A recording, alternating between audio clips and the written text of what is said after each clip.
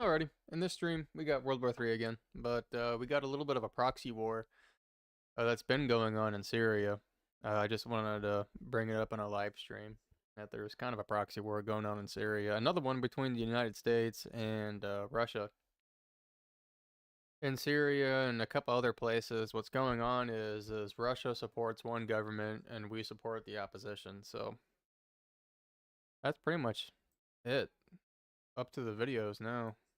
Over to the videos now, I should say.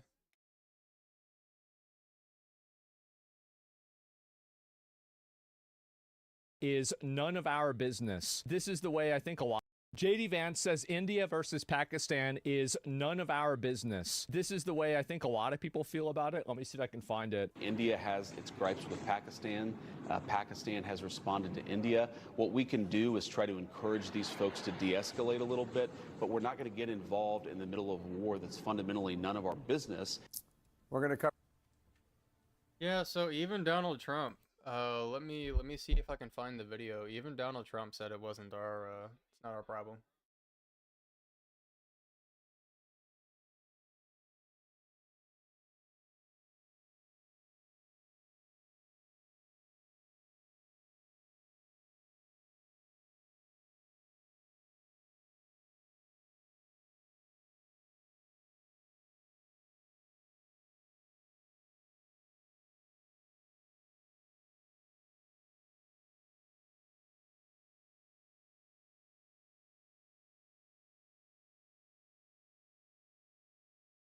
The war in India and Pakistan, what's your position? Oh, it's so terrible. My position is I get along with both. I know both very well, and I want to see them work it out. I want to see them stop. And hopefully they can stop now. They've gone tit for tat. So Okay, so that's pretty recent. Look, I can't go on the X. I wish I could show you why, but I'd probably get demonetized for showing. But he did say just let him fight. I'm trying to find that. I'm gonna find that before I go into the rest of the video. I know he said let him fight.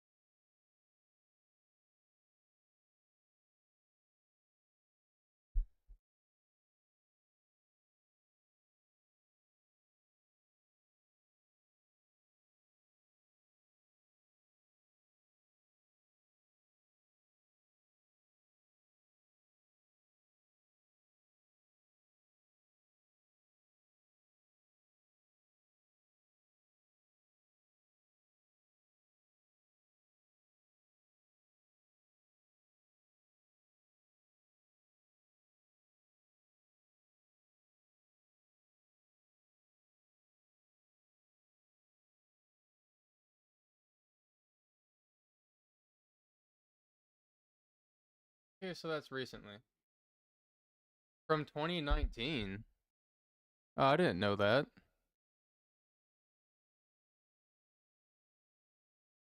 No, so we're finding shit out together. Because that's what he looked like in the video. But the video is on X.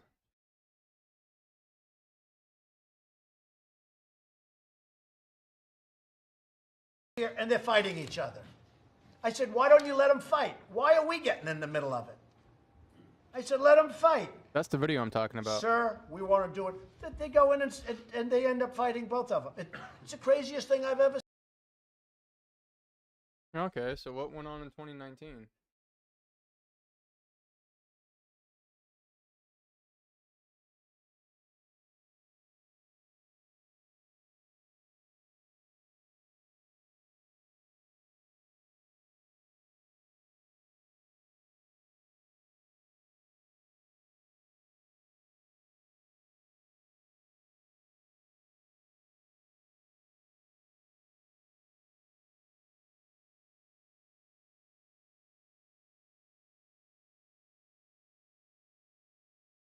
Okay, so it was border skirmishes. Series of armed clashes consisting of cross-border airstrikes and exchanges of gunfire between India and Pakistan.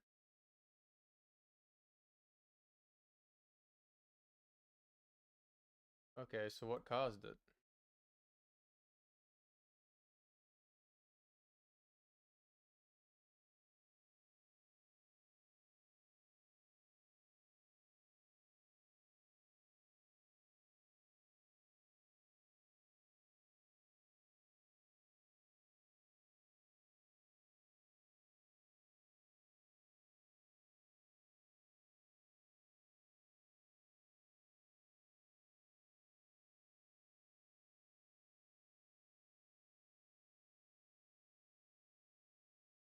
Okay, so it was another terrorist attack.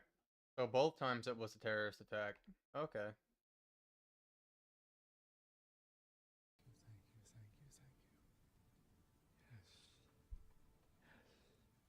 Finally.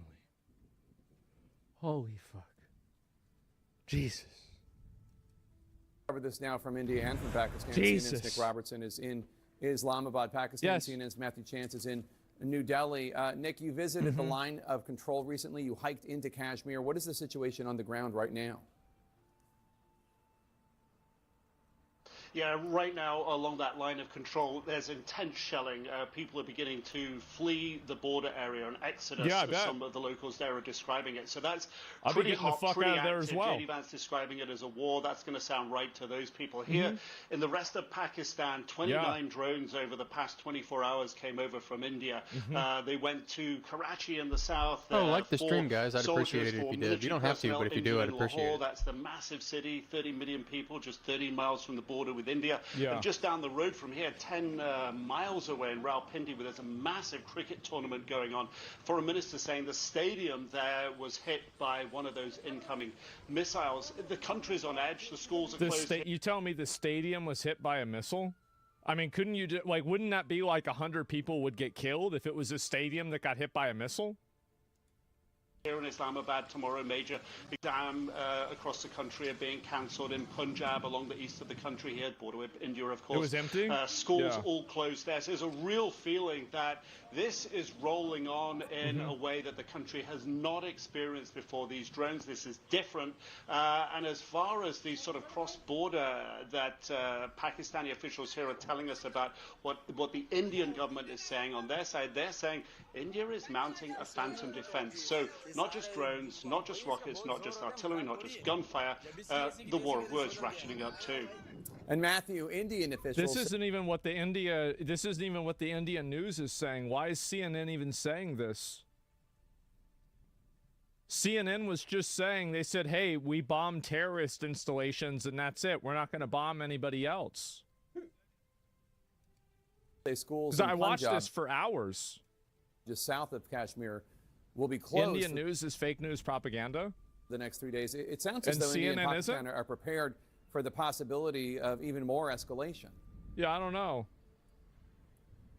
Yeah, it does sound like that. After You're this, right. we're going to go to a Schools in couple of Punjab reliable are gonna be sources and see closed what's the next going few on. days, We'll as fact are check CNN schools and the Indian news. Indian-administered Kashmir and universities Why would as CNN well. lie?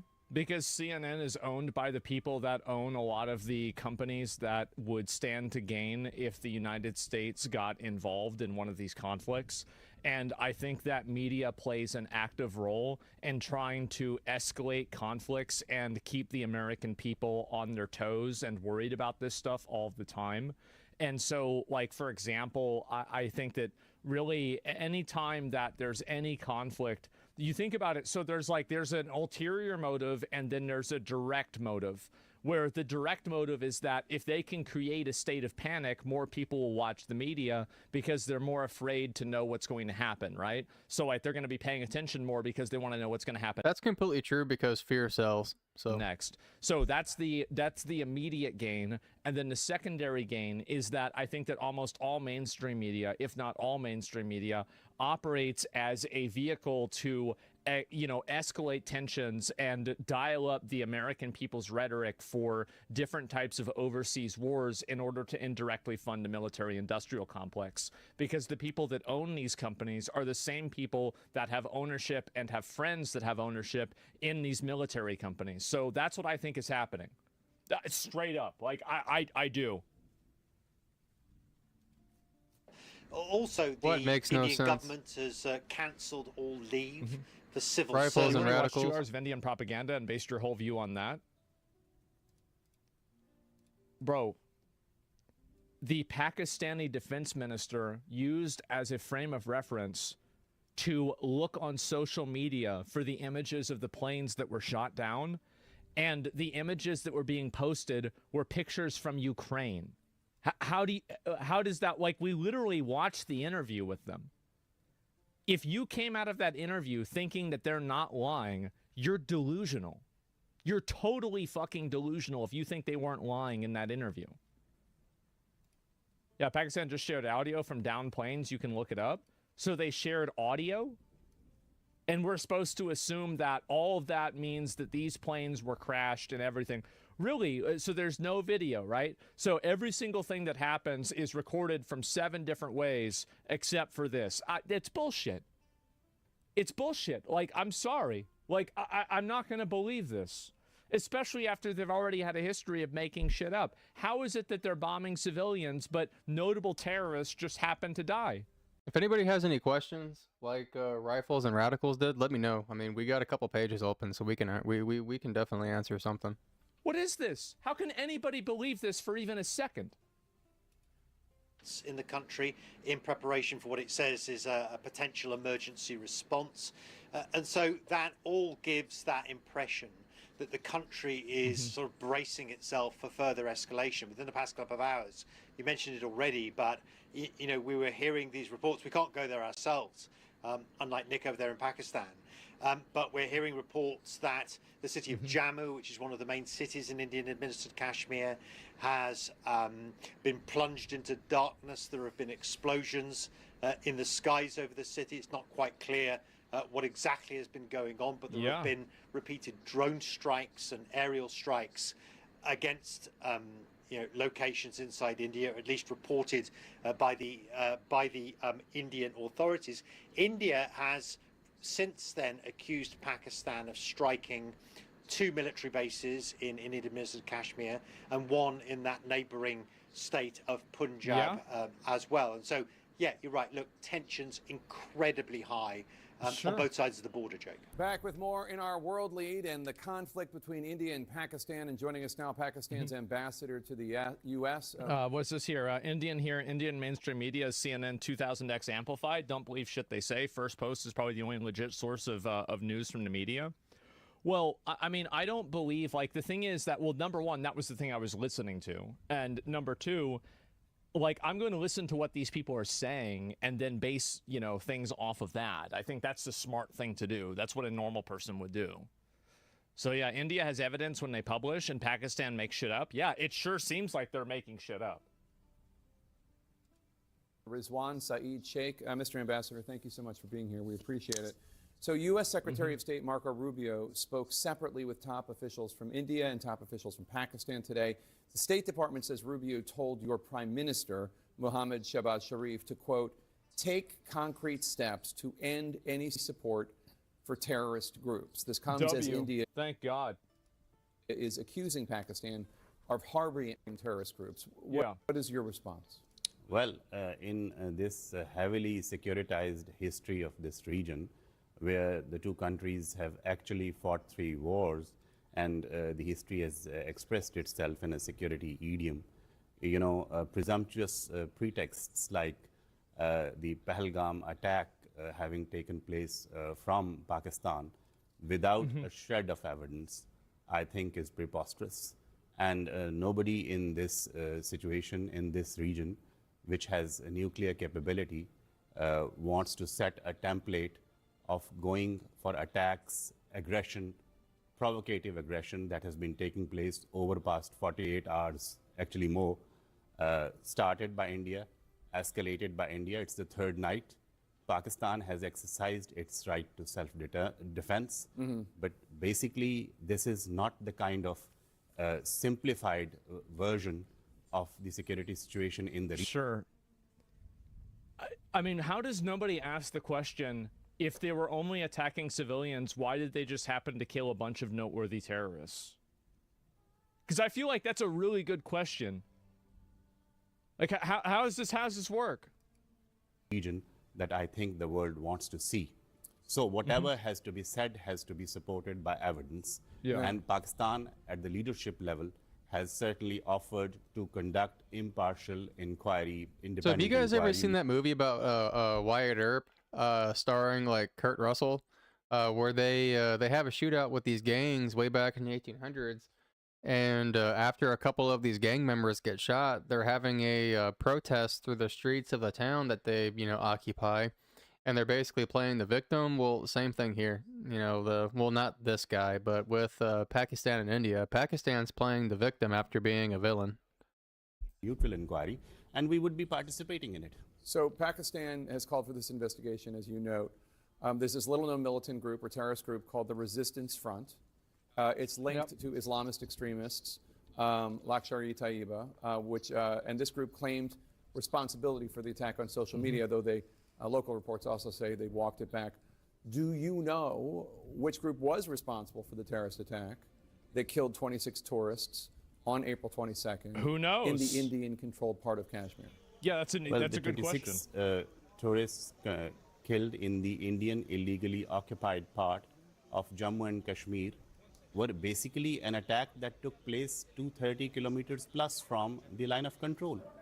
So He's saying it was illegally occupied, as if that's a justification for asking somebody their religion and then shooting them if they give the wrong answer. It doesn't really matter whether it's illegally occupied or not. The civilians there weren't the ones committing the crime. You're targeting civilians and then killing them, like, systematically based off of religious grounds. How is this not just something that you can't immediately condemn?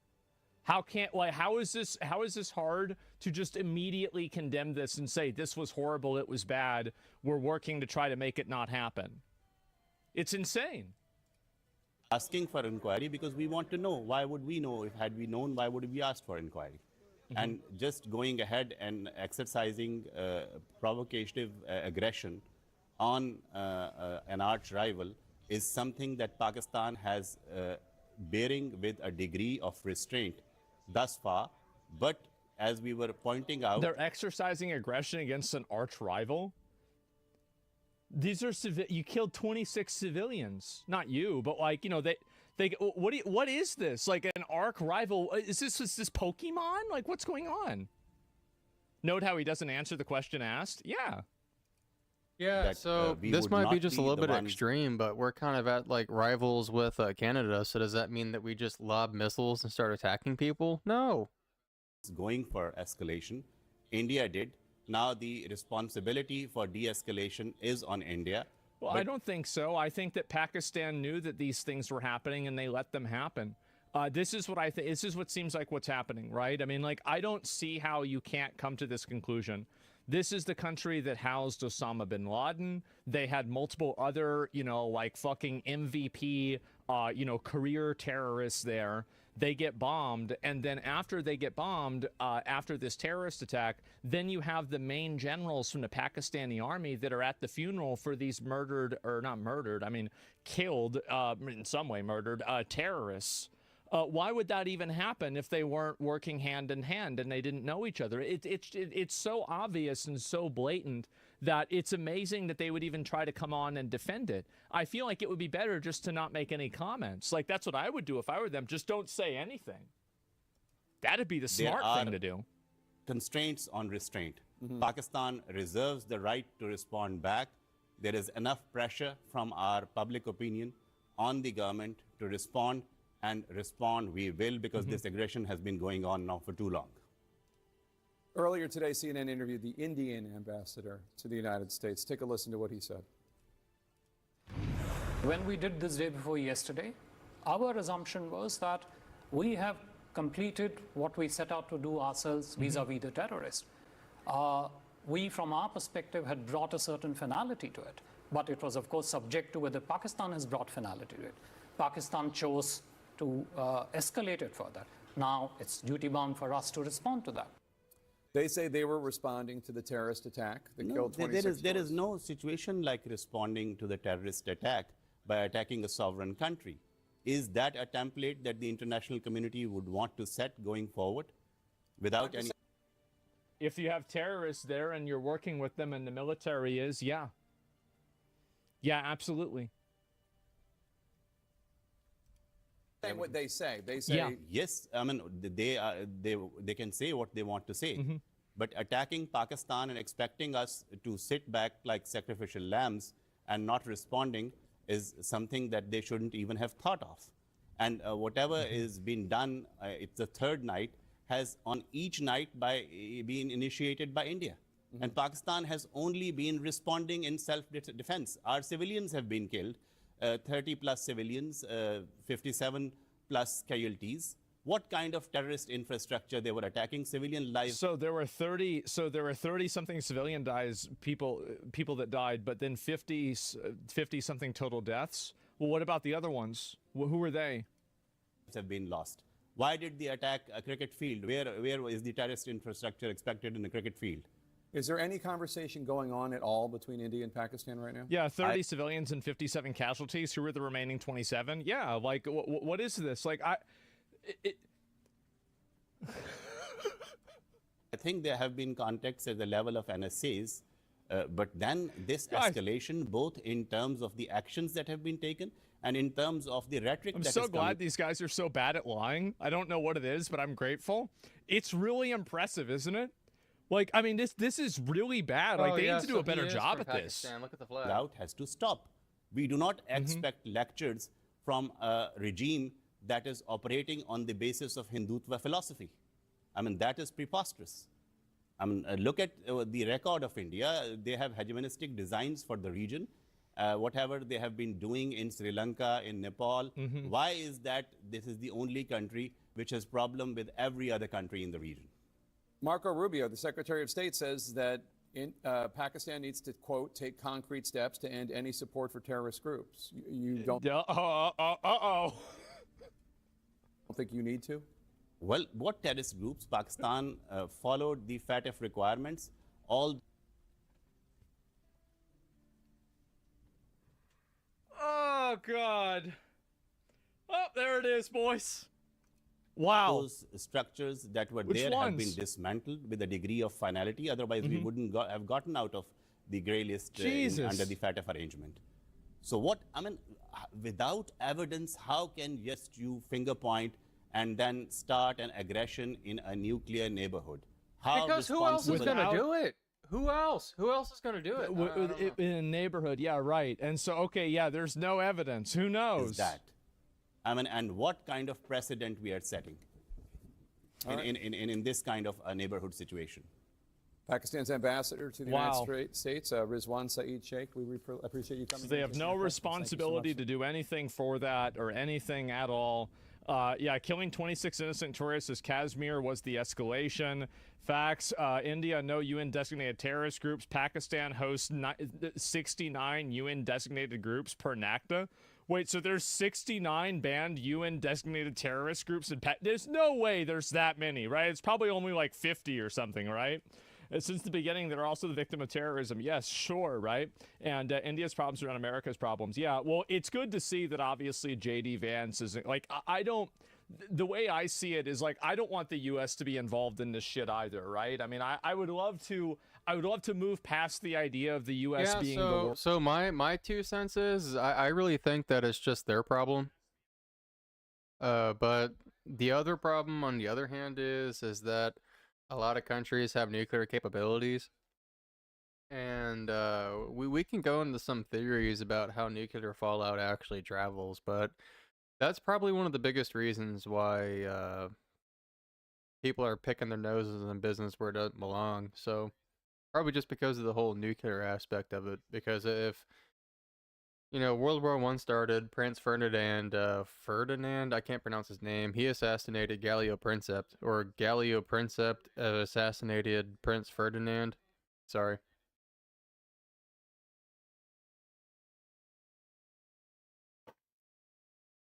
And then World War II started for other stupid reasons, so things just start for stupid reasons. And the only difference between now and 100 years ago, 80 years ago, is now we have nukes. world police. I don't think we need to do that. And you know, these people can solve their But own problems. I also don't So- think that we should just start sending money to every single country and start getting involved in every single war. But I mean, I'm no professional, so I really don't know what we should do.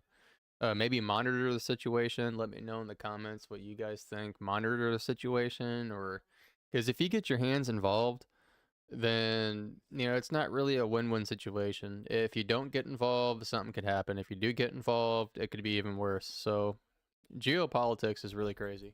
Yeah. The point is the people that killed the civilians were Pakistani to endorsed to some degree. I think that they were. I think that they were undeniably endorsed by Pakistan, because when you had people that were terrorists that got killed, you had the Pakistani military go to their funeral. I mean, if that's not a red flag, I don't know what is. That's the biggest red flag that you can possibly have. How can anybody not see it this way? I don't know. But that's really what it is. Is Pakistan planning on giving nuclear blueprints to other nations too? What the fuck? Yeah, I don't know. And yeah, it's insane. Only responsibility we have is to make sure they don't use their nukes. Yeah, definitely. Pakistan is attacking civilians in India now with drones. Of course they are. Yeah, of course. I mean, absolutely. And so, yeah, I just... And it also, by the way, it is fair to say that it's hard to know whether this is actually the military of Pakistan or a terrorist group that's taking advantage of the situation. It could be either one. But whenever I see this kind of stuff, I think it paints a really, really clear picture. Yeah, extremely clear picture. Yeah, no, hold on a second. Let me... All right, go ahead and make your prediction now. Who would win? Gun. Today we're talking about the most gangster Marine ever. A man so remarkable that General Lejeune himself would declare him to be the most outstanding Marine of all time. A man that was so fierce on the battlefield that General Smedley D. Butler, one of only 2 Marines to ever receive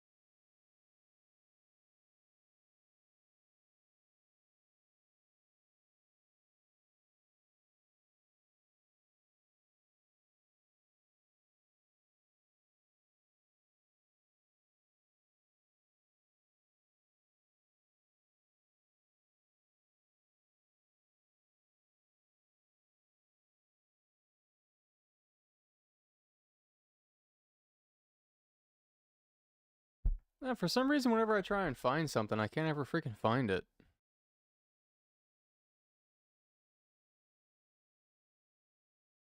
There go.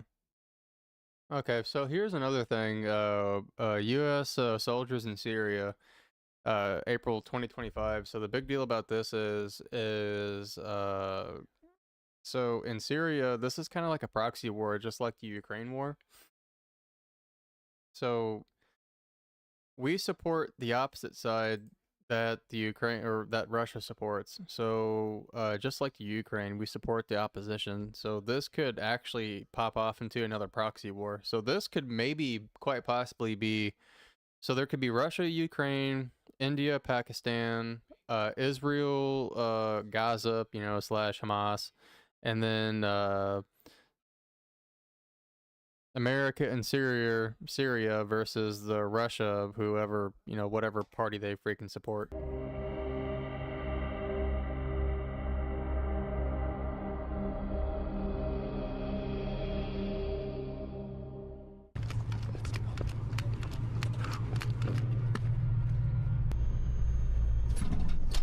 Okay, so Coalition forces assigned to the 278th Armored Cavalry Regiment Task Force Reaper conduct patrols in northeast Syria, April 14th, 2025. So it's been almost about a month.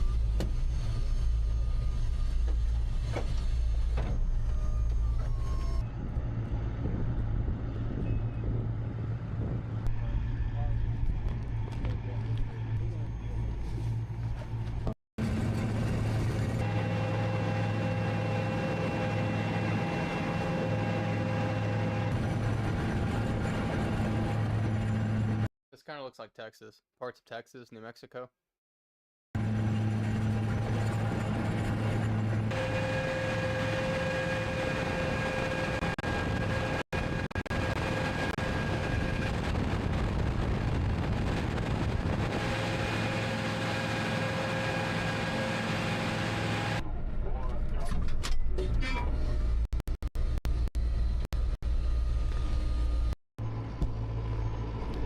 Okay, yeah, so they're riding in Bradleys. We loaned about a year ago. We gave some Bradleys to the Ukraine. These things are badass.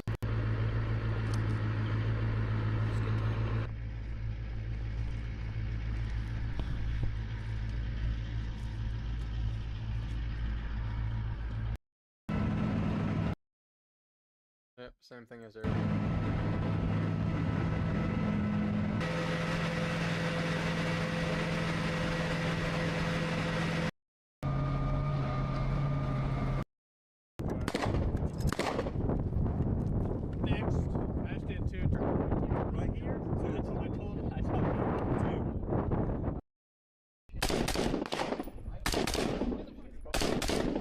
One, two. Oh, yeah. Out. Cool.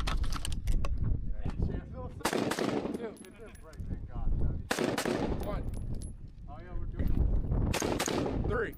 Oh, I think so. I think the reason why they do 2 shots, I think two from 5.56, M855 A1 or whatever, M855, 5.56, just I guess just in general, whatever they use in the military. I think they train 2 shots to the chest because of the static shock. It's supposed to stop the heart. 2. Out. All right.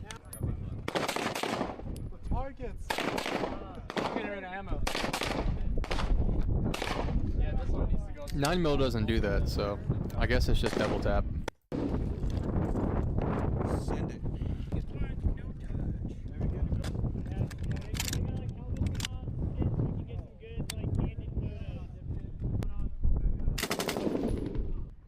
Little 5.56 saw. Right on it.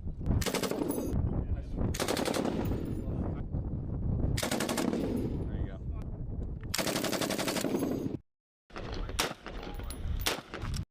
ملتزم بالجيش شلون يتحرك الحركه مالته شباب اللي حتى بالدنيا هذه الشخص الفردي ها اخويا هسه وين راح يتحرك؟ Try to zigzag. طبعا اساسياتهم يفتحوا. When you're not taking accurate fire or you're outside of their range. طبعا After you receive contact and you're clearing through the enemy. شباب المشيه الاولى He's going to walk with his thumb on the safety, with his finger over the trigger well, so that way if he has to engage, he can quickly put it on fire and squeeze the trigger. والسلاح التوجه مالته الصحيح لازمه السلاح مثل لازمه They receive contact from the enemy. They're going to get into the prone, preferably behind cover or as low as possible. He's returning fire.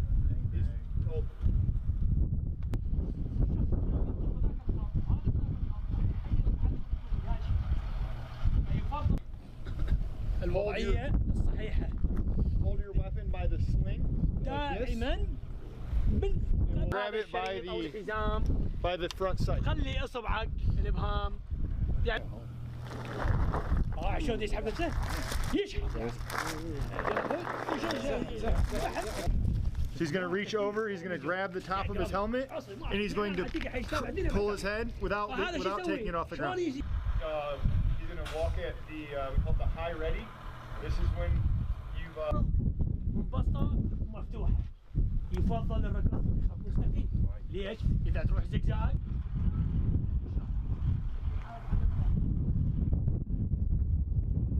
This is all good training. So this when is decent the leader stuff. puts his hand up telling them to stop or halt, he looks to make sure that all of the other fighters are stopped, are also putting it up, letting everybody else know that they're. وضع الانقطاع والتأهب لإطلاق النار في أي لحظة يستلمها من القائد. هذا الانقطاع بعد 3 ثواني ينهض أو يسحب حسب الوضع. رافعة نص رفعة. ها شوف هاي الطريقة يعني هو الركضة ما تحت أي.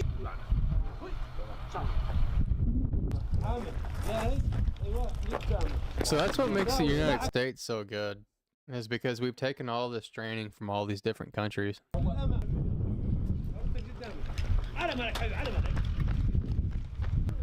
Just keep in mind, some of these places are in constant war, and that's where you learn all these tricks. If you're in combat and stuff, you learn a lot of these tricks there. And a lot of these guys, they've been in nonstop combat since they were probably kids. So they've learned all sorts of shit.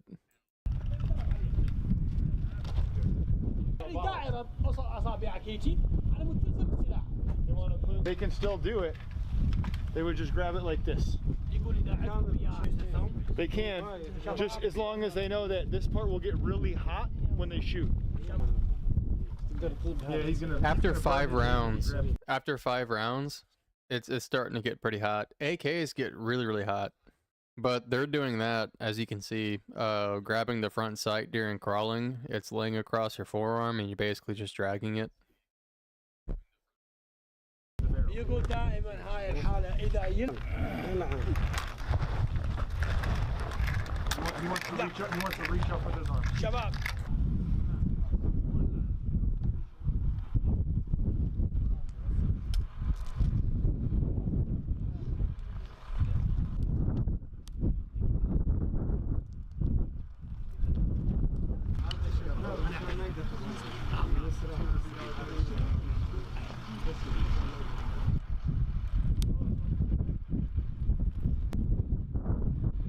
انطي صوت إذا جيت ما مشكلة انطي صوت يعني أفضل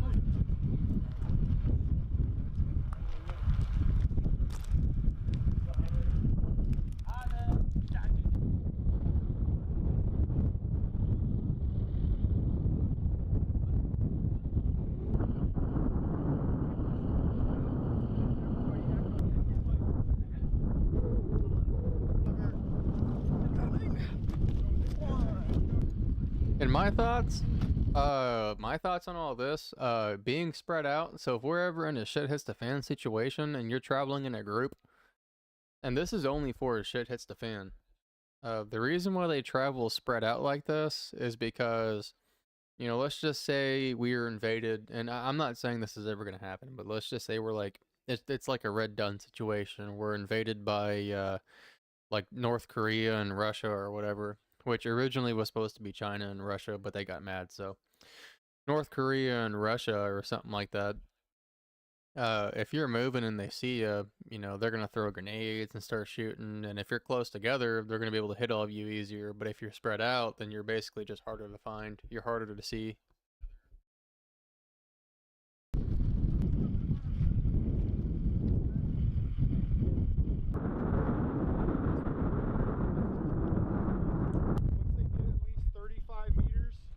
Oh, and also being spread out like they just were here.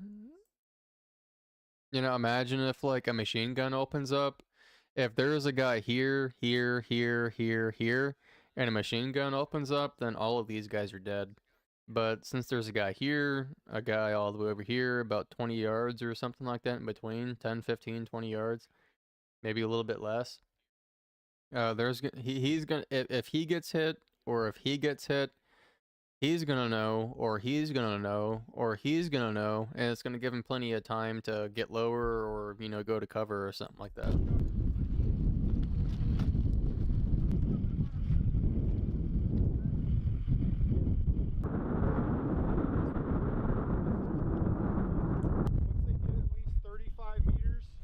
Or like a big piece of cover past the enemy.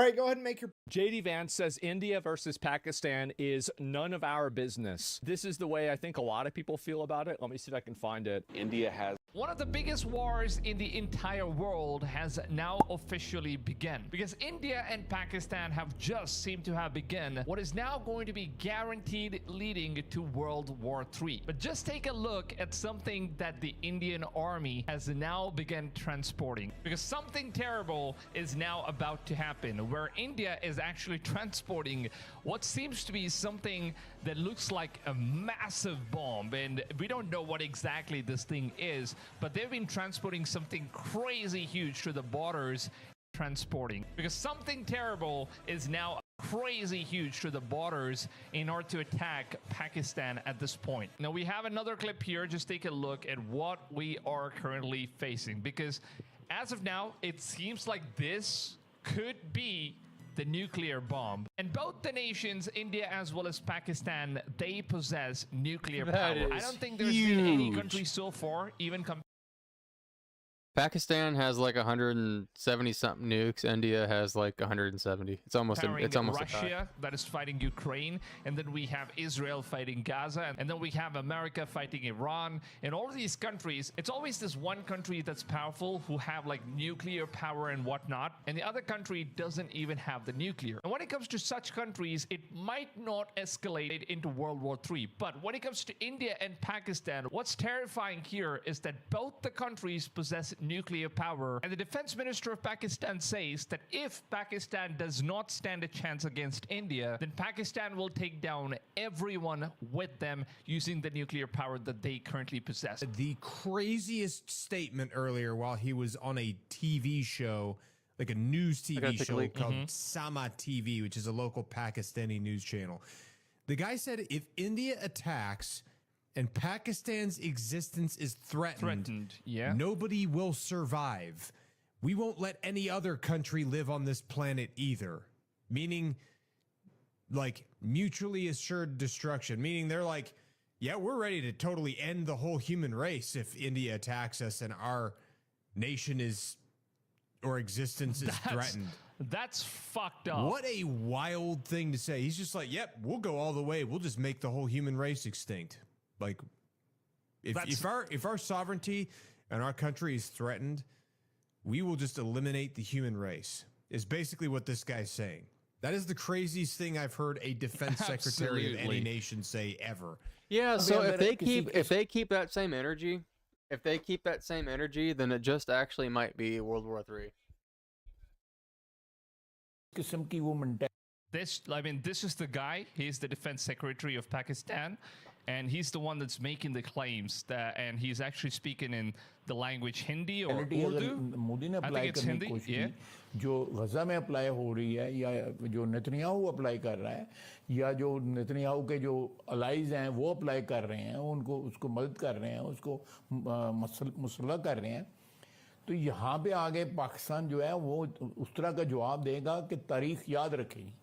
So he's basically saying that India is getting a lot of support from many different countries like Israel, United States, and Russia, and major countries out there in order to fight against Pakistan. And since Pakistan is now in a weaker position, he is now claiming that he will not sit quiet while they take the defeat. Whereas further on, he goes on to say, कौम ने आगे से जवाब दिया था, तारीख याद रखेगी. सर इंडिया हम अगर हमारी एग्जिस्टेंस खतरे में पड़ी, हमारे खिलाफ इस किस्म का कदम उठाया गया कि पाकिस्तान को जो है खुदा न खास्ता जो है हमारी जो एग्जिस्टेंस है वो खतरे में हुई, तो फिर जो है अगर हम नहीं तो कोई भी नहीं है फिर. Wow. Yes. Oh, wow. So he basically is saying if there comes a time where India starts destroying Pakistan, like how Israel started destroying Gaza, and then if they don't stand a chance against this war, and if their existence comes to a threatening point, he says that he will destroy everybody in the world, and there will be no nations alive. If they are going down, they're going to take everyone with them. And that's the kind of crazy ass person that we're dealing with right now, and that's what Pakistan is currently doing. It seems like the whole story goes back to how Pakistan attacked India using the terrorist, and then they killed probably around 30 people, 30 innocent people in Kashmir. And this was a place which belongs to India. And what's crazy about this whole situation is that the reason why these terrorists attacked the Indians is all about the religious war stuff. Because the terrorists that entered inside of India and they killed every 30 innocent people, they were just spending their holidays in Kashmir, which is, by the way, one of the most beautiful so basically they said, what religion do you believe in? Or, yeah, something like that. Places in the world. It just looks like heaven. It has everything in a single spot, like snowfall, and you have like green lush mountains, valleys, rivers, and basically everything. So this is one of the places that Pakistan actually wants to conquer, but then it already belongs to India, and that's basically what the war has been going on for all these years. But what's happened right now is that there have been some sort of terror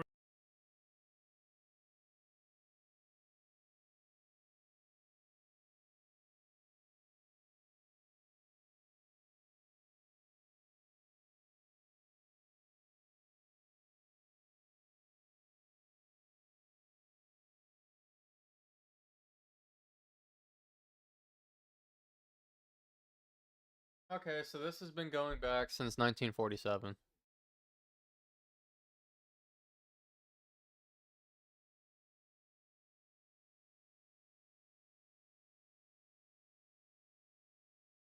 So Kashmir wanted to be independent, but acceded to India in exchange for military assistance when faced with an invasion by tribal militias from Pakistan. So this has been going on since 1947.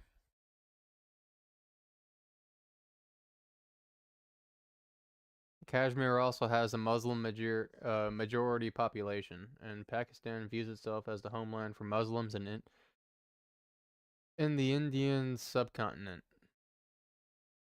Okay.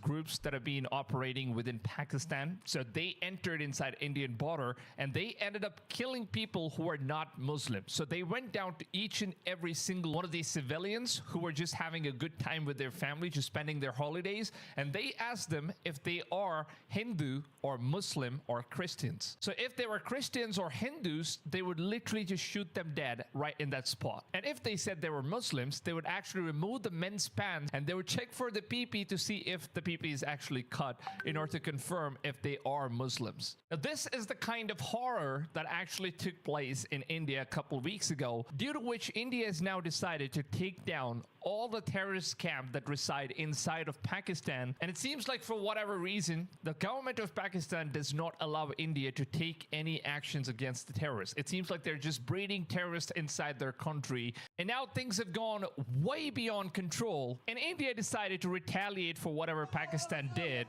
And they started striking all over Pakistan and they destroyed all the terrorist camps using missile strikes. And this is basically what it looks like.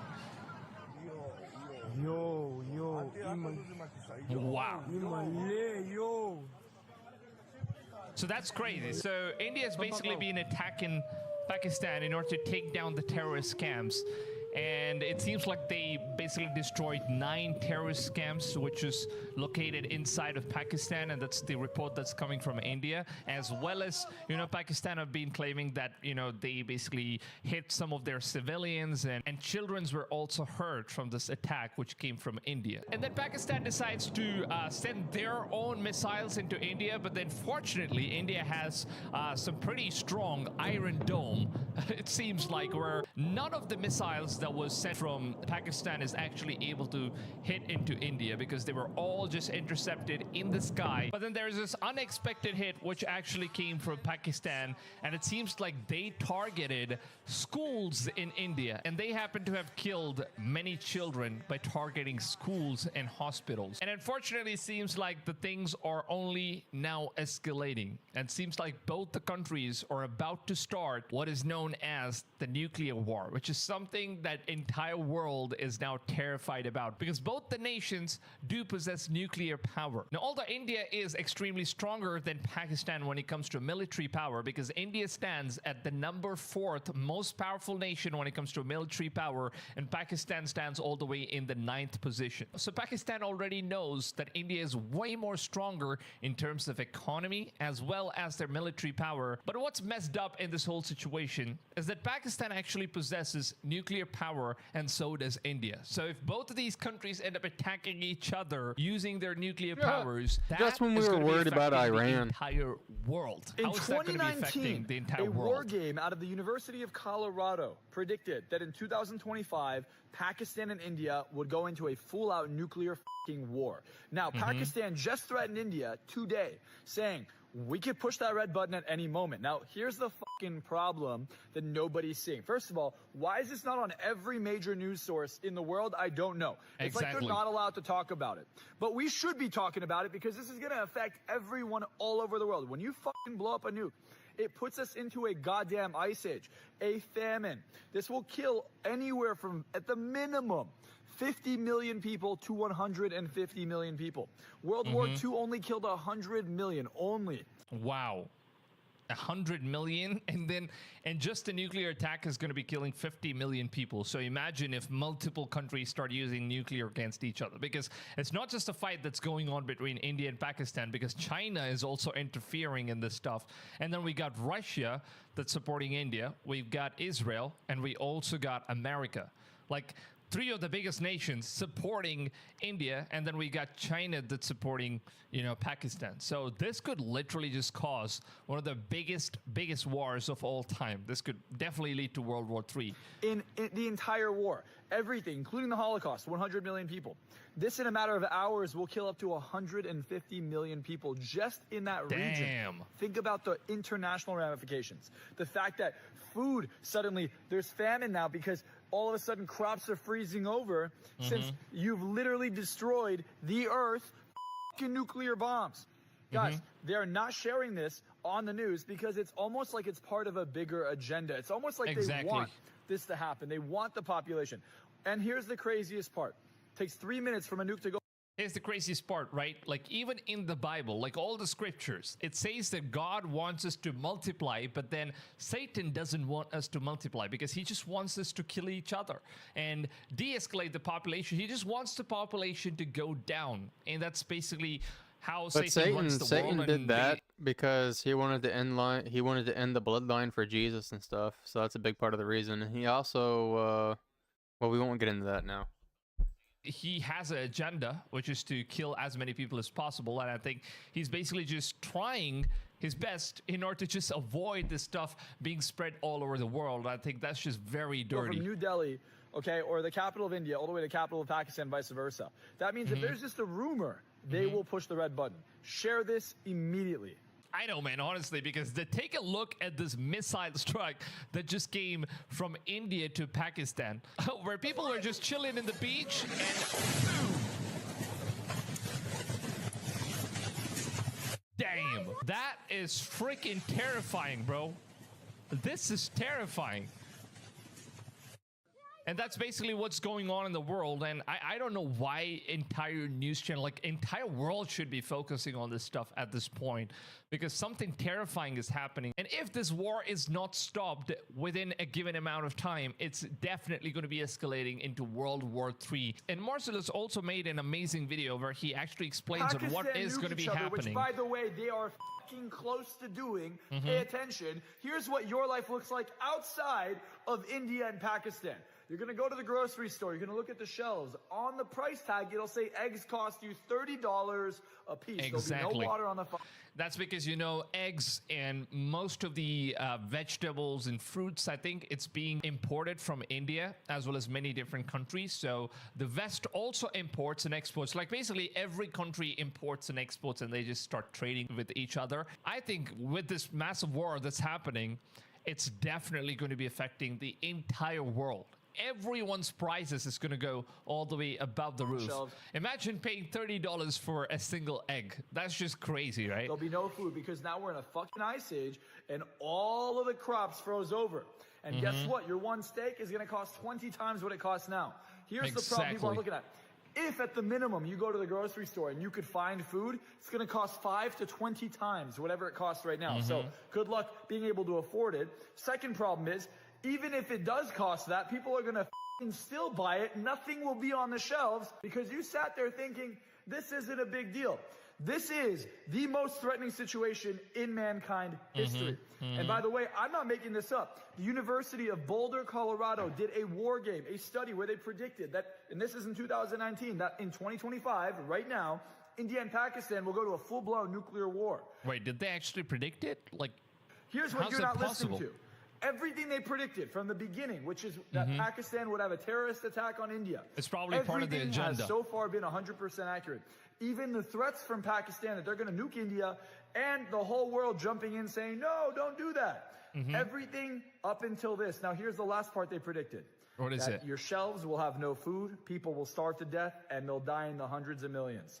So please, guys, take this. Damn, that's all crazy, of that's in the man, Bible. Because right now, whatever we are seeing, if you see India me just looking at something transporting else, is I'm going to scroll look at through this stuff. Revelation. I'm going to find you where it talks super about that. scary, to be honest. Like, they are transporting something that looks massive. This looks like a massive bomb. I would definitely think that this is a nuclear bomb. If that's just gonna hit Pakistan, I don't know what the hell is gonna happen. All hell is gonna be unleashed if this nuke just starts hitting Pakistan. Just look at that stuff, man. That's crazy.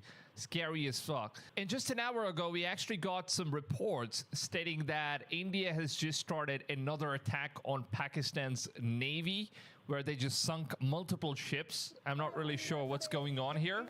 Navy has attacked Karachi. Indian Navy opens another front, the first time since 1971.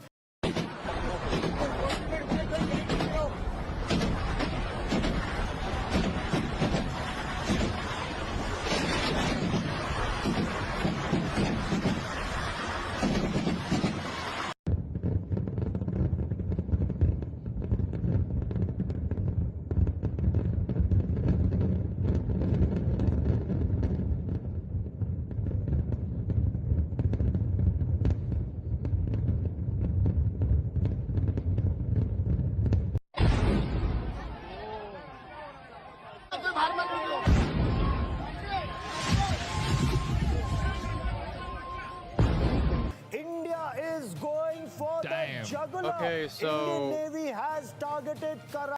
Revelation chapter 6 verse 6. And I heard a voice from a voice in the midst of the four beasts say, a measure of wheat for a penny, and 3 measures of barley for a penny. And see thou not hurt the oil and the wine. So cost of food and stuff's gonna go up, and that's not even the Bible verse about a third of humankind being wiped out from like war and famines, like water being poisoned, all the grass and trees being burned up, like a third of them. Karachi. This has happened for They destroyed Pakistan's naval ships. in or around the harbor in 1971, but now once again Karachi has been targeted. I want to bring in Sandeep Unnithan. Few people know Indian Navy is might better than Sandeep Unnithan. Sandeep, Navy 20th century's largest ship-to-ship missile engagements. In less than 30 minutes, they'd sunk a destroyer, a minesweeper, and a merchant ship bringing ammunition for the Pakistan military. And of course, they targeted the fuel tanks at Karachi, setting Karachi ablaze. And that was followed by a second attack, Operation Python, a few days later, where they targeted multiple ships of the Pakistan Navy, forcing the Pakistan Navy, bottling the Pakistan Navy up in Karachi. So that is very clearly something that would bring uncomfortable memories of a naval defeat back to Pakistan. So it seems like we don't really have like the actual footage of like the Navy fighting each other, but then this report just comes in an hour ago. So this basically means that the war is definitely not stopping, man. It's just escalating to a point where I think it's 100% at this point going to lead all the way to like nuclear warfare. And if China is going to get in between, this means that Russia is already warned that if China is going to interfere in this stuff, we will definitely come in and destroy China. And the I don't same mean to goes on interrupt with so much, but America. here's the Americans thing saying- about China getting involved in this whole India-Pakistan thing. So China is mad because India is literally about to replace China as one of the manufacturers for the United States. that, you know, Donald Trump said that he's basically going to support India, and in this process of, you know, eradicating all the terrorists, this means that, you know, all these countries are going to join together in forces, and they're going to destroy both China as well as Pakistan. And China is very strong, trust me. They have some crazy technology, and they're not an easy opponent. But then we got Russia as well. Both of these countries majorly powerful, and you know, it's just going to lead to one of the most craziest nuclear wars that we have ever seen so far. And now Donald Trump has just said that he is going to be meeting the Indian Prime Minister Modi, and he's going to try to make peace offering between Pakistan and India so far. The war in India and Pakistan, what's your position? Oh, it's so terrible. My position is I get along with both. I know both very well, and I want to see them work it out. I want to see them stop. And hopefully they can stop now. They've gone tit for tat. You know what's interesting about this whole stuff, because Trump says he basically wants to stop the war from happening, and then he also says that he supports India in this war. If things escalate, if China interferes, US will be backing up India with this war and whatnot. And at the same time, America is also providing aid to Pakistan. They're also providing missiles to Pakistan, jets to Pakistan. We don't know why they're basically playing this double game, and it's very bizarre. You know, the saying always goes like you can never trust the Americans. So hopefully they can stop now. But I know both. We get along with both the countries very well.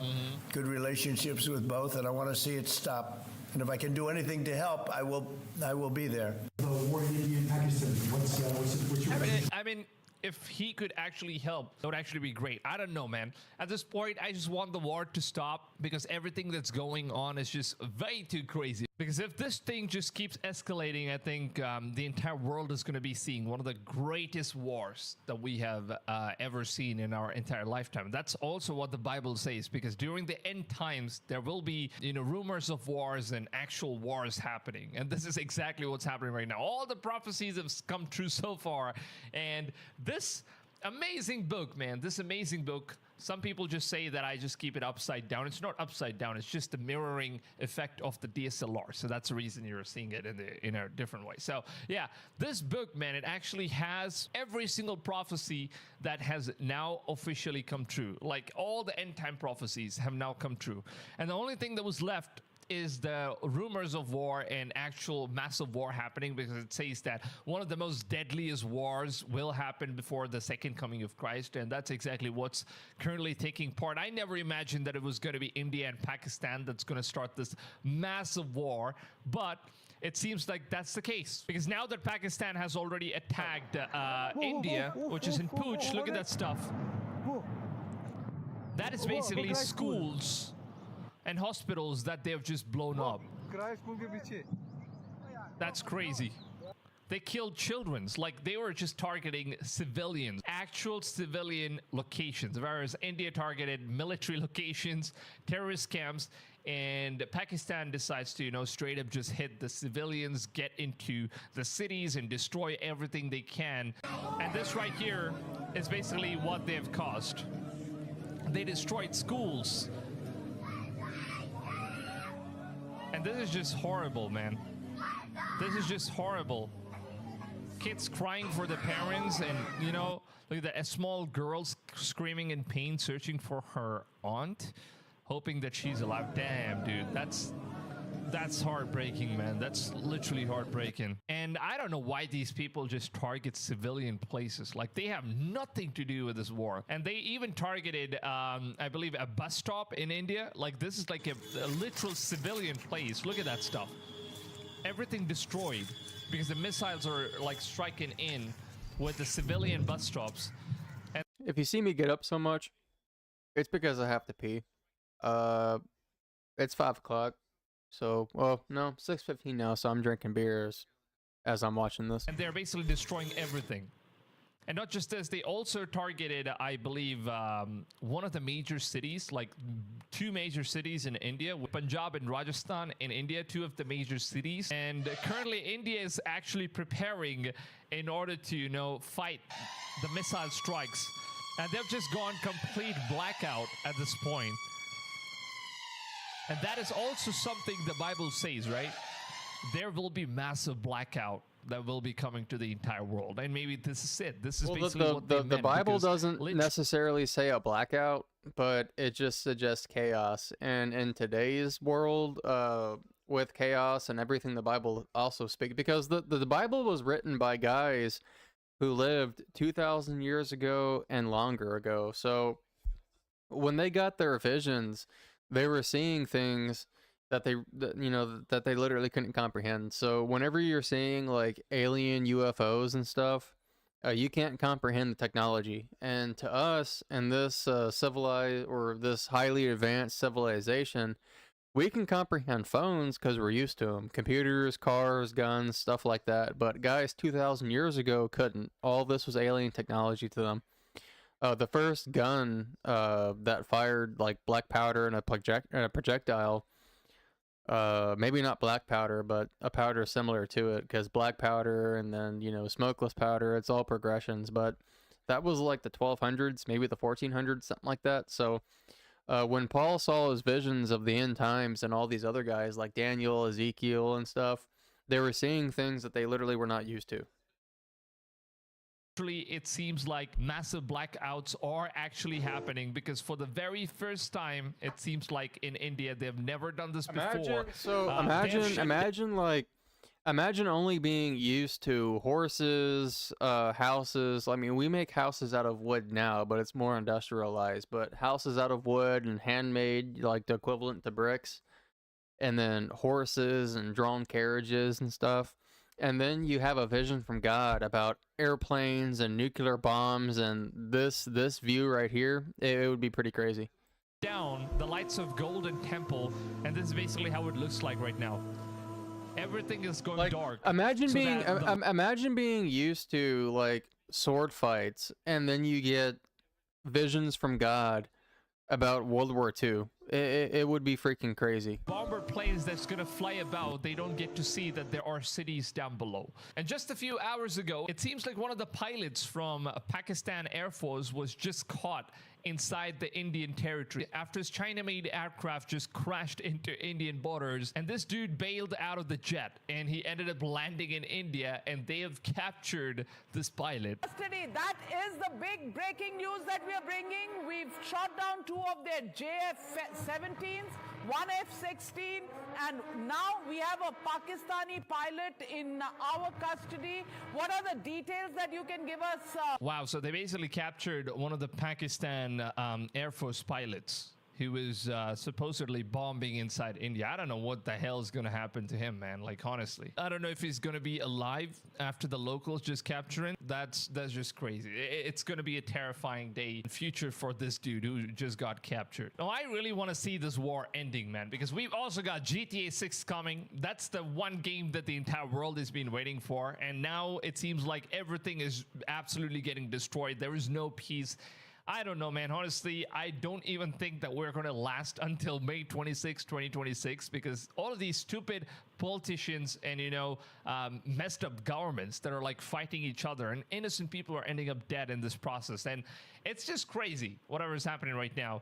I really hope this war stops. I really, really, really hope that, you know, India and Pakistan, they, at the end of the day, they come to a conclusion where they don't fight each other. Something should actually happen at this point. If it doesn't, then it's going to be affecting the entire world. World War III is so close. We're just at the fingertips of the end times, and it's absolutely scary. Every single day I sleep, I wake up, and I hear some of the craziest things happening around the world. Every single end time prophecies that has now officially come true. I don't think there's ever been any generation. This is definitely it. Well, so how you know it was the end times? How you know it was the end times was when Israel became a nation again. That Jesus is coming back. I really want every single one of you guys to go ahead, pick up your books, right here. And that was Pick up your 1948. Bibles, start studying, give yourself to God, because the end times have arrived. And I don't know, man. Honestly, I think we should better be prepared, because anything could be happening. Maybe any day. We never know. Any day Jesus could be returning from the skies, breaking out in the white horse, and, you know, the final revelation just starts up. So I really hope every single one of you guys watching this video is actually prepared. And if you're not, then you should definitely be prepared for the second coming that is very soon to be happening. I strongly believe that it is going to be happening in coming years, probably another year or two.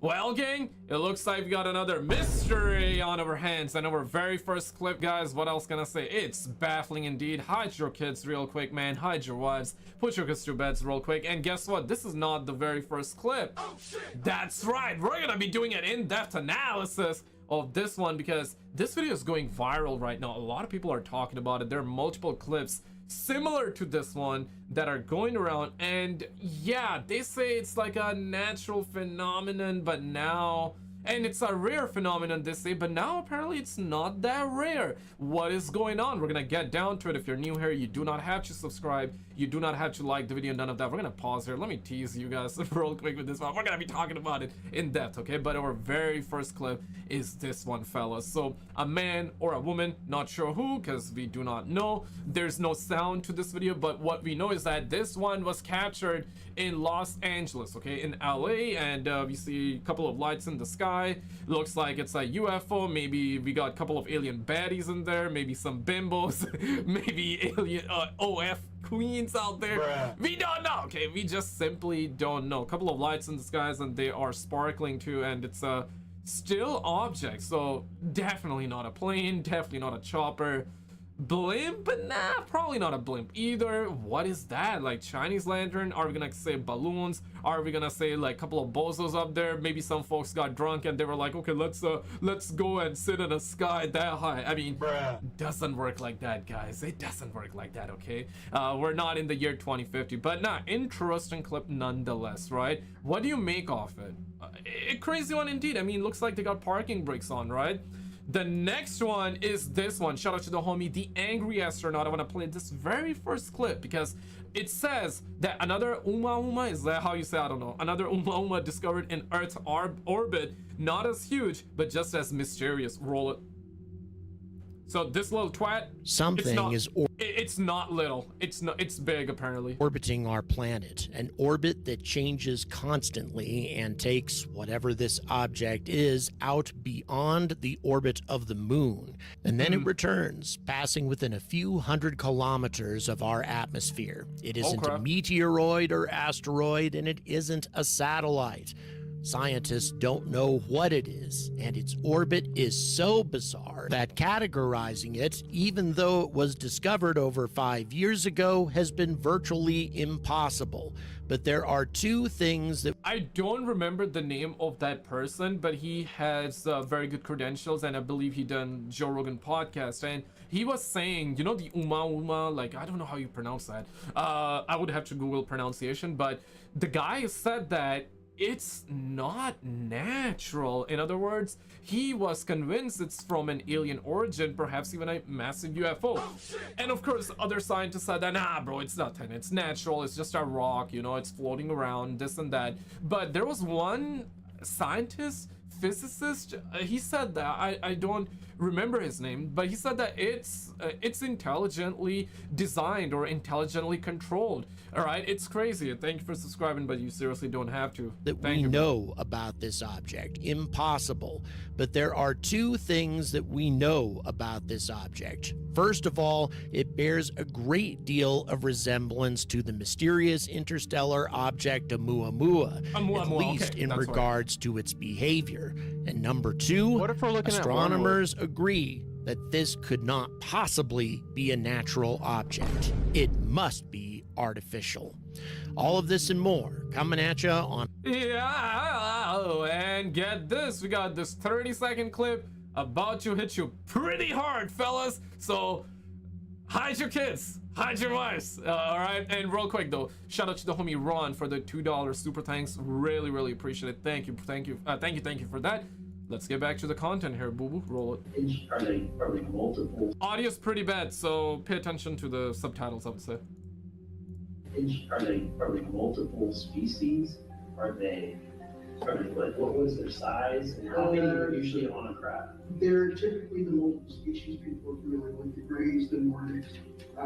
People have talked about reptilians and insectoids. It's not that they're reptilian or insectoid, it's that they resemble to the recipient of reptile or insect type humanoid, because they have this a head and 4 limbs and torso. Yo! So, large, small? Human size, human scale. What? Say psych, homie. Say psych. And this one was from UAP Disclosure Fund. So they done one of those Congress meeting, I'm assuming. Yeah, podcast UFO. So this is on like a government official level or semi-official. Nah, it's on official level. Let's be real about it.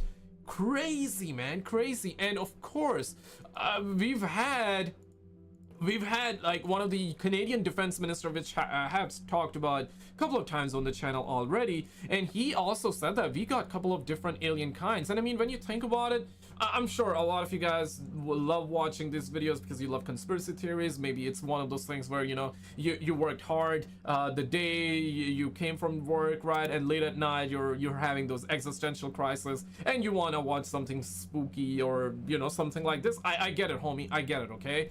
Yeah, some of you are believers, others not so much, or maybe you are believers, but you're looking for more, you're itching for more evidence, right? Which I can get behind, and I do understand that, okay? But we need evidence right now. We need more than just like he said, she said. We need more than that. Why are we paying taxes? What are we paying taxes for? Right? Like, what are we, why, what? Why are we paying taxes for? We demand the answers. We demand the truth. We demand the answers. But you cannot handle the truth, you guys say, right? We can handle the truth. Tell us, and then we'll decide if we can or not, okay? Yeah, but tell us the truth. funding all We these demand government answers. Like the video if experiments you agree. to But shout out to communicate News with all Nation, these roll it. fallen Red angels. tape, roadblocks, and the runaround. A new UFO whistleblower is sounding the alarm on just how difficult it's been to report an unacknowledged special access program called Immaculate Constellation to Congress. Former U.S. national security official Matthew Brown sat down for an in-depth interview with investigative journalist Jeremy Corbell on his Weaponized podcast. Brown said he decided to tell his boss that he had stumbled upon a top-secret program that was gathering images and videos of UFO encounters from classified military servers. But when he went to his boss, the message was not well received. What? Say something. Like, stop. Did you read this? And I don't answer, but I just look him in the eye and I look at the screen and I'm like, of course I read this. That's how you know it exists. And he definitely picked up on that, and he the conversation ended with him saying, delete it, and he left the room and we never spoke of it again. Brown says he didn't stop there. He went on to report IMCON to his boss's boss and to other higher-ups. He says still nothing happened. He eventually decided to seek whistleblower protection and submitted written testimony to Congress. And after a couple meetings with congressional liaisons, still nothing happened. So Brown decided to tell the State Department he's going to go public. He says his main concern at that time was his own safety. I'm definitely no illusions that the U.S. government in some capacity knows about me. I'm mainly concerned about foreign intelligence and their possibility of collecting on me. I'm in D.C., spy capital of the world. I was very concerned about that. Brown says he was equal. Now, here's the thing, right? You probably heard the conspiracy theories, and we're gonna be jumping into this clip right now, guys. It is time, okay? Clench your butt cheeks for this one because it about to go down. But here's the thing, right? We've had conspiracy theories, lock-ins for real now. We've had conspiracy theories for a while, and ever since U.S. dropped the little boy. Conspiracy theory is a made-up word by the CIA to explain off stuff that they don't approve of. That they dropped in Japan on Hiroshima and Nagasaki, and ever since we've been hearing these stories for a minute, right? Ever since U.S. dropped the nuke on Japan, these aliens, ETs, they have been very interested in humans and the planet. They have been interested in what we're learning, whether it's true or not. We don't know. I mean, of course, I'm a believer that we're not alone, but you know, this is something that we hear all the time, that ever since we dropped the nukes, they are like, hey man, these people can, you know, blow their planet up, so we gotta watch out. And we've also heard stories of military, some army men also saying that, especially in the US, and yeah, they've spotted UFOs around the nuclear bases, and at one time bunch of their missiles were apparently jammed after they saw lights in the sky, aka the UFOs, right? So we've had these claims from military, army officials that, hey, like, we've had a bunch of missiles get jammed at the same time after we saw lights in the sky, and it's impossible. One of them can get jammed, okay, because maybe some happened, maybe some error, maybe, yeah, like some happened, right? Like we messed it up, maybe, yeah, whatever, right? False, maybe, you know, dirt got mixed up, or dirt got inside the cog, or whatever, right? Like, yeah, right, it can happen. Maybe failure, human error, this or that, but multiple missiles being jammed at the same time after seeing the lights in the skies, UFOs in the skies, it's kind of suspect, okay? And what we hear from the conspiracy theories that, yes, these ETs, aliens, don't want us destroying our planets, especially with nukes, okay? Which is a good thing. I mean, that's good that Big Brother is watching. I mean, I would consider them big brothers, but hey, now is the perfect time to come down and talk to us and reveal yourselves, because we got the India versus Pakistan thing, you know, lighting up right now. That is heating up. So right now it's the perfect time to come down, man. Like, when are you guys gonna come down, man? Shout out to the homie James. And also, I'm trying to find the TikTok user that posted this, but roll it. Look at it again. Wait a minute. It's pulling it. What? Okay, once again. Wait a minute. It's pulling it. What?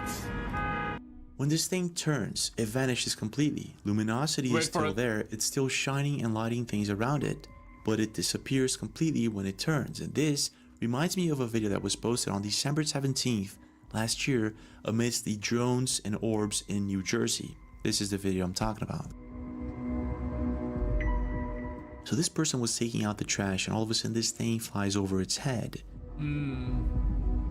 Okay, so y'all remember when, and I'm not talking shit about Trump, but y'all remember when Trump was still running for office, and he said that we would know about what this was right when he gets in the office, and then after he gets in the office, one of the first press releases is these were just sanctioned drones from you know, normal people to, you know, do whatever.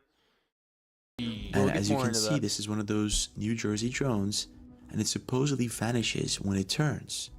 Okay, what the then hell? Appears again, and then vanishes when it turns. Very similar to this same video that was supposedly captured in California, which makes me think this is either real, or if it's fake, it was really well done. Looking for more of these videos, I found a part 2 of this same. Yeah, because this clip is something that I covered just the other day as well, because a lot of people are talking about it, and my initial reaction was like, nah bro, I don't believe it. There is this so-called lightning bolt phenomenon, but it's they say apparently it is real, but it's very rare. And now we got the part 2 of it, which is like, yeah, like, I mean, after seeing part 2, right, you know, seeing like 2 of these happen simultaneously, or, you know what I'm saying, like very close to each other. I'm talking about in days. Maybe it happened in the same day, I don't know, right? We're gonna find out, I guess, but it seemingly seems like it's not so rare. Plasma orb in California. Take a look at this. And it seems like a ball as well. What the? Damn.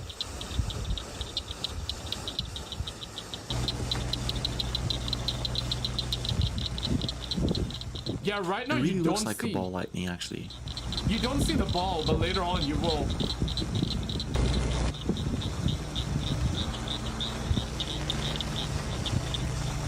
I don't know, man. It seems. What's going on here? the reflections check out. Yeah, If it's fake, it's a very... so this video, I was looking at the trees, the wind blowing and stuff, and it looks like it's kind of real. I can't say it's 100% real, so somebody fact check me, but stuff like this, whenever I read the Bible, whenever I see the Bible say stuff like you're gonna start seeing signs and wonders, like not just from the Antichrist, that's what I think that this is. I think that we're on the brink. I think it is almost the times of Revelation, and if you read the book of Revelation, you'll see stuff doesn't start getting crazy until like chapter 8, something like that. So there's still a pretty good amount of time, even today, that we have that I hadn't seen it like fulfill like the crazy parts of Revelation. So we're probably still at just the beginning, but I think that's what all this is. Well made fake, right? Because you see the reflections here. This, I guess, the reflection here too. Let's see. Yeah, you see the blue light here on the car mirror. Wait, what? Metallic sphere all of a sudden. Yeah, right? Don't make sense. Holy cow. So like, is that a UFO? I don't believe this, by the way, right? Like I'm having a hard time believe that this is real. But if it is, holy bro, holy smokes, it ain't no dang jokers, bruh. Yeah, what do you guys think? 1 in the comments if you believe this is real. 2 in the comments if you don't think it's real. And you believe it's fake. 3, if it's compelling, right? Where you're like, I need a little bit more proof, but I feel like it's real, but I need more proof, right? I want to know where you guys at with it. I would say I don't believe it. I'll be honest with you, but damn it, man, it's so very. If it's real, then what, man?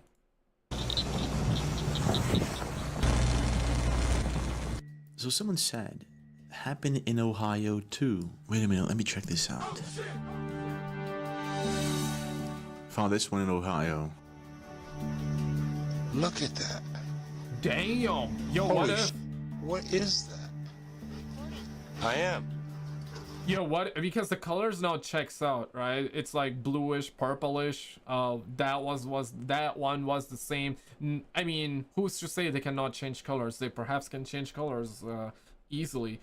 And maybe what we just saw on the ground is actually one of these things. Maybe this is how they look like when they fly in the sky, and maybe this is how they look when they are on the ground. Just something to think about, right? And for sure there have been multiple different UFO shapes, this and that.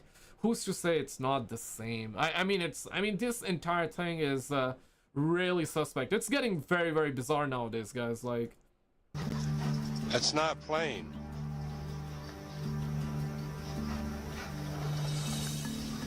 That is not an airplane. Yep, not a plane. You see it? Mom, get the camera! That is not a satellite, and that is not an airplane. Mom, get So the this was in camera right now! 2020. I also found this posted 3 days ago, but this time this is in Dallas, Texas, posted by Deontay Way.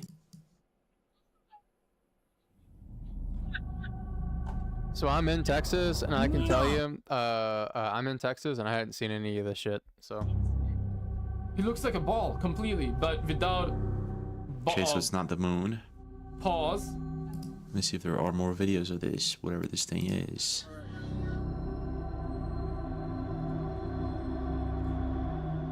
Wow. So Deontay has a few videos, and the ones in which he recorded these mysterious orbs or spheres, well, they're very short. 8-second videos, 10-second videos, which isn't good. Yeah, it makes me think that this could be fake. Yeah, at least these ones in Dallas. So apparently I couldn't find any other video of this specific lightning orb or whatever this thing is. Yeah, so 8 seconds. 8 seconds means AI, because AI can make you an 8-second video. But what's harder for it to make is like minute, 2 minute, 5 minute videos. This one out right now, okay? Shout out to the homie Ninja Seer Butterflies, what a name, man. And shout out to Barry Step as well. Roll it. On the shore, straight off the coast of St. Augustine. No. Okay, in the late 1800s, this unidentified creature washed up on the shore. It's like 18 feet long, but what's super interesting is they said it had 7 legs and a tail. But as like research has continued on this creature, they're surmising it wasn't a tail, it was the 8th appendage. And most of the octopus-like arms had been cut pretty short. You know, this thing had been dead in the sea. And when you think about some of the earliest stories of creatures like this, or like Octopus, the pirate right, era, yeah. 1700s, Like a and kraken. Man. yeah, like they're saying because of the size of this thing, and if it were an actual octopus, the tentacles could have been like 100-foot long. Ugh. Because they're Delicious. like, you can see them in the photos, but they're like this big around at the nubs. Oh my And gosh. so the actual creature would have been what we see pictures of, like the stories we hear. And so they took samples and they compared it to octopus, and they said a tissue sample, it's like octopi giganta something in Latin, but they're calling it a giant octopus. That's what it is. Whoa. Dr. DeWitt Webb in November 30th of 1896 is the first person who arrived where 2 boys had discovered this octopus on the beach. And so it's a professional science person who actually collected the first samples. Oh, wow. And so, yeah, this is right off the coast, right off St. Augustine. So all those pictures we see of pirates and stuff, that is real. And for some reason, we don't know about it. Oh my gosh. Where's the rest of those suckers? Literally. There's so much about our history that we're being lied to about. I Yeah. don't find it that difficult to imagine this being true. That would have had to have been a baby one, though. The way the guy in the podcast was describing it was much larger than what he was showing in that photo. I would imagine there's probably something like that still living in the ocean today, and we just don't go down far enough to actually. And another thing that I wanted to point out too, right? Like it's one of those, I guess. Yeah, we've urban legend. only explored 5% of the oceans and like 1% of space, 2% of space, something like that. Yeah, I mean, yeah, some believe dragons are real, some believe not, they are fake, you know, this or that, the other. But who's to say, like, maybe something like this, okay, he's leaning towards maybe it exists, right? And truth be told, though, they always say 90%, something like that, right? That's like the percentage they give us, that 90% of the oceans are unexplored. So who's to say something like that don't exist, right? And also another factor here could be maybe they existed back in the days, but then, you know, some happened and they went extinct, or maybe they still exist because 90% of the oceans still unexplored. See it. That one probably just died closer to the surface than usual, so it washed up on the beach instead of falling to the ocean floor. Most of the ocean is still unexplored. We probably know less than half of all the species that live down there. This is a great one if you want to see MK Ultra technology in action. It's one step beyond the sacred mushroom. Where Puharsh, one step beyond the sacred mushroom. One step beyond is the show name, and it's the sacred mushroom. It's on YouTube, and it's Puharsh is there flashing lights in people's eyes, hypnotizing them to make them psychic. There's a portion, there it is. Science is not yet given it Right there. Keep going. You don't, that's kind of hard to. That's the early photic and magnetic stimulator that that MK Ultra was using. Puharsh developed to put people in their states. Yeah, it's an American version of the Lita machine from Russia. Lower your head a little bit. A little more. Now. Sounds awful. It does. Sounds diabolical. Now I see. I see so many things I can't tell you. Can't you slow it? Slow it? Now I see but I see so many colors that are. Go. Are they pretty? In geometric signs, now there's like great things. They're magnificent. What they are. They're magnificent. I have never been so aware of color. Of color. What is this thing actually doing? After this, he goes off and does psychic testing on him and finds that he became much more accurate choosing cards. So it's opening up psychic ability. That was the intent, at least. But it's putting him in a hypnotic state. And this is his testing. One step beyond the sacred mushroom. I just wanted to repeat that for any of you who might have missed it, and he did say that the entire thing is available on YouTube. I haven't watched this yet, but it looks absolutely fascinating. That guy's reaction to the light coming out of that device made it seem like he was getting an instantaneous reaction that was way stronger than he had originally anticipated. I wonder if someone could track down the blueprints for this device so that we could build one and start testing it out. Maybe this device could help us all start developing our psychic abilities if it doesn't have any severe side effects. But did you see this video? If not, click on this video on the screen, because apparently a guy recorded a UFO-like object at Area 51, and we had a bunch of other UFO clips in this one too. Check it out, and I'll see you right there. Yeah, I got more. I just gotta find. Ah, yes, the official state hero of Massachusetts. Today we're talking about Samuel Whitmore, quite possibly America's first anti-hero and the most gangster old man of all time. But first, a word from our sponsor, because this video is brought to you by Operation Good Boy. They make all kinds of dog-related products, from supplements to treats to toys to dog poop picker-upper bags. That's the Fat Electrician. If you don't know who that is, subscribe to his channel. That guy tells history like nobody else I've ever seen. Do you roll over? Roll over. Roll over. Come on. We had a big release today. There is a new Pope, gentlemen. Roll over. Roll over. Big day. Roll over. Big You're day. making me look bad on camera. And he's an American Pope. This is the first American Pope in the history of the Catholic Church. I announce to you a great joy. This is it. Here it comes. Habemus Papam. We have a Pope.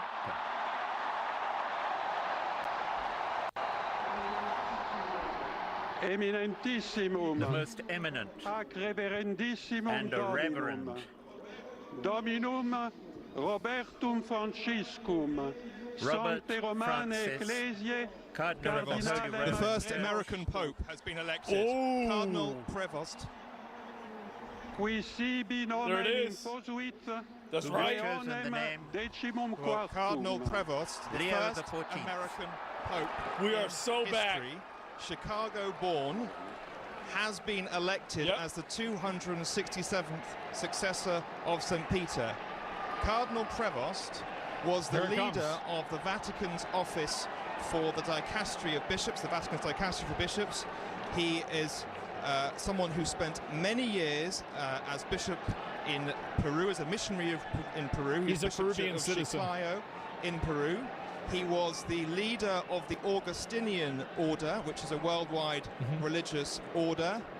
He is known as an experienced and wise leader who can bring together people from different points of view. I can see there it is. I'm gonna get one of my guns and clean it real quick. Oh shit! Quite happy with the do it while I'm watching this. This is really an extraordinary moment. This is an extraordinary moment, and of course, I sit here as an American. Whatever it would have been, I think you can't but be but moved to tears. But this is stunning. Leo the 14th. Leo the 14th. Now that's significant. Pope Leo. Leo the 13th. A pope of Catholic social teaching, of Catholic social doctrine. A pope who stood up for workers. It's an extraordinary moment. On the side of the poor. It's a big deal. And Cardinal Prevost, Pope Leo the 14th, I should say, has chosen that name. That is a big statement. Like, can you, like, I mean, bro, like, look at that. That guy looks fucking cool. Wait, let me show you guys this real quick. This is my baby, my grand. I'm gonna do a video of shooting it soon.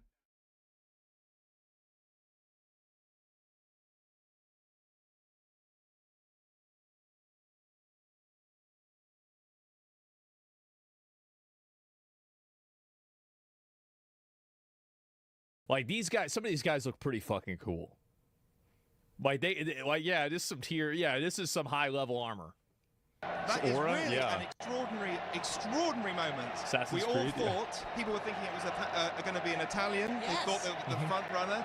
But as we said, as I reported, He's 69. an American was not ruled out. They were looking at American. And you were saying this was possible. It was only today when it moved as fast as it moved that everyone said, well, it must be an Italian. And But this let's only just say took this 2 again. days Cardinal also. Robert Prevost, now Pope Leo XIV. I think for Francis it took kind of a while, right? From Chicago, and is now the first American Pope in history. Let's watch Leo XIV coming out. Let's watch. Oh, shit. It took 2 days? Yeah. It's usually 2 or 3 days. There he is.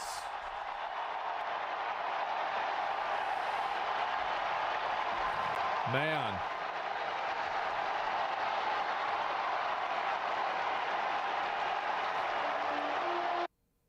I've always thought that the fact that Jewish and also Catholic traditions involve putting one of these things on your head is just because a bunch of bald guys ran the organizations and they wanted something. My camera doesn't get stuff that good, but this thing's not in bad shape. It's from like 1953. And there's a little bit of scuffs right there, but from like what might have been like rust or something, because it looks like it's been corroded, but it's still in good shape.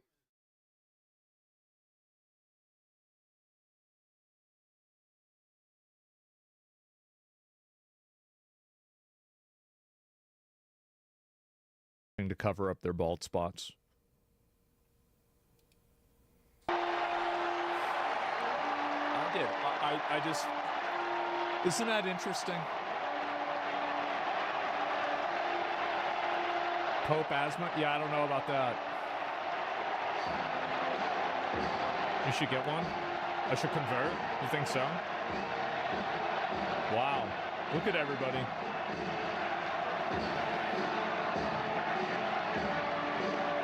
So that's our new Pope.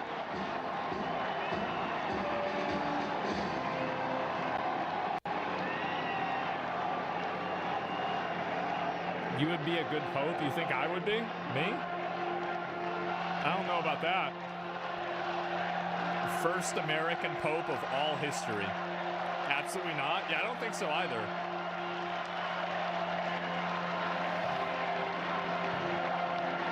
The Pope of Nurgle? Yeah.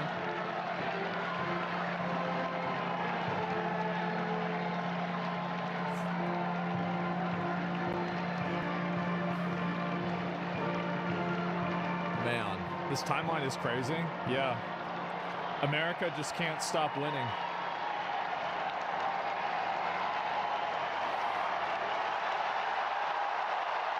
Man. You look so happy? Well, I mean, yeah.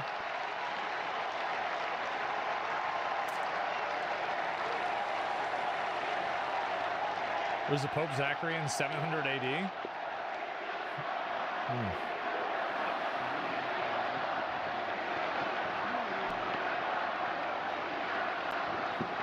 Just a piece of history? Yeah.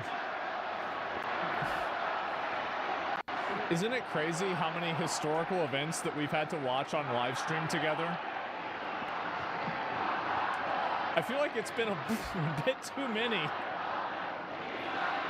Maybe too many historical events. I don't know what they're saying.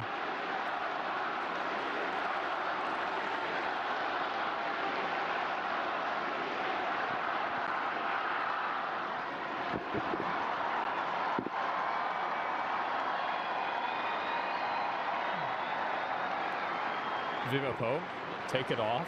What do you mean, take it off? They're saying we want Trump? No, they're not.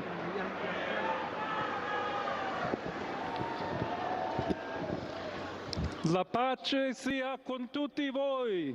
Peace be with you all.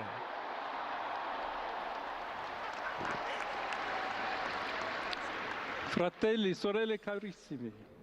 Dearest brothers and sisters, Questo è il primo saluto del Cristo risorto. this is the first greetings of the resurrected Christ, the Good Shepherd who has given up his life for God. And I should also like this greeting of peace to enter our hearts and your families, and to all those people, wherever they are. Why is he not speaking American? Peoples I don't know. throughout the world. Peace be with you. Jesus speaks in Italian. Is Latin? Oh, Jesus speaks in Latin? Is that it? I don't think Jesus speaks Latin. Hold on a second. Let's see.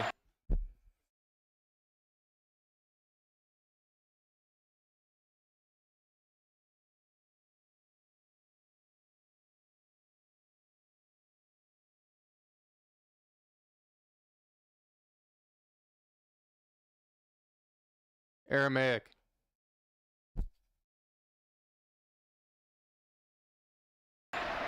Yeah, I don't know. It could be either one.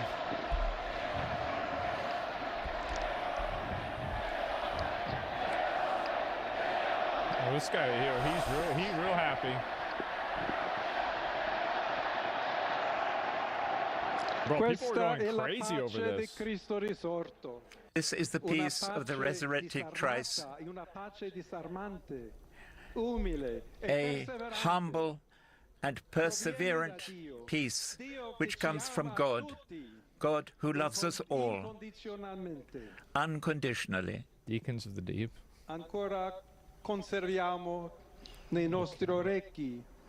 Let us keep in our ears the weak voice of Pope Francis that blesses Rome.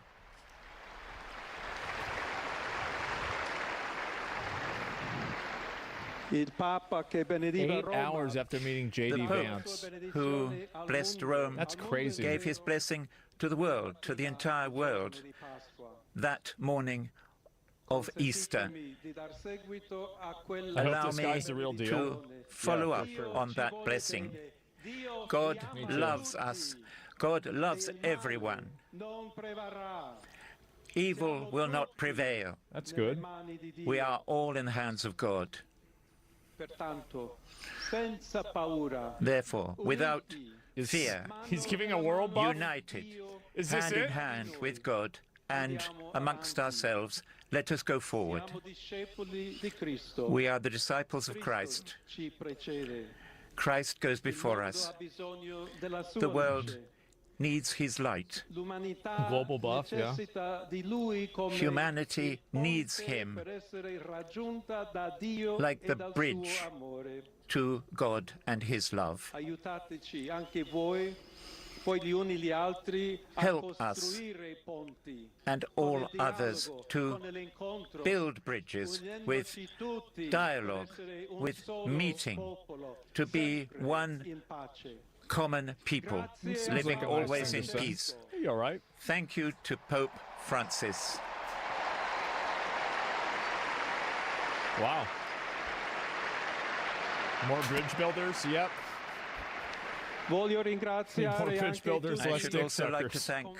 thank all my cardinal brethren who have chosen me to be the successor of Peter and to walk with you as a united church, always seeking peace and justice, seeking to work with men and women who are faithful to Jesus Christ, without fear, Another to activist pope? proclaim You the think so? gospel, to be missionaries.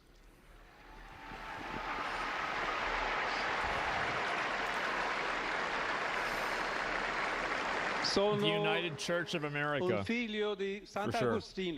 I am a son of St. Augustine, Augustinian. He's not woke.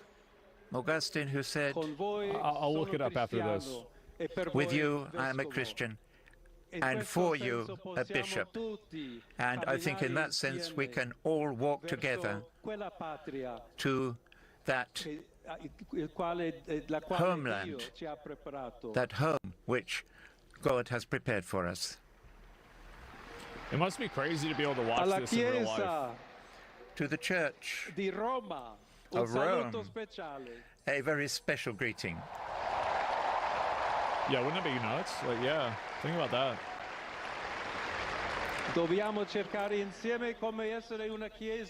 We have to seek together to be a missionary church, a church that builds bridges Look, so and this is how I kind dialogue. of keep track of stuff. Completely irrelevant, but today, I mean, I've only had like 7 views, but the average view duration's been like 16 minutes.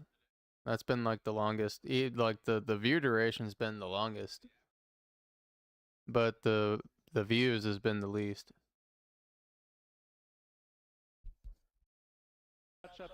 Always ready to accept, like this great piazza with its arms. But it's also Friday, so we have to show our charity, presence, and be in dialogue with love. And I'd also like to say a greeting in Spanish to all those who People from Spain, and particularly to my dearest beloved diocese in Peru. That's where he came from. Where a faithful people where he worked at for a long time. Accompanied their bishop to share their faith with him. And yeah, see, he's not from Peru. Who has done so much. He's not from Peru. He just served. He just served as like a missionary or for the Catholic Church or something like that down there. He's from Chicago. To be a faithful church. To all you brothers and sisters of Rome, of Italy, of the entire world, we must be a synodal church, one which goes forward and which always seeks peace, charity, and to be close to those who suffer. I'm gonna make some coffee real quick. I'll be right back. Damn, I got them all out there. Today, The Pope for modern this audiences, is the day of the supplication to the Madonna of Pompeii. Our Mother Mary. I'm gonna be streaming for a while tonight because yesterday when the stream ended, it didn't end because I ended it. It ended because OBS disconnected, so I'm trying to figure it out. So we're probably gonna be here for a while. Always wanted to accompany us and be near us, to help us with her love. And I should like to therefore pray together with you.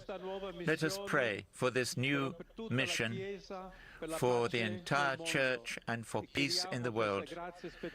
And let us ask for this special grace from Mary, our God. Seems all right to me.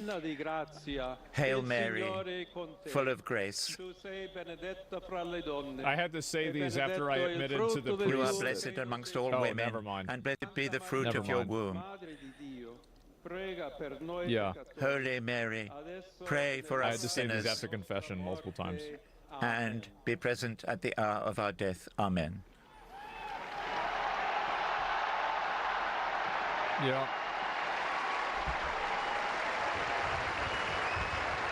Multiple ones? Yeah.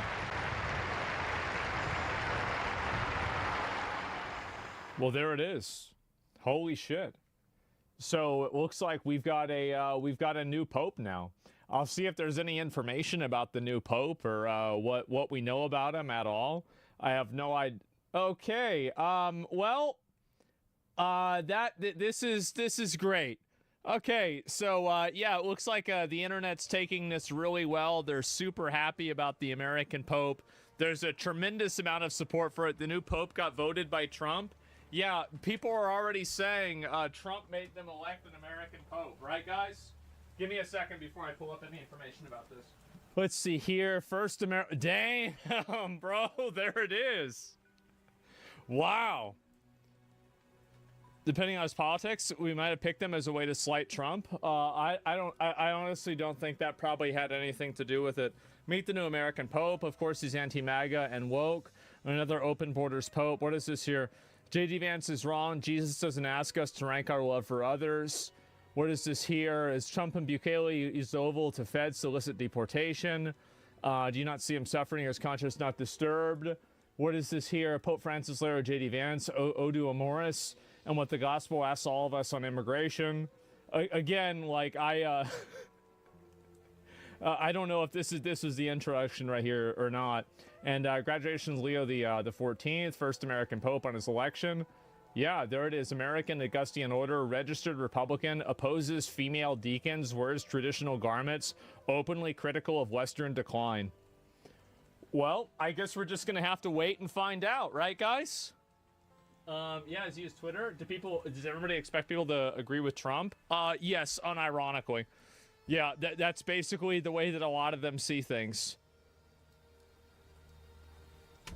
The last pope was actually kind of woke. I'm not gonna get into what he supported because I don't want to get the stream taken down or my channel get strikes. Because for a while I had one strike left until my channel was deleted, and then it's been a couple months, so the other strike went away. So now I'm just waiting for another strike to go away, and then I'm free of strikes. But the last pope, according to like the Bible itself, the Bible does strictly condemn certain things. They don't want you to know that, but it does. Jesus didn't come to be all friends and all that stuff. Jesus came to turn mother against daughter, and, you know, son against father and brother against sister, but not in a bad way, but just in his values, because not everybody's going to agree. You know, people are going to have conflicting views, and they're going to think, well, this isn't so bad, you know, well, I got to do this to get here. And, you know, that's just not really a bad thing. Well, the thing that you're doing, yeah, it in fact is a bad thing. But where people start thinking like Christians are really, really hypocritical, because everybody does sin, yeah. And this is kind of controversial, I guess, but, you know, kind of in my opinion, normal people, they do certain things and they think like, well, as long as I'm not breaking the law, and it's probably not the best explanation, but if I'm not hurting anybody, but you know, there are some things that we do that might not directly affect somebody physically, but God notices, and it's not ethical for him. And we'll get more into that in other videos and other live streams, but God has principles and stuff, and I almost lost my train of thought. Give me a second.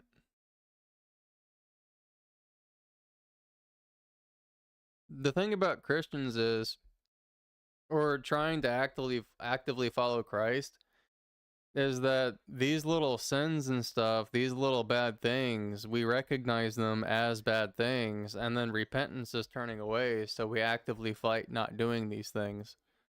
And even though, you know, a fight, we might, you know, fail, but ultimately we recognize these things as being bad, and we actively try and not do them. You know, we actually follow, you know, Christ and stuff. Just to make it short, you know, we'll get more into all of this. In 2012 address, he voiced concerns that Western culture promotes sympathy for beliefs and practices that contradict the gospel. That's basically what repentance is turning away, and that's what we believe, is turning away from these things. You know, actively trying not to do them. Specifically referencing the homosexual lifestyle and alternative families made up of same-sex partners and their adopted children. Oh, boy. Oh boy, oh boy. Okay, well, this could have been 2012. He might have changed his viewpoints. It's hard really to say. We'll scroll down. We'll find the rest of them. New Pope, what the fuck is a kilometer? Yeah, bro, like, they got to amend the Bible. Get out all of these centimeters, millimeters, and, like, you know, like, kilometers. Move all of it back to miles and feet, you know? And you can't change your views when you follow dogma. Well, I think plenty of people are able to do that. But there it is. So it looks like we have ourselves the first ever American Pope. Fine.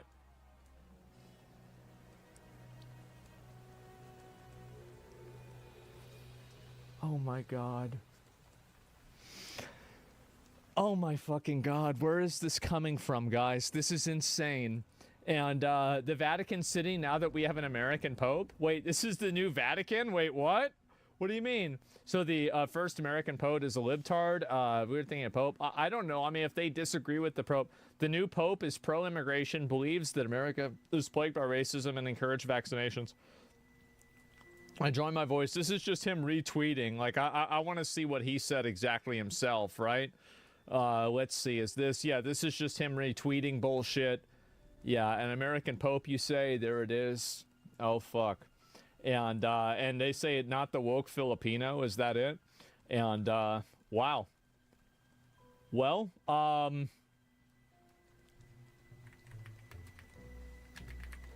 see if there's any more information about this. Jesus cooked making Trump? I guess so, right? And let's see.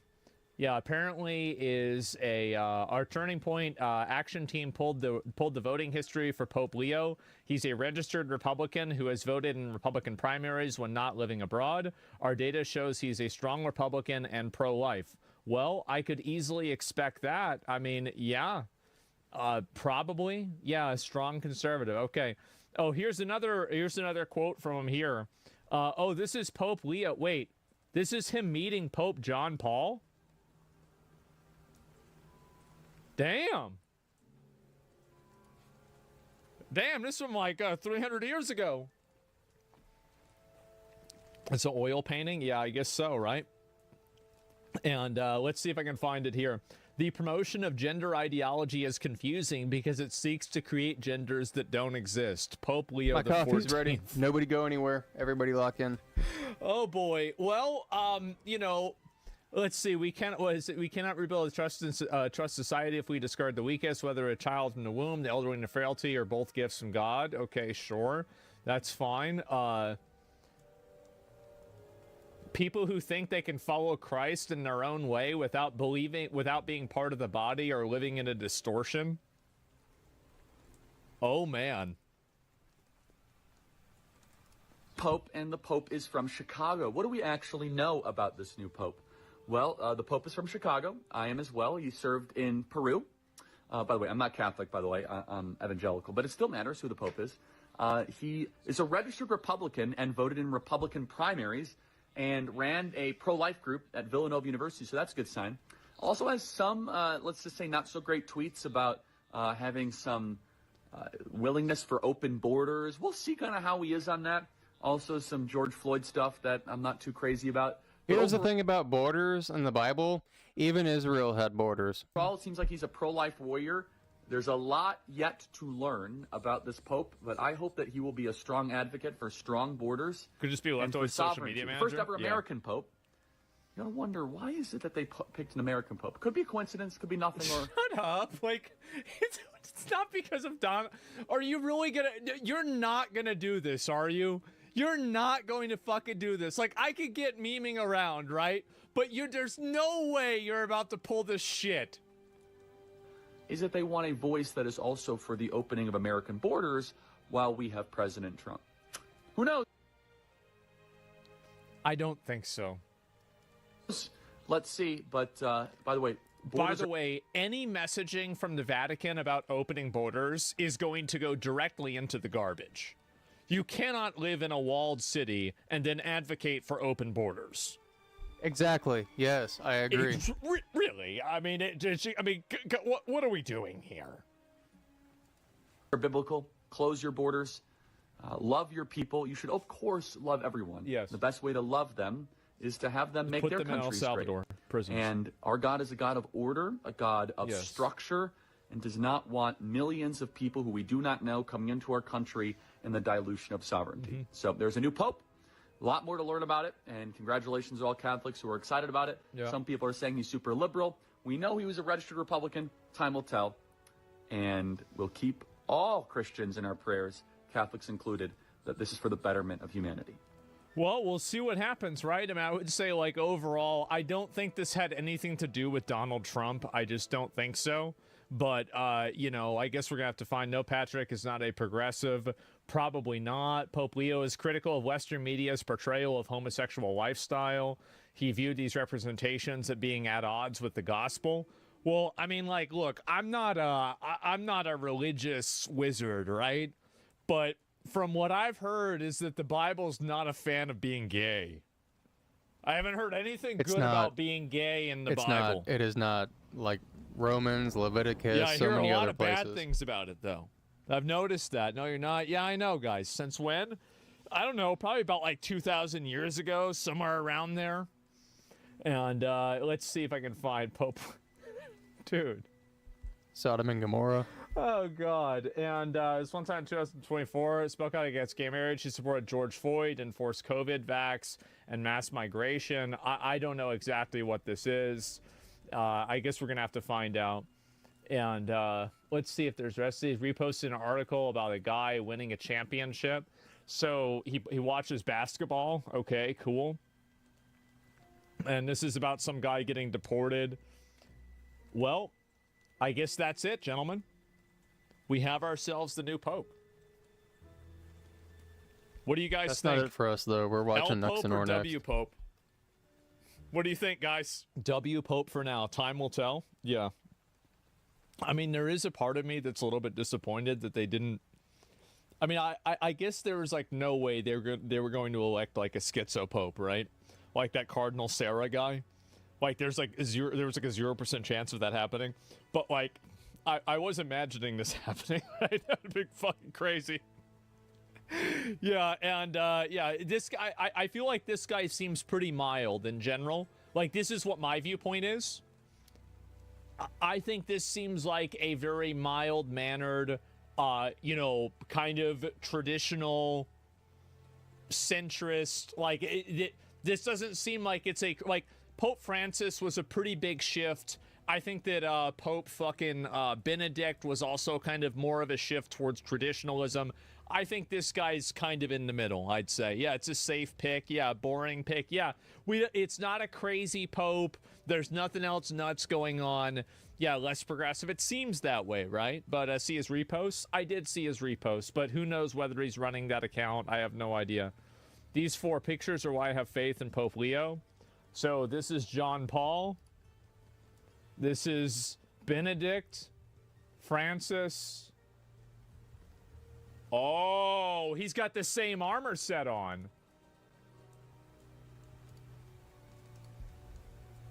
Yeah, he pretty much does. Yeah. Damn.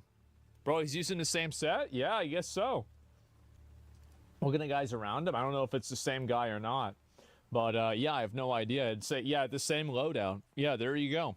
Well, that's not so good, is it? I don't think the Pope was a Nazi, by the way. Americans and future Americans, welcome back to another video. Canada drama is going insane, and they immediately folded to Trump. So I don't know if you're aware, but this is the new Prime Minister / dictator of Canada. This individual over here, by the name of Mark Carney, is currently the ruler, the benevolent overlord of gay Dakota. He is uglier Trudeau, who has more friends with the Chinese party and is vehemently more anti-Trump. In fact, his entire campaign was the anti-Trump campaign. In fact, the only reason why he won is because he's so radically anti-Trump that he prefers dealing with China to dealing with America. Kind of weird, I know, but anyway, I don't want to get into, like, the incredible deep dive here, because I've already covered that. Feel free to check out Canada's 1000% Cooked. I've already done that.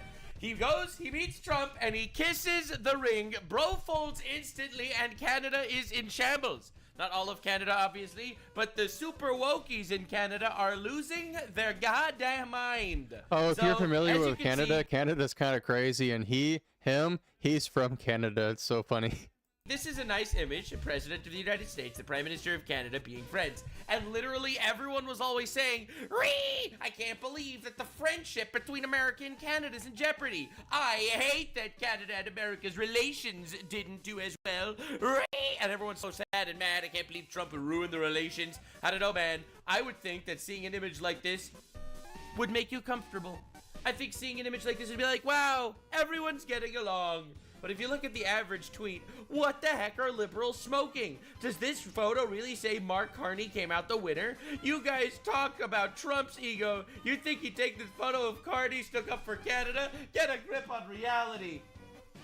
What a glorious day. The libtards keep libtarding around. and today we are going to be doing a deep dive into the gigantic fold of Canada. It's incredible. Literally, liberals in Canada are right now losing their mind. Everyone's come together to sit and cry and basically be like, no, I thought he was supposed to be anti-Trump. Why did he kiss the ring? So it's a good day specifically for me. In case you're unaware of how woke Canada currently is, I really felt the need to show you this video before we actually get into the meat and potatoes of the video, where Trump and Carney actually make out and stuff. I really thought it was important to show you some context for the level of wokeness currently going on in Canada. To be clear, this is a police coming out to give a press conference to talk about 2 children that went missing. This is very sad shit. It's awful. And I personally don't think they've reached the UK's level of wokeness, because the UK actually wanted to come and arrest Americans for memes.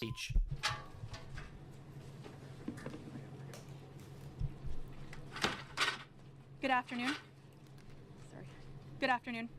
How did she get in an I'm sorry? Before the speech even starts, she said I'm sorry. Keeps going. I am Corporal Carly McCann, Provincial Public Information Officer for the Nova Scotia RCMP. Thank you all for being here today. Bonjour, je suis la caporale Carly McCann, agent d'information publique pour la GRC en Nouvelle-Écosse. Merci de votre présence aujourd'hui. First, I acknowledge that we are in Mi'kma'ki, the traditional and unceded ancestral territory of the Mi'kmaq people. I also recognize that African Nova Scotians are a distinct people whose histories, legacies, and contributions have enriched that part of Mi'kma'ki known as Nova Scotia for over 400 years. 2 children went missing! Why are you giving a diatribe about the Mi'kma'ki people with a land acknowledgement? Welcome to Canada. Kids in school hear multiple times per week how they are on stolen land.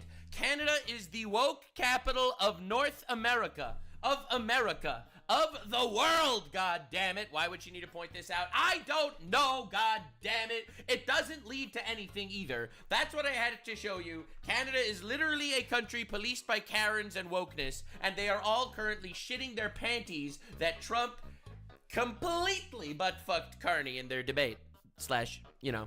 Cool conversation. So I want to see what the conversation was all about. I didn't actually watch this yet. Very excited to see. Yeah, look, we aren't on stolen land. We won, so now it's our land. That's it. See my boy Carney here kiss the ring after literally running an entire campaign about how much he hates Trump. You don't understand the level of pathetic we're dealing with. Carney ran an entire campaign talking about how Trump is a bully and an evil and a fascist. And then he immediately came to kiss the ring. It's like he did it for the votes and then immediately fucking cucked himself. And the funniest part, in my opinion, of this entire situation, and I'm gonna say this once, just so. Also related to Tecumseh, so more stories coming out on that. I got some stories about Indians that'll freaking shock you if I can put it on YouTube. But it's a good thing America became America. So I can be clear about this. Alright, just gonna say this once. Fuck around, find out.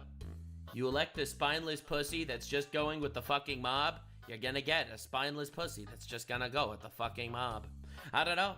Obviously, that's what you got. You got someone with no morals. Turns out, Trump was also right, because Trump said, I'm kind of happy that the liberal candidate won. Much easier to push around. All right, lock in, boys and girl. I still like Pierre Poilievre, but god damn, Canada has fallen a couple of slots down the Nux respect hole. I personally, as a Canadian, must say, fuck around, find out. Thank you very much, everybody. It's a great honor to have Prime Minister Mark Imagine how many Carney times he's been swatted. with us, as you know. Bro, didn't call him a governor. That's crazy. Oh my god. So yeah, this video just came out, this interview. Just a few days ago, he won a very big election in Canada. And I think I was probably the greatest thing that happened to him, but I can't take full credit. His party was losing by a lot. And he ended up winning, so I really want to congratulate him. It was probably one of the greatest comebacks in the history of politics, maybe even greater. Dude, look at him! He cannot contain a smile. Oh my God! Trump knows how to glaze a man. He knows how to give people the Oh, bro, folded like wet paper. Folded under zero pressure. Oh my God. He ran his entire goddamn campaign of being anti-Trump. He cannot stop himself. It's over already. In mind, you know. But I want to just congratulate you. That was a great election, actually. We were watching it with interest, and I think Canada chose a very talented person, a very good person. Sure. As we spoke before the election quite a few times. Sure. And it's an honor. Wow, so they spoke a few times before the election, but Pierre Poilievre refused to meet Trump and refused to go on Joe Rogan and refused to do all these things. No wonder why he won. That's crazy, man. Oh my God. Honor to have you at the White House and the Oval Office. And you see the new and improved Oval Office as it... it's the best Oval Office it's ever been. No Oval Office has ever been as nice as mine. becomes more and more beautiful. All 7 swing states voted for this Oval Office, you should know. With love, you know, we handle it with great love. And 24-karat gold, that always helps too. But it's been a lot of fun. Going over some of the beautiful pictures that were stored in the vaults that were for many, many years, in some cases over 100 years. They were stored in vaults of the great presidents, or almost great presidents, all. We will watch your career with great interest. All having a reason for being up, every one of them. So it's very interesting. But I just want to congratulate you, and ran a really great race. I watched the debate. I thought you were excellent, and I think we have a lot of things in common. We have some tough points to go over, and that'll be fine. We're going to also be discussing Ukraine, Russia, the war, because Mark... It's a war. It never should have happened. Never would have started if I was president. Wants it ended as quickly as I do. Never would have started if I was president. We had some very good news last night. The Houthis have announced that they are not, or they've announced to us at least, that they don't want to fight anymore. No! Hamas Pike are in shambles Yeah, right so now. there's I'm currently banned on X right now. I can't get on there. If I could, I'd show you, but people from that place actually said that they were not done fighting and they're taking this as a victory. So classic terrorism, I guess. I don't know. Oh, I can't believe the Houthis are cooked. In fact, I would go as far as to say that the Houthis are 100% cooked right now. I already made a video on this. It was a great video. It's one of my favorite videos of all time. In fact, I would go as far as to say as it's one of the greatest videos ever made. Listen to the intro of this video and tell me this isn't the greatest video topics. I decided to talk. Here, listen to my intro to this video and tell me that this isn't a brilliant video that I am totally repeating now so that Hassan viewers can freak out again. Houthis in one piece and Houthis in many pieces. Welcome to a brand new video. I'm sorry, that's the greatest intro I've ever done in the history of time. Anyway, moving on. It really was. It was so funny. The next part was... they just don't want to fight, and we will honor that, and we will... Well, yeah, because that was literally the plan all along. Houthis, for those of you unaware, are a terrorist group in Yemen that have been bombing American ships, and America's like, please stop bombing our ships, and they proceeded to not stop bombing their ships. So America was like, okay, bombed the fuck out of the Houthis, and the Houthis were like, we want peace. We want peace, guys. We are peacekeepers, truly. After enslaving their women and torturing their children and laying landmines and causing the death of 377,000 people and bombing civilian airports in Israel. After all of that, they want peace now. They were peacekeepers all along. We will stop the bombings, and they have capitulated, but more important... Calling it right now, their capitulation will not last long. They're terrorists. We will take their word. They say they will not be blowing up ships anymore, and that's what the purpose of what we were doing. So that's just news. We just found out about that. So I think that's very, very positive. That's pretty positive. They were knocking out a lot of ships going, as you know, sailing beautifully down the various seas.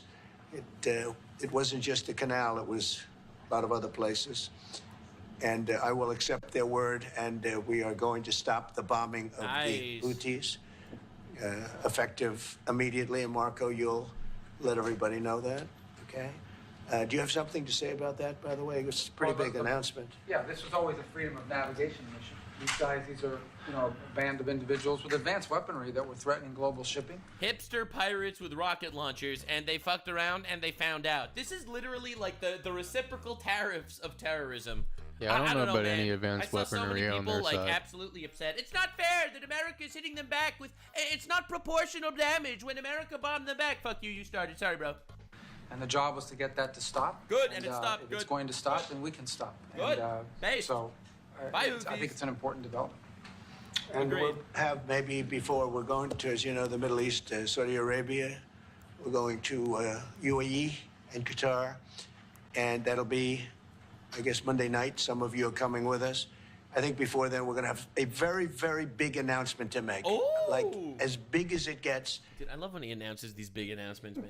And I won't tell you on what, but it's going to, and it's very positive. I'd tell you if it was negative or positive. All right, my prediction, it's the Abraham Accords. They're including another country into the Abraham Accords. That's my prediction. Nux pre-watch moment. That's what I'm guessing. We're going to watch the executive orders he's signing tonight Really, next. really positive. And that announcement will be made either Thursday or Friday or Monday before we leave.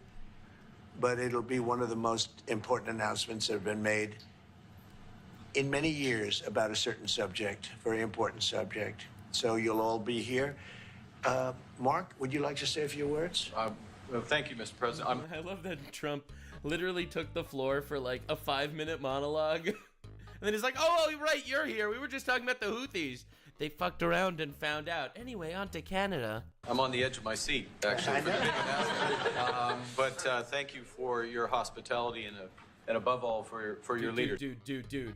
Look at this shit. A few words? Well, thank you, Mr. President. I'm on the edge of my seat, actually, for the big And 1,000 Canadians immediately started crying. But thank you for your hospitality and above all, for your leadership. You're a transformational president, focus on the economy with a relentless focus on the American worker. Oh, remember when he was saying that Trump is making terrible mistakes making tariffs? Remember when he Yeah, let's see if he says Canada's not for sale in this. Watch Trump's face. said that before, but now he's in front of the giant orange dong and he can't help but suck? Securing your borders. Oh, God, weak knees on this one. Ending the scourge of fentanyl. Another... End of the scourge and fentanyl. Remember when he was complaining, I can't believe Trump is trying to get us to reinforce our border.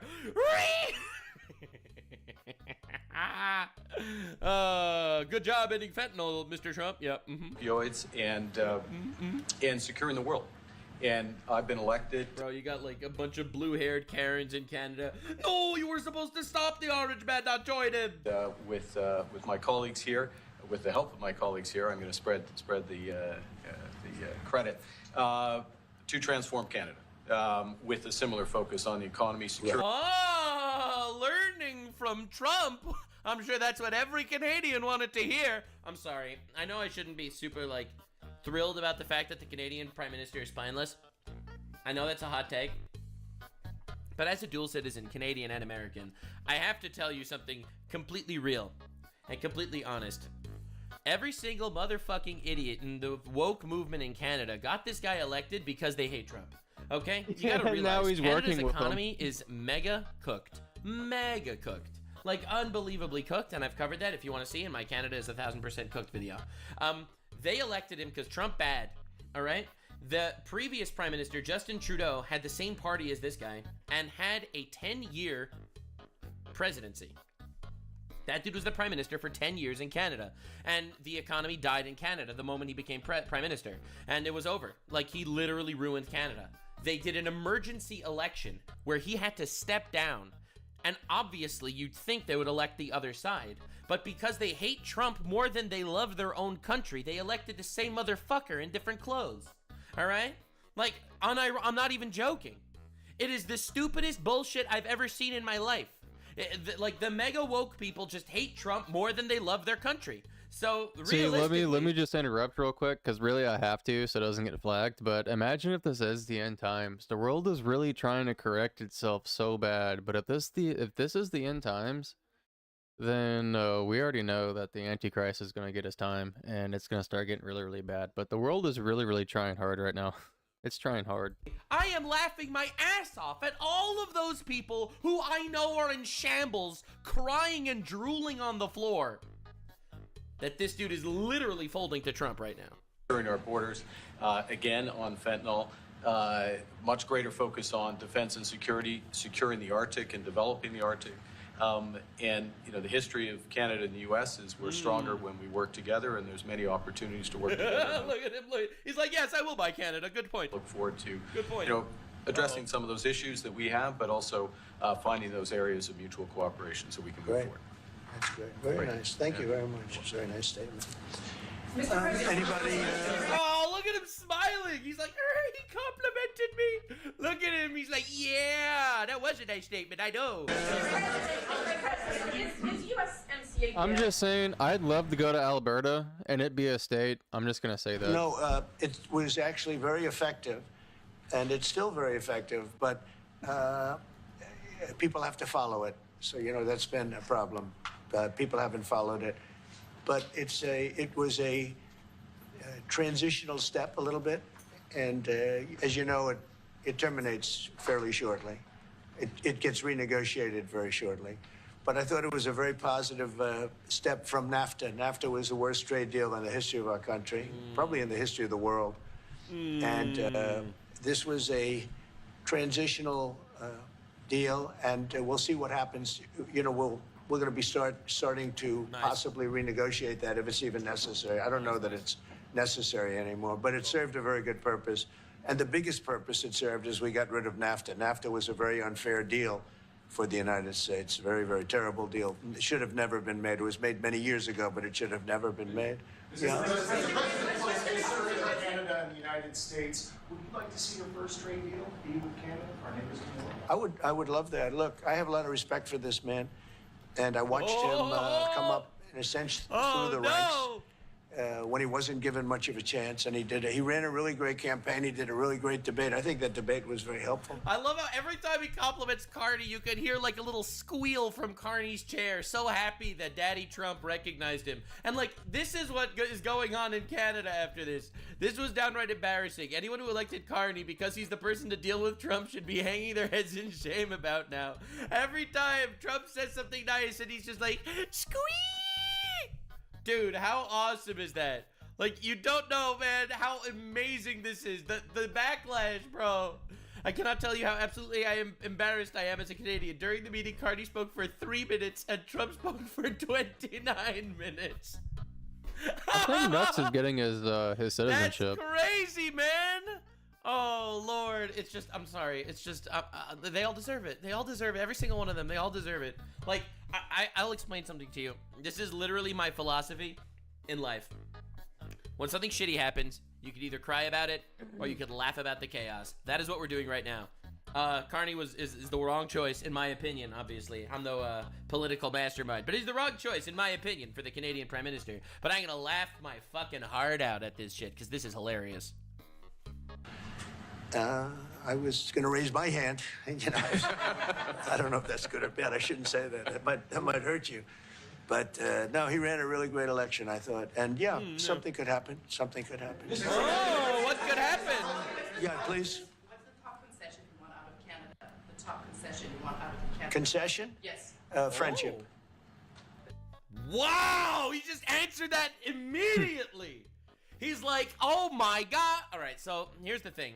There were tariffs from Canada onto the United States for the last bunch of years. So essentially what Trump did is even the playing field by putting tariffs back on Canada. Yeah, and then all of a sudden, Orange Man bad because of tariffs. Like, tariffs. All these places have tariffs on us. And I'm going to play this video, but real quick, let me just say about China.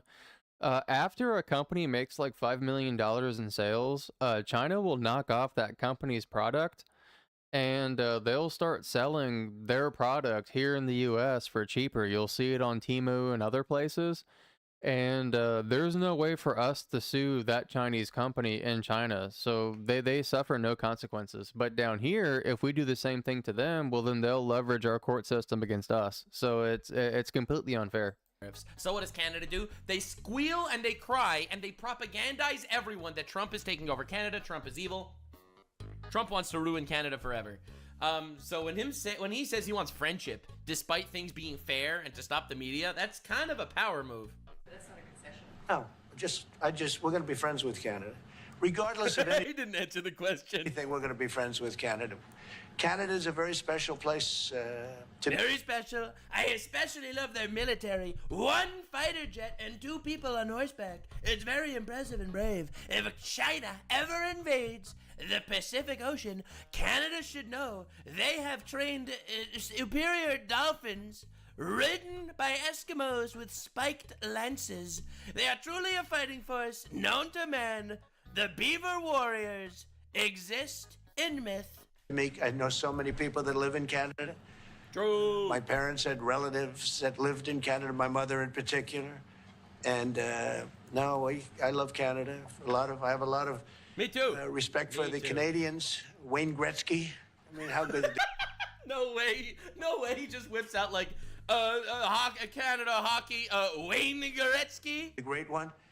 You happen to have a very, very good hockey player right here on the Capitals, who I have a lot of. He is a big, tough cookie too. He just broke the record. And he. No way. No way, bro. That's crazy. He glazed. Dude, he glazed a Canadian hockey player and be like, he's really good. Almost as good as this American guy. Oh my God. He's a great guy, and you know, we had the team here, and I got to know a lot of the players. But now Canada is a very special place. Yeah. Canada, our biggest export is snow. Mr. President, Mr. Prime Minister, I'd like to get your response to this too. Mr. President, I love how the That's an reporters are understatement. like, I would really like if the Prime Minister also talks. you said that Canada should become the 51st state. 51st state. I knew it was coming. I knew it was coming, baby. Yeah. No. Well, I still believe that, but you know. He just says it, bro. He just says it. I'm telling you, Trump is literally doing a Schrodinger's douchebag, where you make a statement, like the 51st state statement, where he makes a statement like that, and then he decides whether it was a joke or whether it was serious as time goes on. It is actually crazy. You know, takes 2 to tango, right? But no, I do. I mean, I believe it would be a massive tax cut for the Canadian citizens. You get True. free military. Just saying. Yeah, Canadian tax Canada, is like 45%, or 45 or 50%, and then they also take more on top of that. So you have to have like a ton of write-offs. taxes were like 60% of my income, and right now they're half of that shit. You get tremendous medical cares and other things. There would be a lot of advantages, but it would be a massive tax cut. And it's also a beautiful, you know, as a real estate developer, you know, I'm a real estate developer at heart. When you get rid of that artificially drawn line, somebody drew that line many years ago with like a ruler, just a straight line right across the top of the country. When you look at that beautiful formation. Look at him, making believe he's gonna speak. When it's together. I'm a very artistic person. Sure, we saw Trump Gaza. We know exactly how artistic you are. But anyway, dude, the hilarious thing is, this is Carney's big moment. How is he gonna combat the 51st state statement? By the way, a lot of people don't know this, but as someone who is Canadian, the major issue that Canada has with Trump and the way the media has been blasting him, it's not even the tariffs as much as it is the 51st state. It's like, he doesn't respect us. He doesn't respect our autonomy. He's gonna try to conquer us. And the Yeah, but look, fear-mongering in the media here's was the pros. Here's the pros about, and if anybody in the future sees this from Canada, here's the pros. At least your taxes wouldn't be like the equivalent to our capital gains tax. was kind of along those lines. That was that statement, in my opinion, that 51st statement alone, straight up won Carney the election. That's why Canada hates Trump so much, or at least a majority of Canada. I'm just saying, because you have to remember, freedom of speech is not legal in Canada. That's an America thing. That's not a Canadian thing, bro. But when I You drop an N-bomb in Canada, you will be in prison. looked at that beauty, I said, that's the way it was meant to be. But, you know, it's, I do feel it's... He's getting ready. And let me Carney's know in getting the ready to comments, respond. but my belief on freedom of speech is as long as you're not physically harming somebody or preventing them from getting a job, who cares? much better for Canada. But we're not going to be discussing that unless somebody wants to discuss it. I think that... Who's that somebody here sitting next to the Prime Minister? We're not going to be discussing that, and he's just squirming in his chair. This is crazy. Dude, this is cinema. This is freaking cinema. God damn it. Tremendous benefits to the Canadian citizens, tremendously lower taxes, free military, which honestly we give you essentially anyway because we're protecting Canada if you ever had a problem. And that's true again. Capital gains tax. That's like what their taxes are. What, you think your two Mounties are gonna protect you? You think your sled dog team is gonna stop you from an invasion? Oh my God. But I think it would really be a wonderful marriage because it's two places that get along very well. They like each other a lot. We will make Canada slightly less gay than ever before. Well, if I may, All right. First of all, Mr. President, as a snow Mexican myself, I must say this is very scary. as you know from real estate, there are some places that are never for sale. That's true. We're sitting in one right now, Buckingham Palace that you visited as well. That's true. And having met with the owners of Canada over the course of the campaign. What the fuck is the owners of Canada? First of all, he absolutely prepared for this question. He knew this question was going to come. What is he talking about here? And having met with the owners of Canada over the course of the campaign. Bro, dude, if this is like the natives or like, what? This is crazy. I don't even know. The king, the king of England, like, dude, Canadian shadow government, the globalist elites, like, that's crazy to just drop that in a response. Last several months, it's not for sale, won't be for sale ever. But the opportunity is in the partnership. Do you think Trump will raise his eyebrow? And what we can build together. And we have done that in the past. No. And part of that, as the president just said, is with respect to our own security. And my government is committed for a step change in our investment in Canadian security and our partnership. And I'll say this as well, that the president has revitalized international security, revitalized NATO, and us playing our It's true. You glaze me. I approve. You're right. full weight in NATO, and that will be part of it. And they have. Thank you for the thick ropes, Mr. Prime Minister. Dude, what the fucking media, these children. They have, I must say, Canada is stepping up the military participation because. All right. Yeah, but for the most part, we still defend Now them. they're stepping it up, and that's a very important thing. But never say never. Never say never. I'm not done with you. Everyone has a price. Anything's for sale if you offer enough. Oh, look at his face. Okay, sorry, I have to take a screenshot. That's the greatest thing I've ever seen.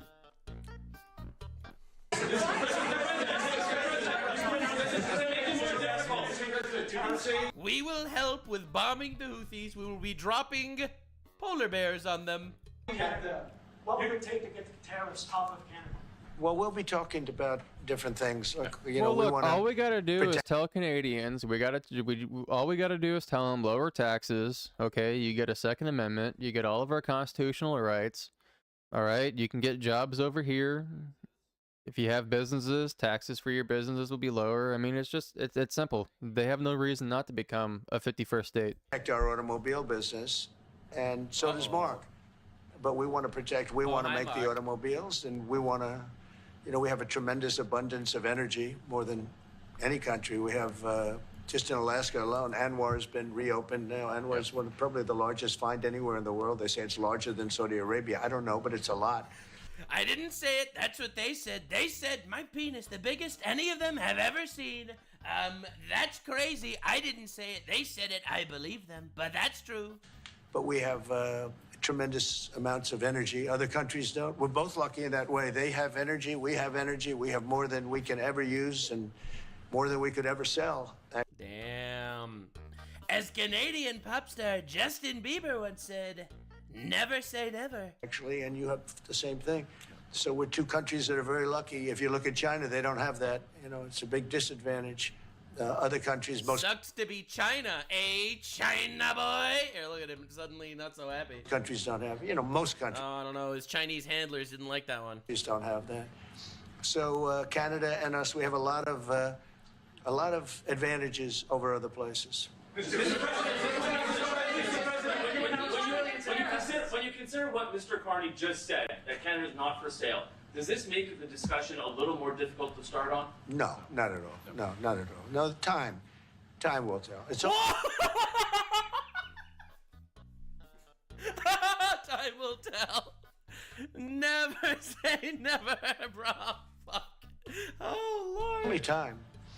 But I say. Oh, look at his face. No, time won't tell, Mr. President. No. Never say never. Bro repeated it. There's no way. Oh, this is a man who folded instantly. Look at this shit. This is crazy. I can't believe this. Only a matter of time. You might change your tune once Russia attacks. That would be weird. I've had many, many things that were not doable, and they ended up being doable, and only doable in a very friendly way. But if it's to everybody's benefit, you know, Canada loves us, and we love Canada. Canada loves us. The entire election was decided on hating Trump. Canada loves us. I know they do. That's, I think, the number one thing that's important. But we'll see. I mean, over time, we'll see what happens. Oh, Carney doesn't even have anything to say. He doesn't even have anything to say. China. I was hoping you can clarify something. Earlier this morning in Capitol Hill, Secretary Bessent said that there had. Now, let me know in the comments if you want to say anything specific, because I'm open to suggestions too. If you saw anything recently, you want me to pull it up, I'll pull it up. Negotiations yet with China. You have said something different. They want to meet, and they're doing no business right now. And dude, even the cameraman knows that Carney's not yapping. Those ships are turning around in the Pacific Ocean. Big turn. Those are big ships. Those ships take about 10 miles to turn. And, you know, we lost $1 trillion to China on trade because of an incompetent president that we had who preceded me, grossly incompetent. You're finding it out more and more now. And by not trading, we're losing nothing. So we're saving $1 trillion. It's a lot. But they want to negotiate, and they want to have a meeting, and we'll be meeting with them at the right time. Oh, shit. I have not met with them, of course. You would know if I met. I'd tell you. They want to meet, but I love how you they know, ask him we these are questions. right now. It's like they almost forget that Donald J. Trump is the most transparent president in the history of presidents. Look, they're suffering greatly. Their economy is suffering greatly because they're not doing trade with the U.S. and they made most of their money off the U.S. Don't kid yourself. They don't make the money off other countries like this. And that is a factual statement. America is the biggest consumer country in the world. They are the biggest consumer economy, and everyone wants to sell to America. If you get into American markets, you make crazy amounts of money, which is why, for the record, this is exactly why China decided to open up auto plants and auto factories in Mexico, because you build it in Mexico, you hire Mexico workers for less prices, less pay, they work on the cars, and they sell everything to America, because there's no tariffs. So no problem. Realistically, this is gonna make them start wanting to actually open factories in America, because that's the point of tariffs, bringing jobs into America. we had a trade imbalance, we had a deficit, or they had a surplus, another way of saying it, of more than $1 trillion. Think of it, more than $1 trillion. And because of 145%, that's the only reason, but because of, they have now 145% tariff, there's no trading. You can't trade with 145%. We are, therefore, making, in a certain way, I guess, $1.1 trillion. In other words, we're not losing $1.1 trillion. Our deficit is much better. When I started, I say we were losing billions of dollars a day on trade. That's rapidly turning around. We looked at numbers this morning. So we were losing, the United States during Biden was losing more than, I won't even give you numbers because they're so embarrassing, but billions of dollars a day on trade. Those numbers are rapidly turning. It's crazy, man. It's crazy to think that that guy was a president of the United States of America. Yeah, because we also indirectly, directly gave Hamas money because we unfroze does not want you to be proud of America. They don't. So a lot of crazy stuff happened in that past 4 years. America. They have to keep reminding you that you are oppressors and you are bad and white people evil and Americans took the land from other people. And Democrats want you to be embarrassed to be American. All right? That's the craziest shit in the universe. And they elected a guy who had absolutely zero riz, no charisma, no respect. No one actually looked up to Biden. Dude was a walking potato. Everyone fucking knew it. I knew it, you knew it, we all knew it. And the media decided to be like, Yeah, I then can't when the believe White debates House happened, fooled us, everybody that he was a like, oh walking wow, potato. he's not competent. I can't believe the Biden necromancers brought him to work every day. And obviously he's gonna get ragdolled around in the grand stage of the world. That dude can't negotiate for shit. Turning between the tariffs, don't forget, we're now getting 25% on cars, 25% on aluminum. Oddly, a lot of my tribe voted for Trump despite what Dems say about natives. I'm gonna tell you something real. All right? I'm gonna tell you something honest, in my opinion. I don't think minorities in America, or people that have gotten to America through the means of oppression, or have been oppressed in America hundreds of years ago, I don't think they like being the fucking ammunition in the guns of the most bullshit phrases in the history of time. I don't think they like that. I don't think anyone likes that. I don't think so. I think it's horrible. They are using you as a form of virtue signaling to essentially make other people feel shit about themselves while not actually promoting anything that helps anyone.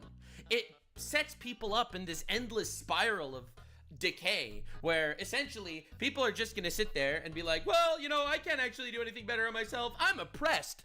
You're an oppressor. You're a bad guy. So my life's already over when it was immediately born.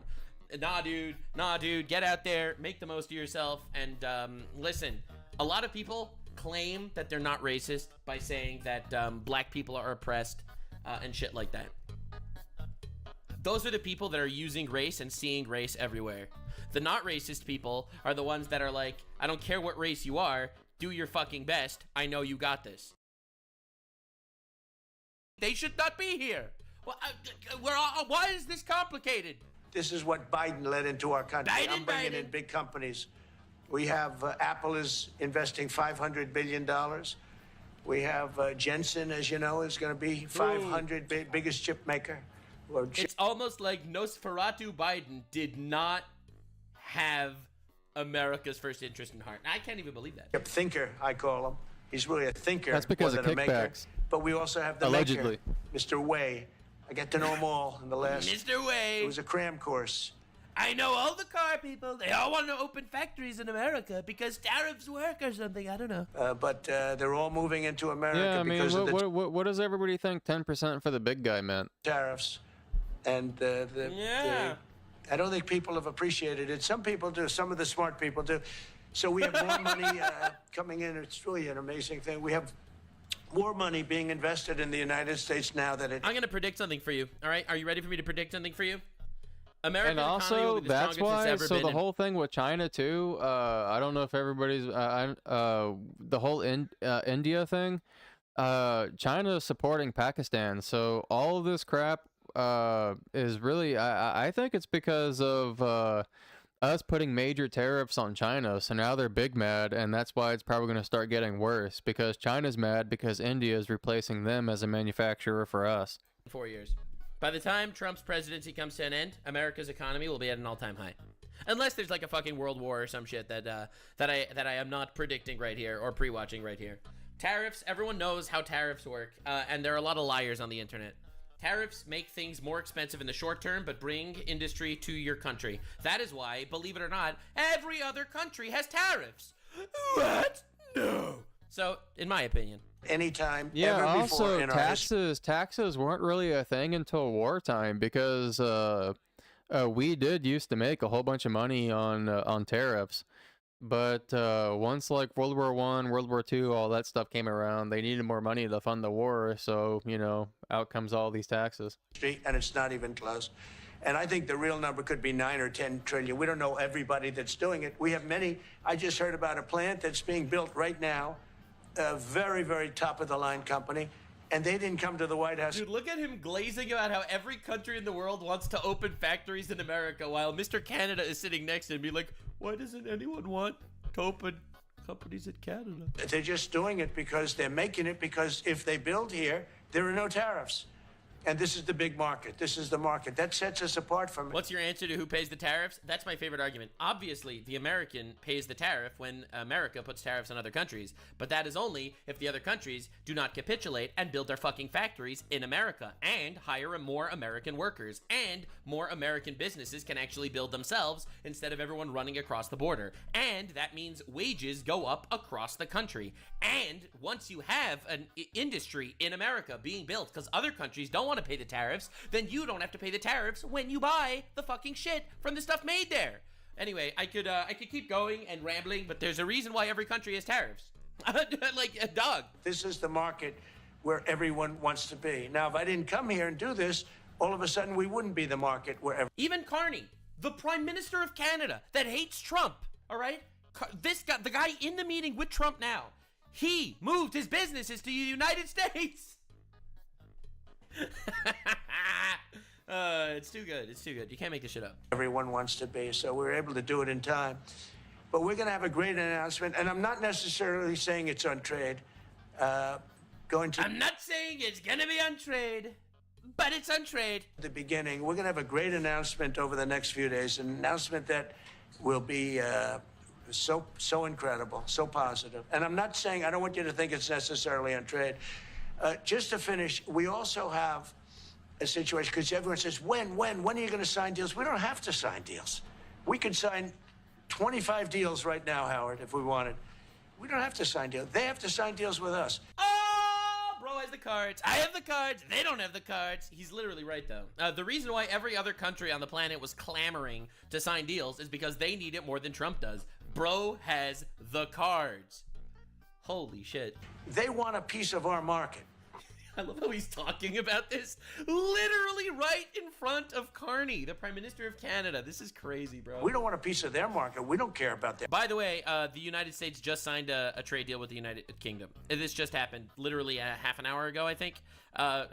Yeah, just happened right now. We have the heart of the cards. You activated my Trump card. They want a piece of our market. So we can just sit down, and I'll do this at some point over the next 2 weeks, and I'll sit with Howard and Scott and with our great vice president, who has done a really good job. We have some good news to report on a lot of fronts. But JD will be there, and Marco, and we're going to sit down, and we're going to put very fair numbers down, and we're going to say, here's what this country, what we want, and congratulations, we have a deal. And they'll either say, great, and they'll start shopping, or they'll say, not good, we're not going to do it. I said, that's okay, you don't have to shop. Now, we may think, well, they have a right, you know, that maybe we were a little bit wrong, so we'll adjust it. And then you people will say, oh, it's so chaotic. No, we're flexible. It's not only that. People say that I cannot believe Trump folded on these deals by making deals with other countries. He folded on his tariffs. Because, unfortunately for America, half the country is currently living in a little bit of a delusion in regards to what's going on with Trump. A lot of people are, and a lot of people don't know that. I'll give you an example of, in my opinion, the most delusional man on the internet right now. On YouTube specifically, all right? There are more delusional people on Twitter and stuff, which is why, by the way, I'm back on Twitter. Follow me on Twitter, link in the description. Nux_Taku on Twitter. I am back. Also, you can hit the join button. Yeah, you know what? Twitter gets so bad, I'm almost afraid to show it on YouTube. Twitter does have some really delusional people. They'll say the worst freaking things. Like, I can't even say it. Subscribe button, and it helps me out a lot, because I get demonetized every time I talk about bombing terrorists. Anywho, this is Brian Tyler Cohen, one of the most delusional people on YouTube. If you look at his YouTube channel, you will know exactly what I mean. None of this is real. None of this actually happened. Truly insane. Attorney gobsmacked at Trump scheme. Trump falls on his face with embarrassing misstep. Trump snaps, loses it as feud erupts in China. Republican does the unthinkable in Supreme Court race.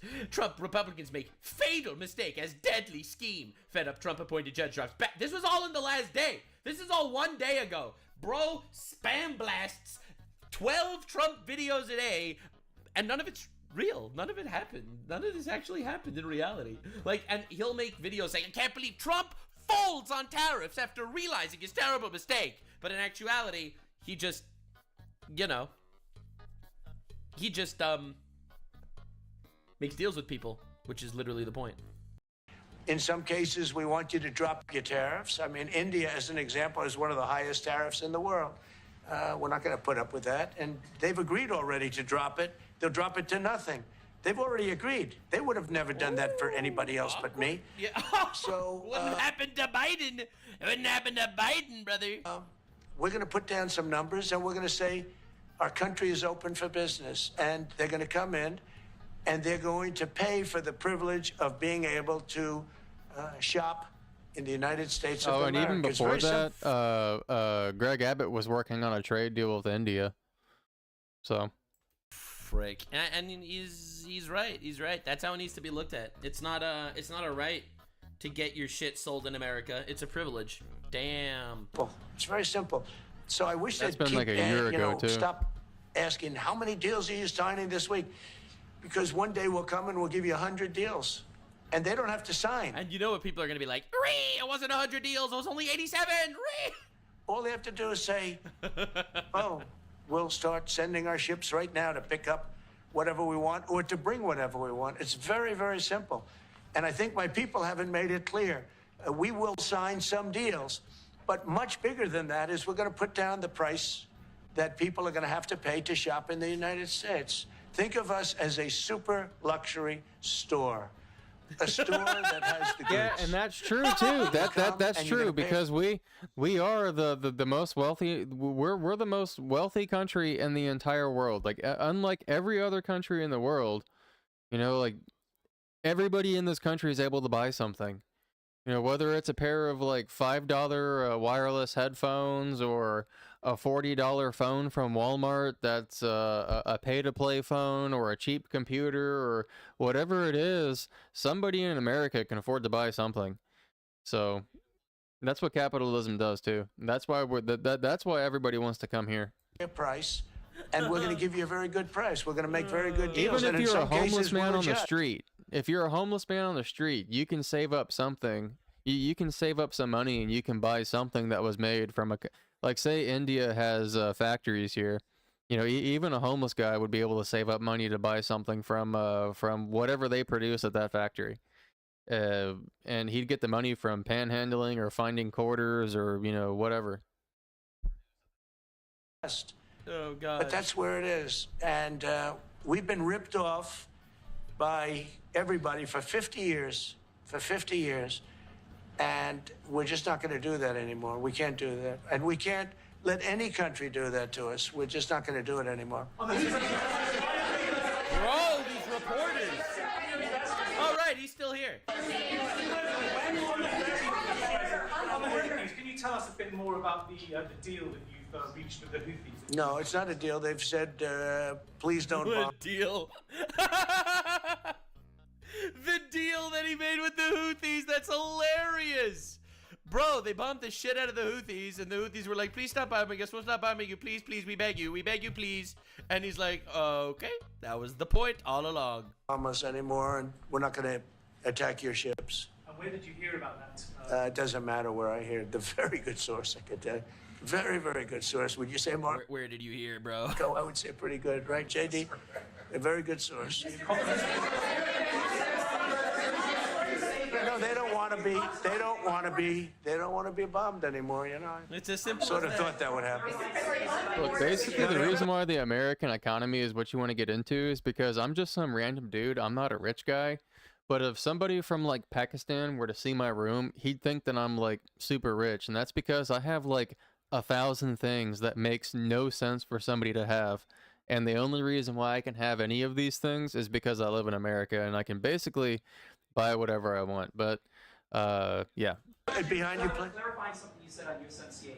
Is the U.S. prepared to walk away from that pact? From what pact? USMCA. No, it's fine. It's there. It's good. We use it for certain things. It's there. We have the USMCA is a good deal for everybody. He spoke. I won't say this about Mark, but I didn't like his predecessor. I didn't like a person that worked for. She was terrible, actually. She was a terrible person. And she really hurt. Just shitting on his bestie, literally in front of him. So Mark is actually like, he loves Trudeau. Like, they were besties, bro. That's crazy. Trudeau literally gave up the prime ministership to Carney directly, gave it to him. That deal very badly because she tried to take advantage of the deal and she didn't get away with it. You know what I'm talking about. But so you know, we had a bad relationship having to do with the fact that we disagreed with the way they viewed the deal. Awkward. And we ended it. You know, we ended that relationship pretty much. The USMCA is great for all countries. It's good for all countries. We do have a negotiation coming up over the next year or so to adjust it or terminate it. Oh. Mr. President, I'll just say. All right. He's gonna speak, guys. He's gonna speak. Shh, shh. He hasn't spoken yet. This is big. I'll say a word on USMCA, if I may, Mr. President. It is a basis for a broader negotiation. Some things about it are going to have to change. And part of the way you've conducted these tariffs has taken advantage of existing aspects of USMCA. So it's going to have to change. There's other elements that are come, and that's part of what we're going to discuss. Right. He said nothing. Bro had 3 minutes of talking time for this entire interview. That's crazy. So, you know how the president said it's going to change? He's actually right. It is definitely going to change. You're right, Mr. President. Because of the tariffs. And, you know, it is going to change, just like you said, Mr. President. During the campaign, Prime Minister Carney talked about the American vitriol. How do you react if Canada decided not to shop in the American store as much as before and decided to partner with other countries? Well, right, we don't question. do much business with Canada from our standpoint. They do a lot of business with us. We're at like 4%. Oh, God, did you see that? Did you see that neck crack? Oh, Lord. And usually those things don't last very long. You know, we have great things, great product. The kind of product we sell, nobody else can sell. I don't think that's even true, by the way. I think Canada's like a huge business partner of the United States. But it's still pretty hilarious that he said it in front of him. Like, no, I don't think that's fully accurate. Canada's... Look, I do think... That's crazy, though, that he just said that. Yeah, look, here's an incentive to come to America. Here's an incentive for you. Whether you're from Turkey, India, whatever, make ammunition. 5.56, 7.62 by 39, 7.62 by 51, you know, whatever. Slugs, buckshot, make all of that. You'll make a ton of money, especially if you can make it for cheaper than what companies here are already making it for. You'll make a whole bunch of money just in ammunition alone. Military equipment in the world, and Canada buys our military equipment, which we appreciate, but we make the best military equipment in the world by far. The missiles, the submarines, everything. Ask the Houthis. Ask the Houthis. Listen, no one can condone our abilities like the Houthis. They were really cool about it. Everything we have is really top notch. Oh, no. I rebuilt our military during our last term. Stupidly, we gave some away to Afghanistan, which shouldn't have happened. But that shout out to Biden. Was, I think it was the most dumbest thing ever done in American moment politics. in the history of our country. Yep. It was just very incompetent people. But if you look, the man that's now the head of our Joint Chiefs, he led the attack on ISIS for me. That's why he's the head of the Joint Chiefs. And Raisin Kane, he was unbelievable. And as you know, we defeated ISIS in 3 weeks. It was supposed to take 5 years. You did do that, Mr. President. We did it in 3 weeks. True. And he ran the campaign. I said I like him. True. But I knew him before. I went to Iraq, and we agreed to a plan, and that was the plan. And as you know, we did it in record time. So we have the best equipment in the world. We have the best, a lot of things. And but Canada, it does a lot more business with us than we do with Canada. Yeah. Oh my God, dude! Come on, please say something, bro. This is humiliating. Look, I love America. I love Canada, almost as much. This is crazy, bro. Come on, Carney. Mr. President. Oh my God, he just took that. He took the walloping. He took the walloping, bro. The investments oh Lord. Will finally hit. Look, there's nothing you can do. We hold all the cards. Right, Mr. Carney, and he's just like. When you're saying about the tariffs? No, about the investments that you've announced. Oh, it's hitting right now. Look, they're already starting AI plants. These are not people that look for financing. That's a good thing. You know, in real estate, you get a site, then you have to look for financing. You have to get your zoning. You know, 5 years later, you start building. You get a bank, then the bank's no good. These people have massive amounts of cash. The CHIPS Act was a ridiculous thing because that doesn't get them to build. All we did is hand very wealthy companies money. The CHIPS Act that was done by Biden. Biden. We give them billions of dollars. They don't even have to do anything with it. Remember when Canada was gonna come school the United States? Remember that was gonna happen during this speech? Oh my God! I know why all the fucking blue hairs in Canada are losing their shit over this. Then if you weren't, if you didn't have, and I don't want to be a wise guy, but if you didn't go with it, far be it from Trump to be a wise guy, to say things that are rambunctious, not I, Orange Man. DEI, if you didn't go with all of the different things, woke. If you weren't woke, you couldn't even use the money. Oh my God, he got the fucking Prince King of Woke, the Fresh Prince of Woke is literally sitting next to this guy, and he's like, go woke and go broke, retards. And what's he gonna say? Oh, you had to have a certain percentage of this and that and that and that. It's impossible to have. The companies actually complained to me. They said they gave me all this money, but nobody can get these people to do anything. I mean, look, President Obama, and if he wanted help, I'd give him help because I'm a really good builder and I build on time, on budget. He's building his library in Chicago. It's a disaster. And he said something to the effect, I only want DEI, I only want woke. Oh he wants woke God. people to build it. Well, we want woke, all the woke. I mean, you see what's going on. Look, you Literally want to know why, like, a lot of positions, like, a lot of pilots are probably white? It's because the majority, like, of the population is that. So, say if in America the majority of the population was black, then there would probably be a whole lot of black pilots. And that's the case of nowadays. But the thing about DEI is why would you hire somebody based off of, like, race or something instead of, like, skill? in New York right now, the wokest, the second wokest state in America. Like, bruh, dog, you see that insanity. You literally see that insanity. Let me see if I can find that shit. America statue. Did you see they put up a new statue, guys? A new statue was just erected. They erected a new statue. This one. Look at that. Look at that. Oh my god, I didn't see the fucking caption. I just... I'm so sorry. I didn't... I didn't see the caption, bro. That's crazy. Anyway.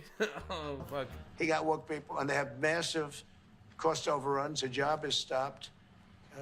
I don't know. It's a disaster. And I don't like that happening because I think it's bad for the presidency that a thing like that should happen. He's got a library that's a disaster.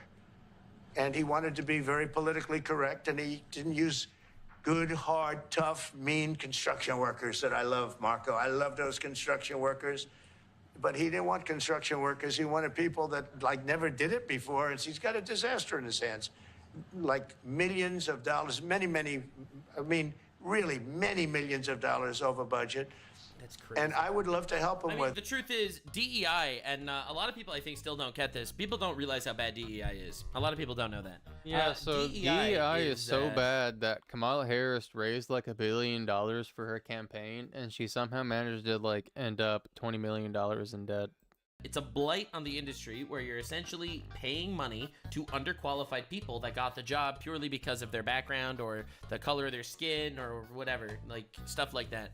And they literally take underqualified people for jobs. It's abysmal. It is how you fuck a country. And Canada is still fucking themselves with DEI shit. And America is he's literally shitting on Carney as he's been. It's amazing.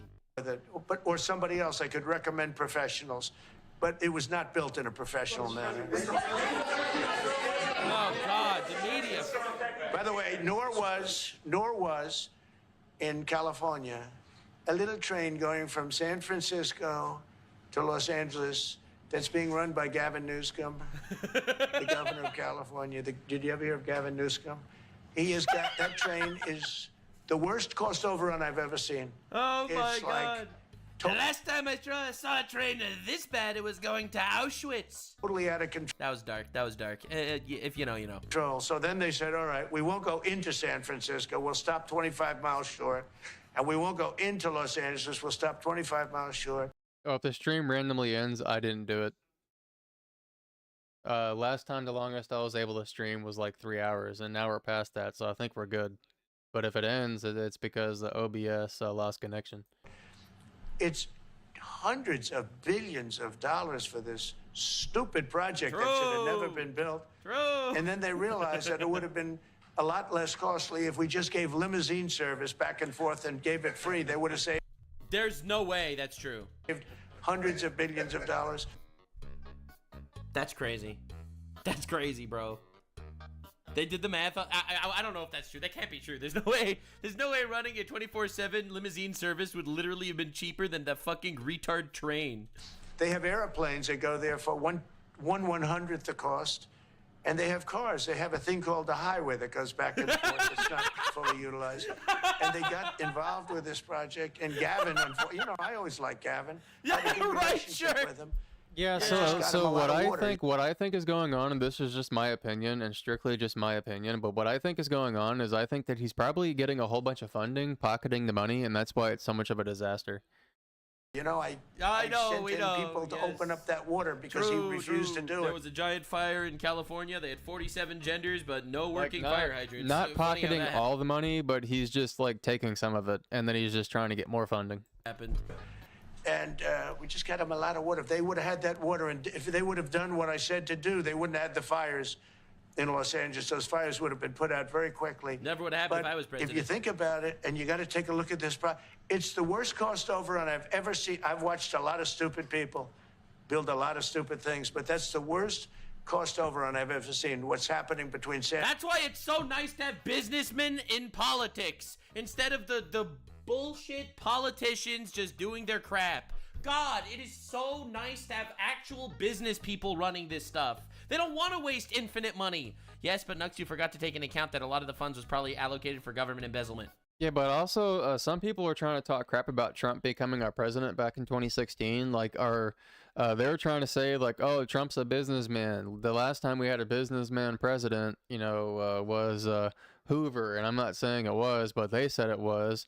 And Hoover was like responsible for, you know, terribly, where he was responsible for mishandling the Great Depression. And they were trying to say, well, so Trump's going to be just as bad because look at Hoover. Well, I did not take that. You're right. I take it back. You're right. And you're right. that was like 100 years ago. No So. arguments there. You're right. You got me. San Francisco and Los Angeles. And you ought to ask about that because this government is not going to pay. I told our very great new Secretary of Transportation, he's doing a good job, Sean Duffy, I said, we're not going to pay for that thing. They are just, it's out of control. This is something that you don't have things like this. It's not even conceivable. It's not conceivable. In Canada, they still go on sled dogs. We take sled dogs from place to place in Canada. Like 30 times over budget, 30 times. Oh it's my the craziest thing I've, and now it's hundreds of, it was supposed to be. Where did the money go, new scum? A simple train. And I think the media should take a look at it. Yeah, why is the media only not looking at that? They're attacking Trump for posting an AI-generated picture of himself dressed like the Pope. He got articles for weeks. Trump wore a blue suit to Pope's funeral. He also said that he didn't even post that somebody else posted it. And it was just a joke. And it was just a joke. So people need to start taking stuff lightly now. You know, stop taking stuff so seriously. Articles for weeks. Come on, guys. You have literal governors running crap that is wasting 30 times the amount of money that it should have. Come on, dude. And I'd love him to run for president. I mean, also, look, think of it this way. Do you seriously think that somebody who got to the position that Trump's gotten, do you think that he seriously thinks in his brain that he's qualified to be Pope? I mean, it takes, like, certain things to become a pope. I mean, I'm pretty sure you have to be like a cardinal or something. Don't quote me on that, but you know, he knows that he can't become pope, so it was clearly just a joke. I'd love to see that, but the craziest thing about the Democratic Party right now is that their entire squad, it's like retard Avengers. I don't know what's going on. They don't have a single guy that can actually do shit. It's crazy. Oh my god, dude. Oh my god. I don't think he's going to be running because that one project alone, well, that and the fires and a lot of other things. Guys, I take it back. There is one person that could run. There is one man that could run for presidency of the United States on the Democratic Party, and honestly, I think that he has a shot. He has a chance, guys. He has a chance. He does not have a chance. There is no way this dude is saying Hassan Piker has a chance at running for president. I didn't even know who he was until I heard about the whole Frogan deal. There is no way. Piker. Huh? He had. There's a prayer. There's a chance. He lost a debate horribly to like some dude named Ethan he used to work with. The debate, I showed it a couple days ago. The debate was so bad. He got completely fried. It was so bad. He has no chance. And not to mention, allegedly, the ties to Diddy. So, and I have the picture of that on my phone. I have the picture of the tweet that he said about Diddy on my phone. If we play our cards right, you never know. Pretty much put him out of the race. Mr. President, what changes would you like to see to the USMCA? Or what changes would you like to make? We're going to work on some subtle changes, maybe. I don't even know if we're going to be dealing with USMCA. We're dealing more with concepts right now. Look, right now, we're doing trade. We have trade. They're paying a tariff on cars and steel and aluminum. And I think we have a baseline of 10% or something like that for the tariffs. But we're getting along very well. Right now, going no further, but we have an agreement. We did something with even parts. You want to discuss that, Howard, with respect to Canada, which helps Canada out? Sure. You're welcome, Canada. We've made an arrangement with the car companies that 15% of their USMCA parts are included, and then 15% of foreign parts from the manufactured suggested retail price are not tariffed to help domestic manufacturing really thrive. So it gave them a chance to be able to build their car parts factories if they're going to. A lot of these companies already have factories, and what they have to do is just fill them out. But they're able to build them in the United States, so we gave them a pretty substantial period of time. He's gonna be. Shh. Shh. He's gonna speak. Think the Prime Minister can say to you today. He didn't speak. The reporter terrorized him into silence. Never mind. He almost spoke, guys. Maybe next time. Maybe next time he'll speak. He almost spoke, guys. We almost had him. To change your mind on tariffing Canada. That's crazy. That's crazy. They actually silenced him. That's insane. Oh God, bro got microaggression so hard right there. Tariffing cars. Tariffing Canada. Is there anything he could say to you in the course of your meetings with him today that would get you to lift tariffs on Canada? No. Why not? Cardi's so happy the reporters are asking the hard questions, and he's just sitting there on the side in the cuck chair watching. Oh, bro just got hit with a quick no. Just the way it is. That's life. Sorry, Canada. Holy crap. He's trying so hard to speak. The reporters are ignoring him. He's like, Trump, please, let me speak. It didn't work. The Canadians don't want it. No! Oh, God, this is humiliating. Dude, every person with multiple extra piercings, nose rings, blue hair, and on TikTok, they are losing their mind right now. This is why Canada is in shambles. Everyone in Canada is looking at this like it's an actual Holocaust. Respect that. Well, not everyone in Canada, but specifically the woke retards. Sure, I would. All the fucking boomers that decided to put their country in the shitter to flex on Donald Trump by getting this guy elected. Holy shit, you must feel so stupid right now.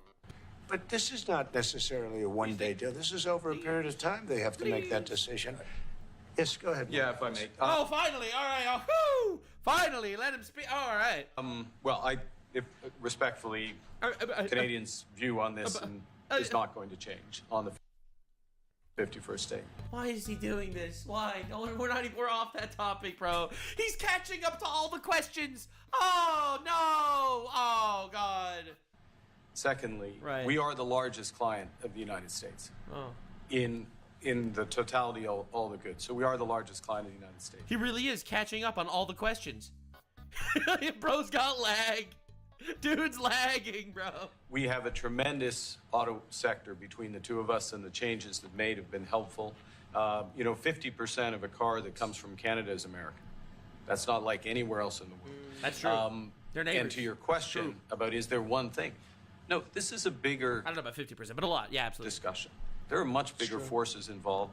And this will take some time and some discussions, and that's why we're here, to have those discussions. Yeah, so Hassan has like 6 million followers across all of his platforms, so we have a better chance of like Penguin Zero running for like president on the Republican Party than we do like Hassan ever running for anything. And that is represented by who's sitting around. Or independent. I don't want to speak for Penguin Zero. I'm pretty sure he leans more toward the right. See, the conflict That was a nothing burger answer. Oh my God. is, and this is very friendly. We're not. This is not going to be like we had another little blow up with somebody else. That was a much different. Say please and thank you, Mr. Zwensky. This is a very friendly conversation. But we want to make our own cars. We don't really want cars from Canada. No. And we put tariffs on cars from Canada, and at a certain point, it won't make economic sense for Canada to build those cars. He's literally talking about how Canada's fucking dying. Right next to the Prime Minister. And we this is not the news Carney wanted to come home with, for real. don't want steel from Canada because we're making our own steel, and we're having massive steel plants being built right now as we speak. We really don't want Canadian steel, and we don't want Canadian aluminum and various other things because we want to be able to do it ourselves. And Canada will be the largest importer of snow into America in the history of the world.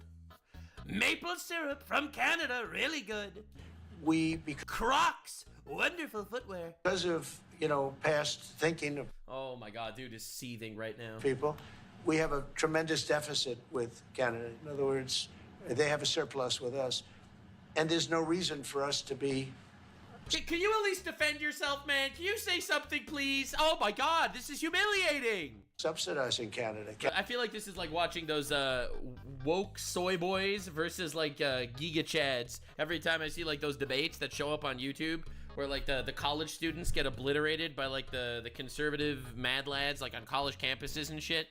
Like, this is crazy. Canada's a place that will have to be able to take care of itself economically. I assume they can. I will tell you that Trudeau, when I spoke to him, I used to call him Governor Trudeau. I think that probably didn't help his election. But when I he retired in middle. Spoke to him, I said, so why are He's laughing. He's laughing at the Governor Trudeau. Why are we taking your cars? Why are we taking your... We want to make them ourselves. I mean, I said, and if the price of your cars went up, or if we put a tariff on your cars of 25%, what would that mean to you? He said that would mean the end of Canada. He actually said that to me.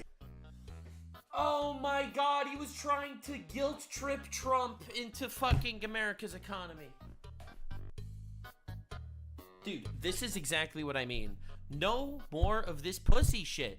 What is with these pussies? Why are they everywhere? Like, you've got to be kidding me. That's humiliating. Carney looks like he's about to cry. Like, oh my God, have some self-respect. All these different countries feel like they need to just woke themselves into oblivion. They need to have empathy for literally everyone. Let's bring in more immigrants to ruin the housing market. Okay, so we're gonna look up and see. We're gonna look at something because we have to have empathy for the immigrants. Oh my Lord. And I said, that's a strange answer, but I understand his answer. But no, I mean, it's hard to justify subsidizing Canada to the tune of maybe $200 billion a year. We protect Canada. He almost spoke. Militarily, and we always will. We're gonna, that's not a money thing. But we always will. But, it's not fair. But why? The way I see it, every country needs to have themselves in their own best interests.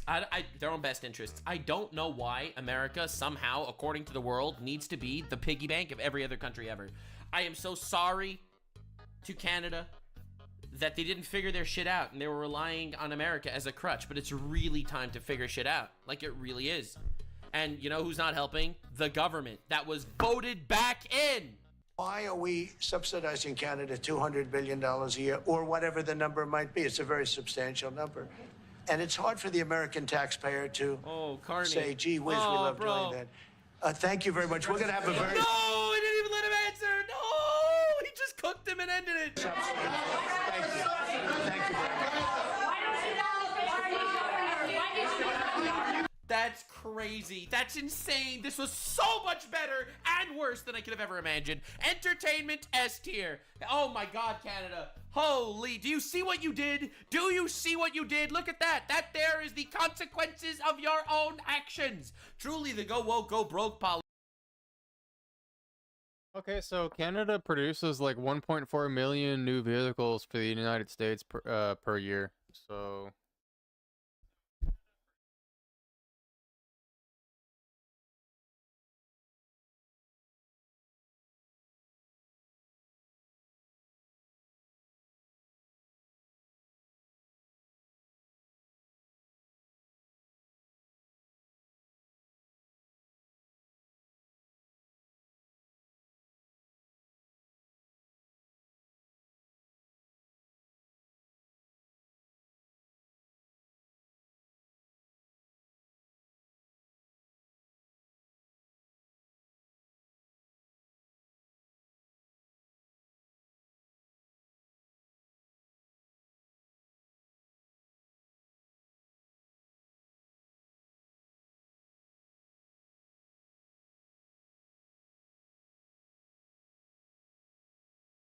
okay, so 75% of exports. So that's a pretty big deal.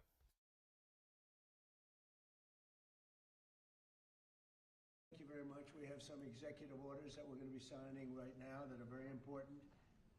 They're really redos from some horrible mistakes made by Biden and his group, and we're changing them back so that we can... Bills for your attention today. These are bills that have been passed by Congress in the closing days of the... To say a few words, please. Yes, Mr. President. As you said, we have 4 bills for your attention today. These are bills that have been passed by Congress. In the closing days of the Biden administration, they pushed through a large number of rules and regulations that really hurt ordinary Americans, including in their own homes. So the first of these is HJR 20.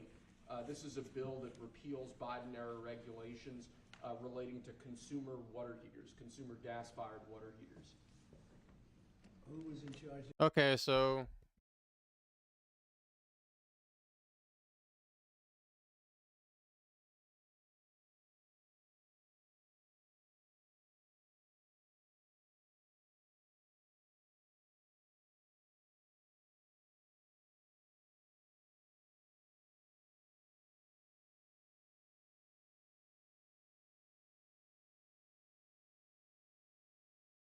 okay, so that's all part of the whole Green Deal, I guess. So basically what Biden did would have really increased costs of a water heater.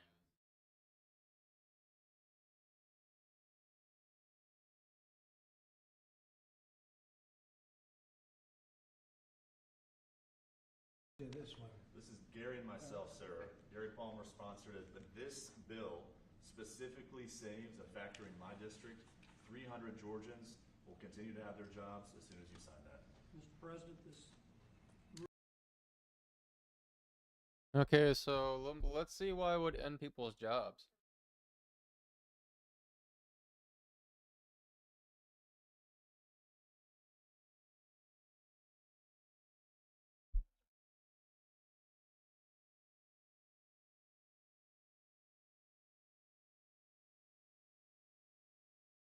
So that's probably because of job automation.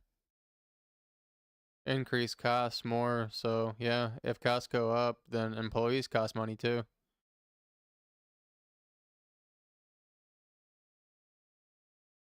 Rule was issued on Christmas Eve, thinking that we wouldn't be keeping up with what the Biden administration was doing, but we moved quickly to get And this was bill on gas introduced. heaters. Banning natural gas. Isn't that tankless ridiculous? water heaters. And how were you supposed to get your heat then? Through electric? Through electric, yeah. Was that basically electric heat? Which isn't as good? Crazy. Look, so here's what didn't make sense to me about a lot of Biden's decisions. So we stopped like producing oil and all that stuff here in the U.S. and then we started buying it from like take Venezuela for example. We started buying their oil, or we started buying oil from the Middle East and stuff. Those other countries, they don't have the same standards that we have. So we basically we produce the cleanest energy in the world. So if you want to be green, then you buy oil and stuff produced in the U.S. because we have the cleanest ways of producing it. So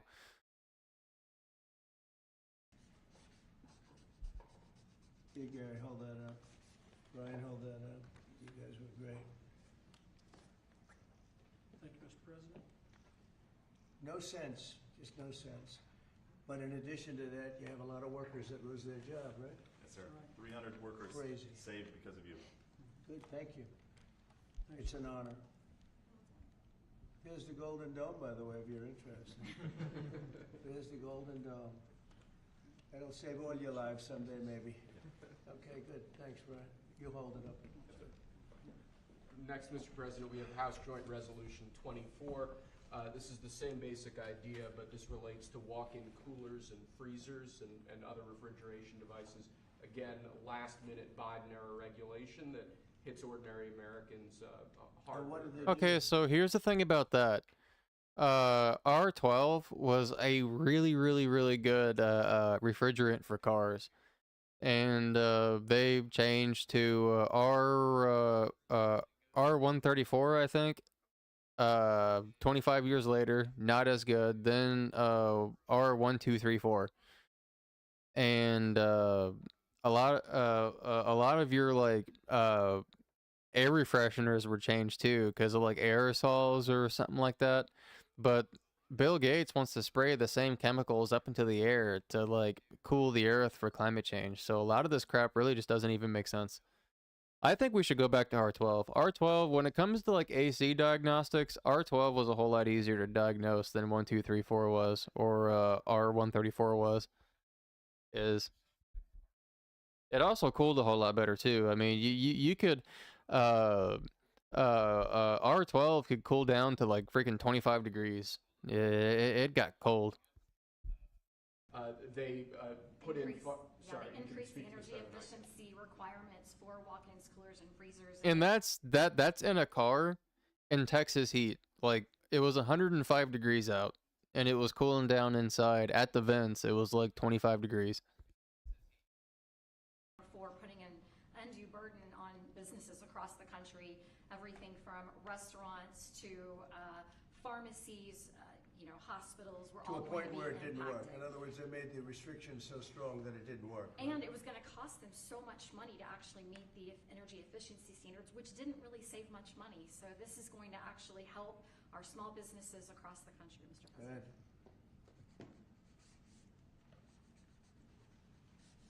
And think about this too. Electric cars, like cars that are solely electric, for a car that takes all night to charge, or at the fastest, like 30 minutes to an hour.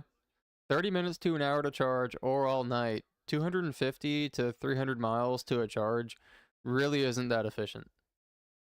Many manufacturers would have had to close stop lines, shut down entire lines of businesses. And I just want to say, rescinding these, this was done days before. Days before you took office, they pushed through these regulations. They didn't think about the cost to businesses. They didn't put American interests first. They didn't put American businesses first. I am so grateful we finally have a president who's not only walking back these insane, burdensome regulations that are ultimately going to cost us Americans and American trying to parent and serve this country at the same time. Thank you very much. Good luck, right? Take care of your mom. Okay, you want to hold that up too? So you can... Next, sir, this is House Joint Resolution 42. Again, this is a rescission of a Biden-era regulation, in this case relating to energy conservation standards for household appliances and certain consumer products. Yeah, so I wonder what that is. Oh, wait, hold on, let me rewind that. Conservation, so would that mean that we would have to, like, shut stuff off? in this case relating to energy conservation standards for household appliances and certain consumer products. So this is where we were going. This is absolutely nuts.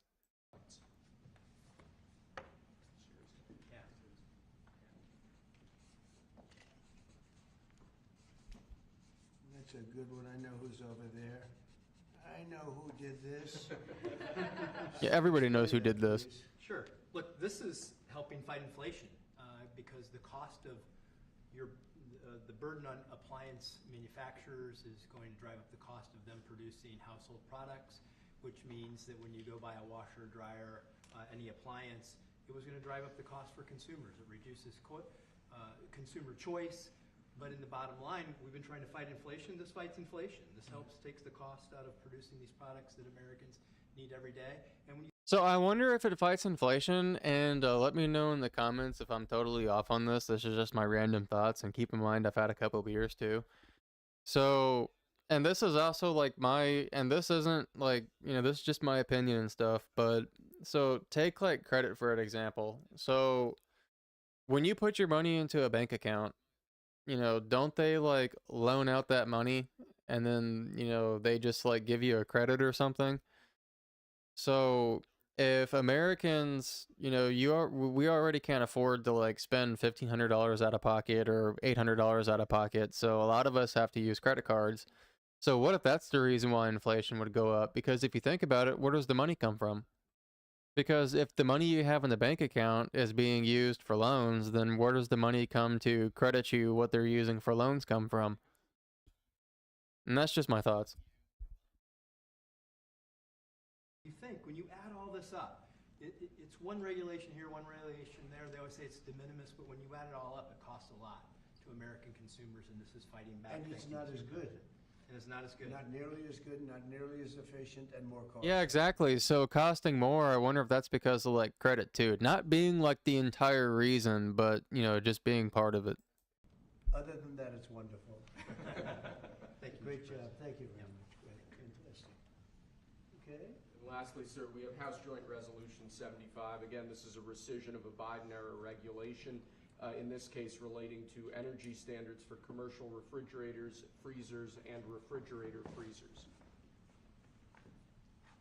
Do you have the sink one in here? The sinks and shower heads? We have an executive order on that coming for you later, sir. Yes, That's sir. coming when? Later this afternoon. Okay, good. You gonna be around later this afternoon? Good. Sinks and shower heads. Where? Who's responsible for this, Will? President, that now saves the American taxpayer. I was getting ready to say the Texas taxpayer, them too, but the American taxpayer, because who would have ultimately paid the price on a government mandate and a government regulation? The people of America. So you just say that. Yeah, because I wonder if that would have been like in subsidies, because if they're doing something to go along with their green, not his, but the Democrats' green agenda, I wonder if they would have gotten the subsidies for it, and then, well, that's ultimately tax dollars, so. Thank you very much. That's fantastic. Thank you. It's a great job. Okay, any questions? Mr. President, Caroline said today that the 10% baseline tariff on all countries is here to stay, even after the deals are done. Does that mean that countries offering zero tariffs won't get reciprocity? You are going to always have a baseline. I mean, there could be an exception at some point. We'll see. Somebody does something exceptional for us. That's always possible. But basically, you have a baseline of a minimum of 10%, and some of them will be much higher, 40%, 50%, 60%, as they've been doing to us over the years. We had a wonderful deal yesterday. We have 4 or 5 other deals coming immediately. We have many deals coming down the line, and ultimately we're just signing the rest of them in. But we always have a baseline of 10%. And then specifically on the possibility of an increase in taxes on wealthier Americans, what do you say to conservative Republicans who argue that this is an increase on small business owners? Well, what we're doing is we're actually, if we ever did that, it would only be, and from what I hear, people would love to do it, rich people. I would love to do it, frankly, but what we'll do is that, they'll go around saying, oh, this is so terrible. Would you do it? Is you're giving up something up top in order to make people in the middle income and the lower income brackets save more. So it's really a redistribution. I don't think they're going to be doing it, but I am. Republicans who say, why is it? A piece one way or the other. It's a very complex issue, but I think it's being worked out. I think it's going to be. It has not been settled yet, but they'll settle it up pretty quickly. Are you considering? Mr. President, whether you're not going to lose $1 trillion, but we lost. I went with China right now. You know, we lost $1 trillion last year with China. $1 trillion. So if you're not going to do business with them, you're not going to lose $1 trillion. But we lost. I want China to do great. You know, I'm very friendly with President Xi. I have great respect for him and for China, but we can't continue to allow them to do what they did. When I was president, they paid hundreds of billions of dollars in tariffs and taxes. And then Biden screwed it all up. What he did to this country between the border and between all of the other problems, the wars, everything, what he did to this country should never be forgotten. But one of the things he did is the trade was so bad and so imbalanced. So I think we're going to come back with a fair deal for both China and us. Have you given Besant a number of how low you're willing to go? Yeah, I am. Are you willing to share that number? Is that No. the 80%? But I put out a number today, 80%, so we'll see how that all works out. Mr. President, the U.S. Embassy in Kyiv is I think tariffs to China should go up. Possible Russian significant attack. I gotta make myself something to eat, so I'm gonna play this just for a little bit.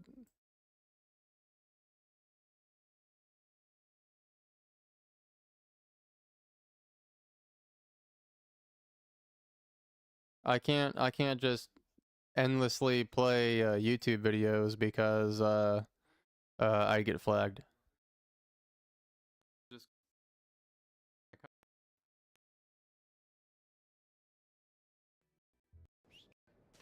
But I recorded this myself. This is just a rampage.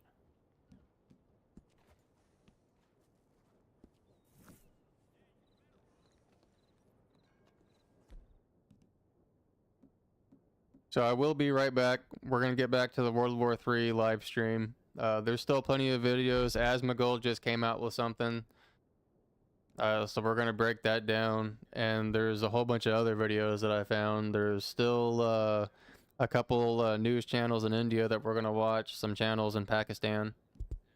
And I'll be right back.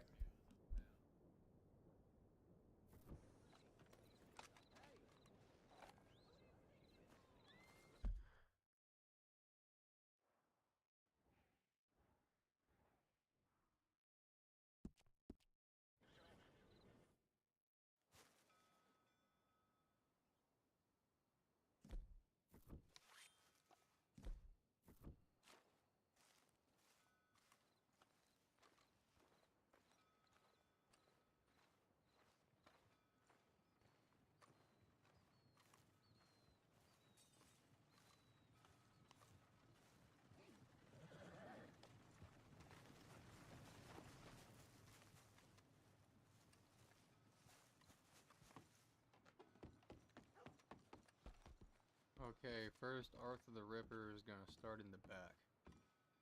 We're just going to work our way to the front.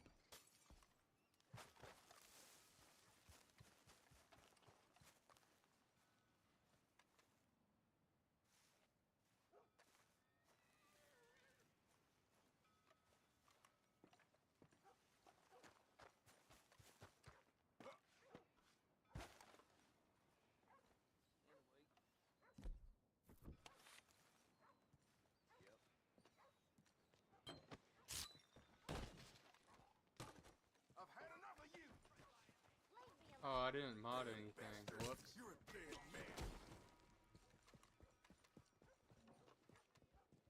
You're a dead man. Out of the way. Move next time. Let's do it then.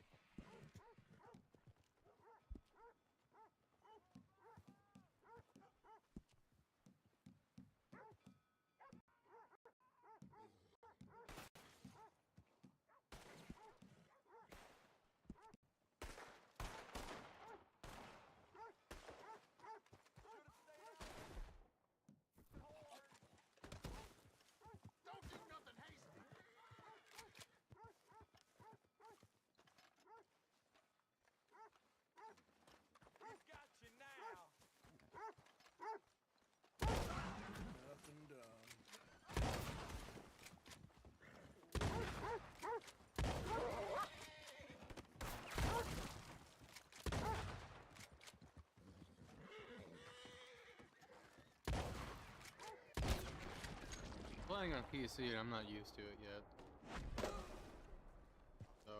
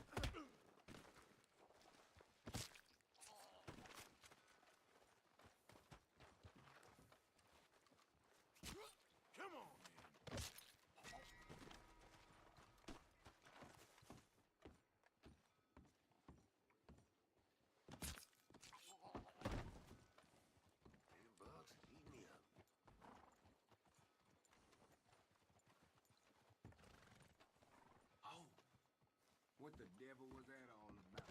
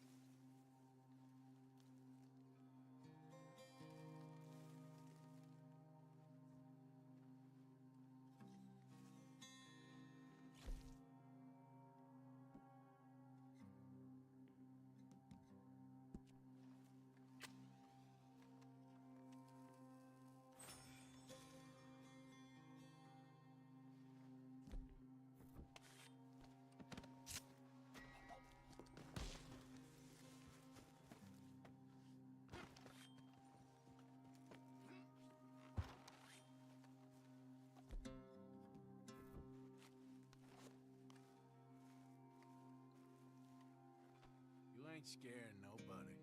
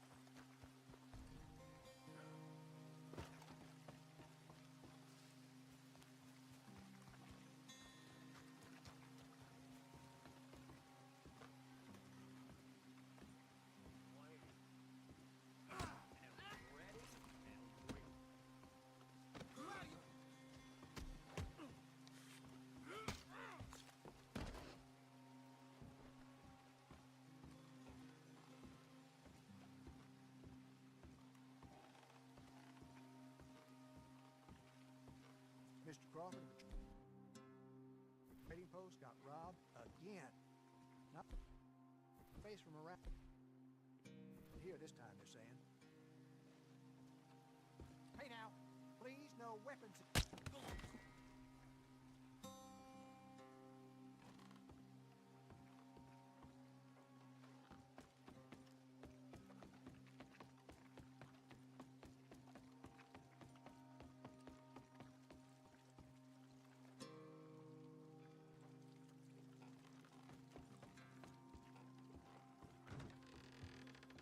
You'd best leave your violent ways outside if you want to shop in here. Warning you. Alright, well.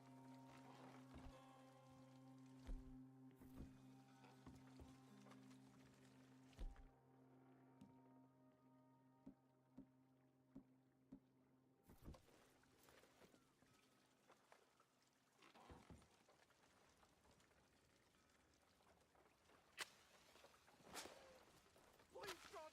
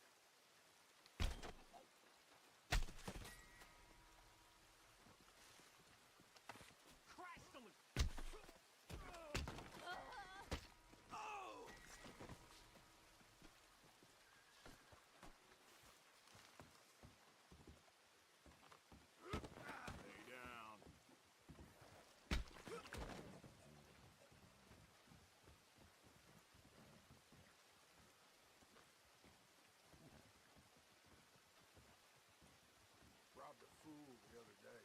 Had the nerve to try and hail the sheriff.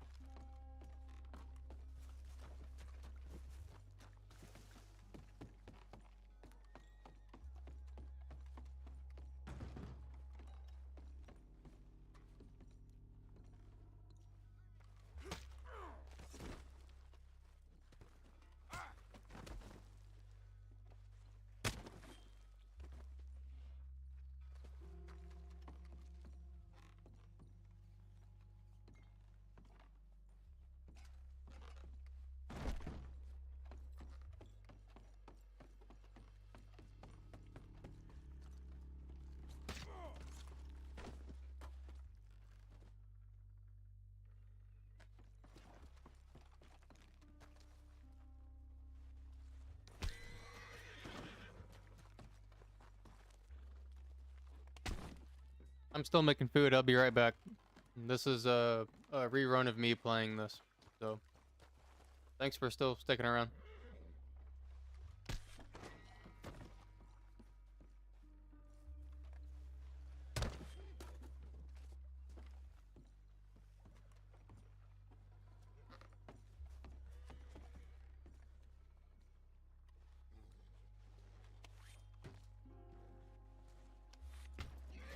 Practice on something. Got bad memories of this place. For sure.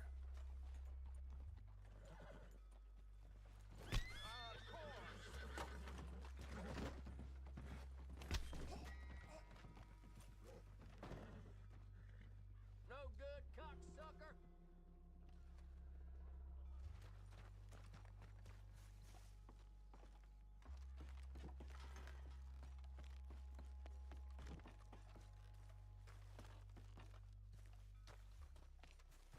And the purpose of the stream isn't Red Dead either. There's other videos I still want to show you. But again, I'm hungry, so I gotta make food.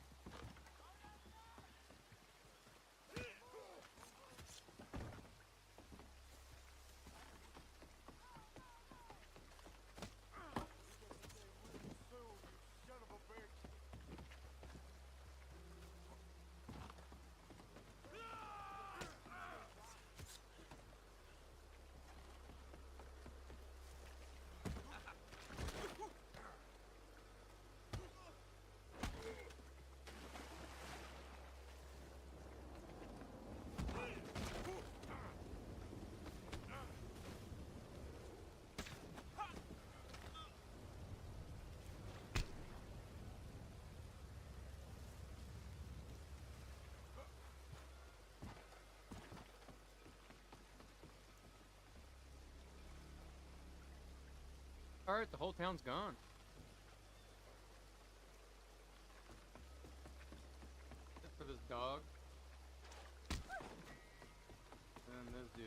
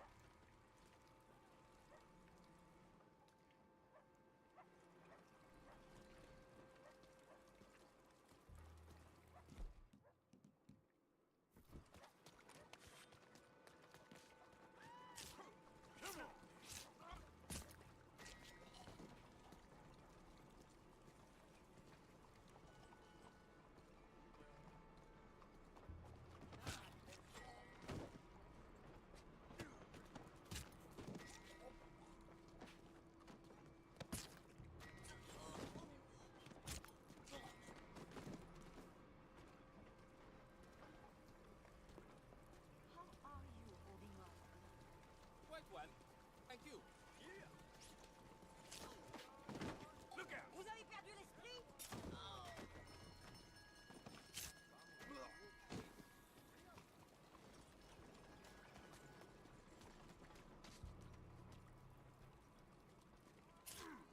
You're going down now.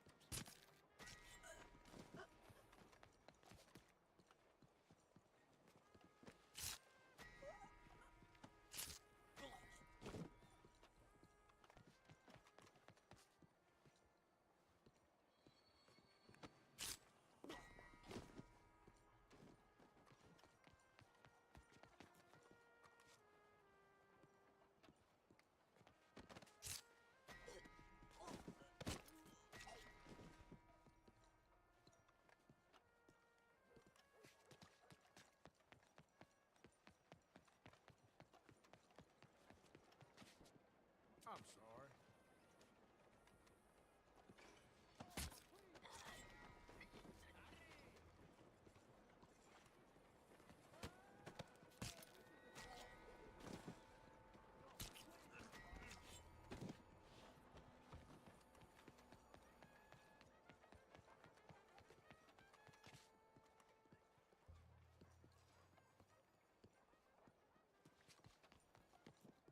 What's your problem?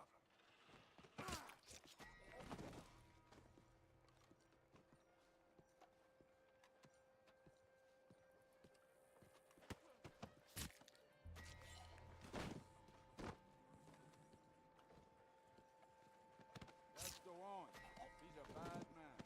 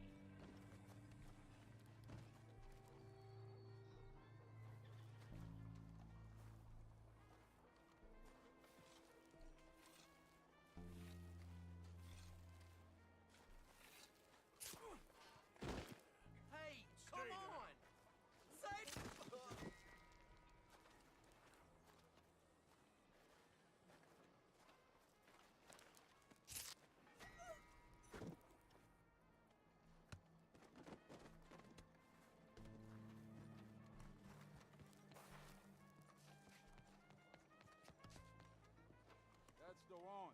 These are...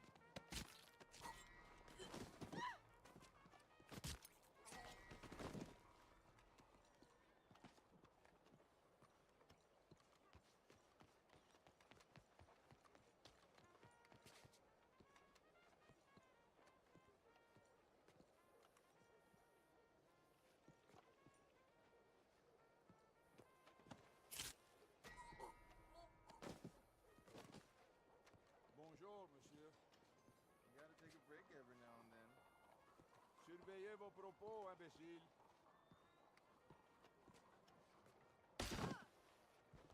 Qu'est-ce qui vous prend?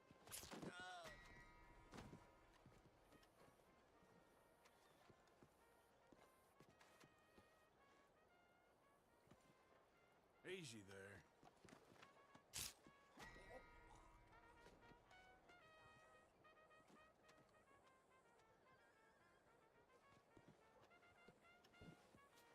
You tough, huh?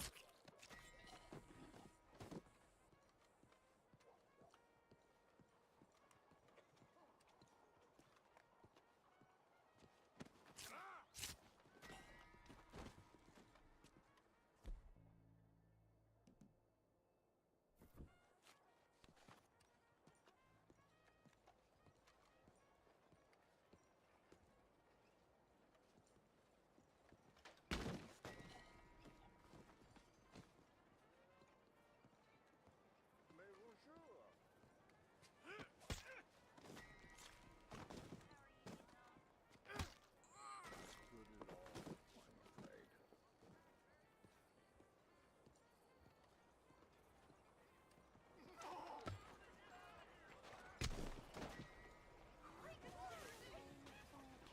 Good at all, I'm afraid. Like I need some man bossing me around. Same thing happened last time.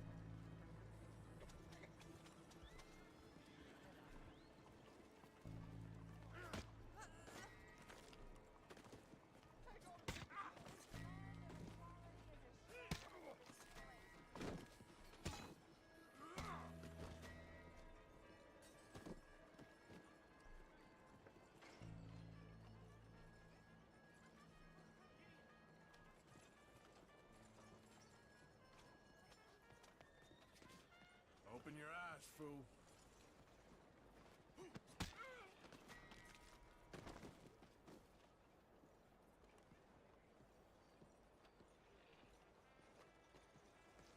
It's your right to vote.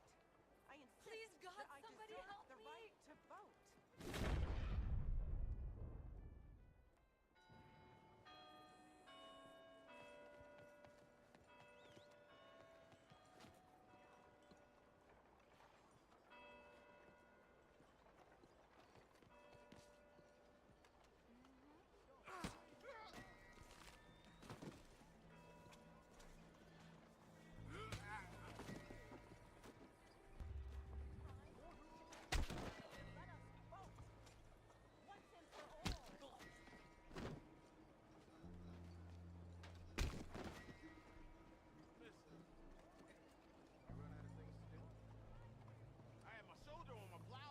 Still sleeping this morning.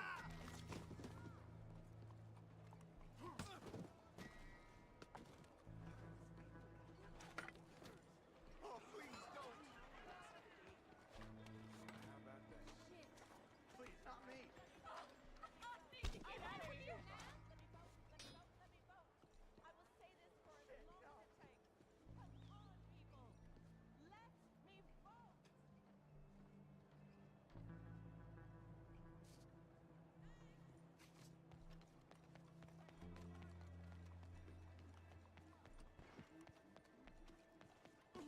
Hey, move it! This land of equality is a sham and a disgrace.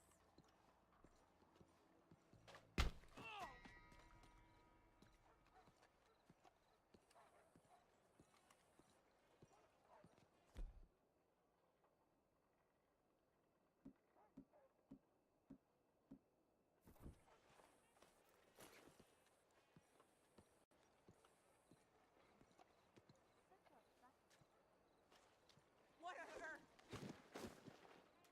When will this end?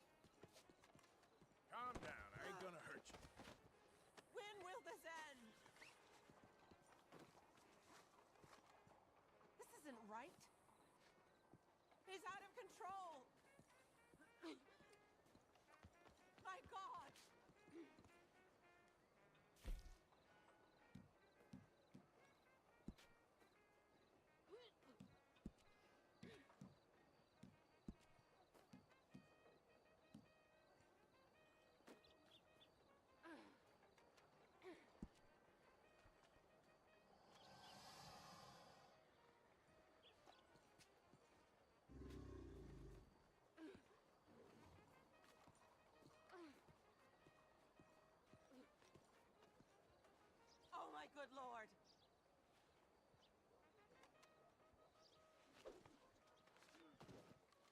What the heck?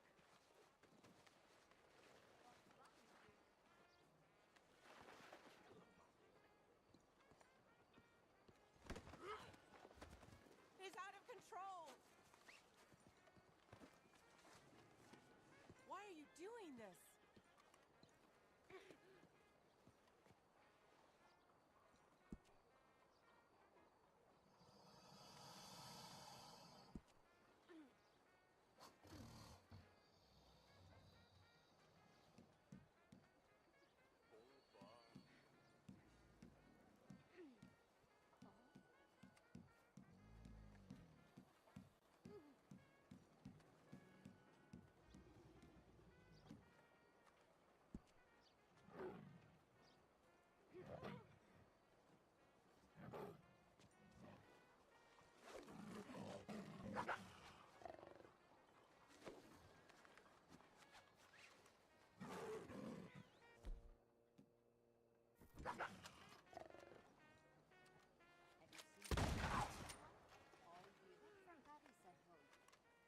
No.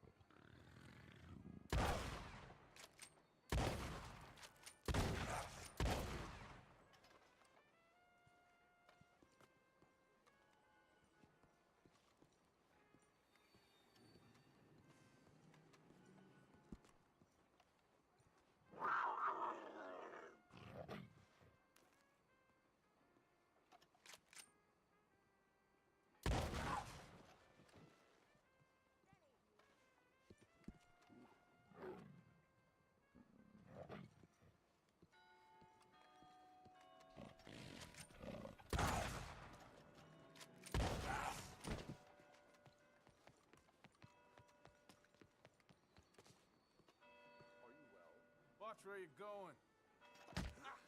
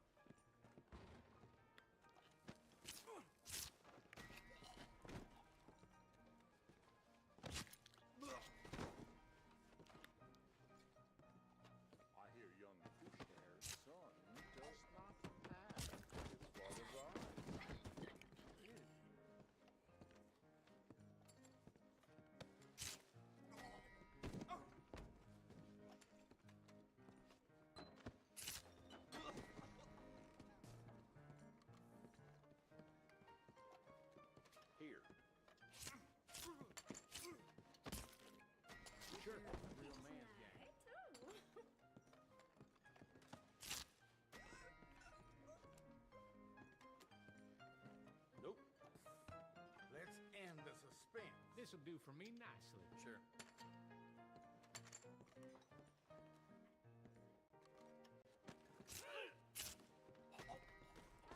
Make enough money to learn how to read.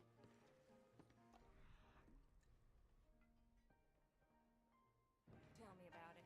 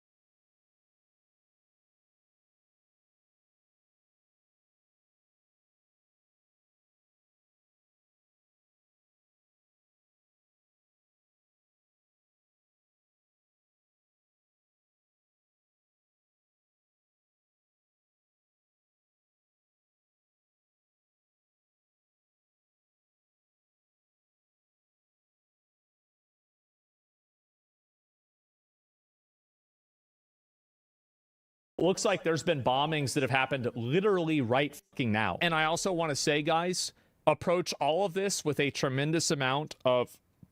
This will probably be the last one because I gotta go to sleep.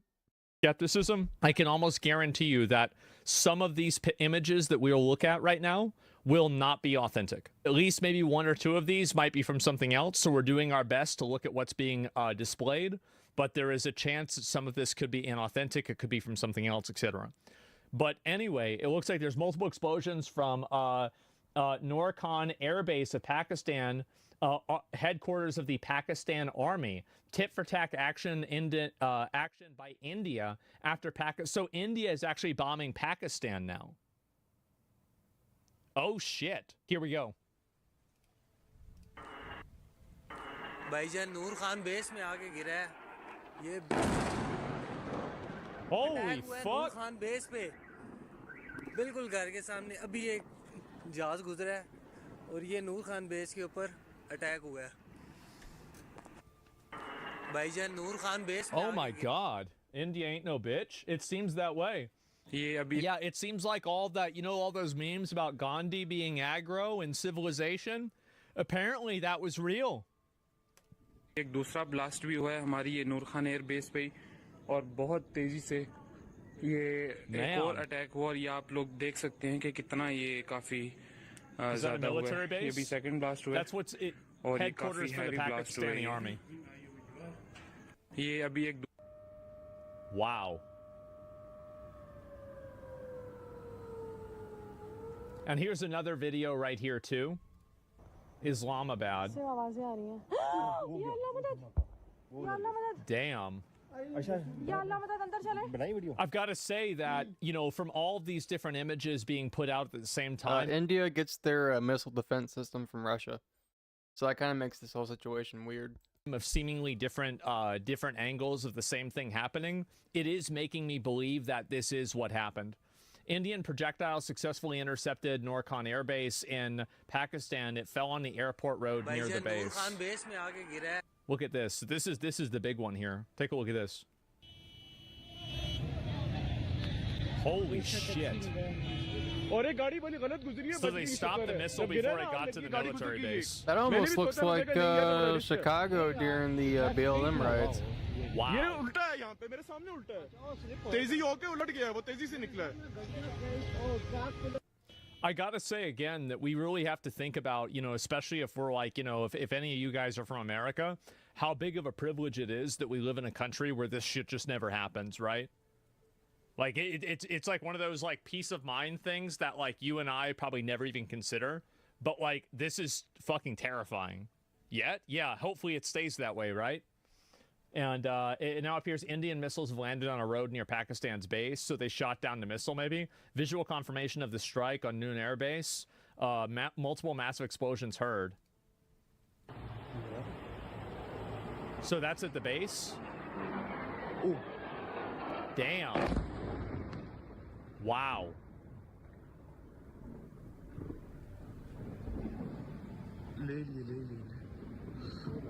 Oh shit.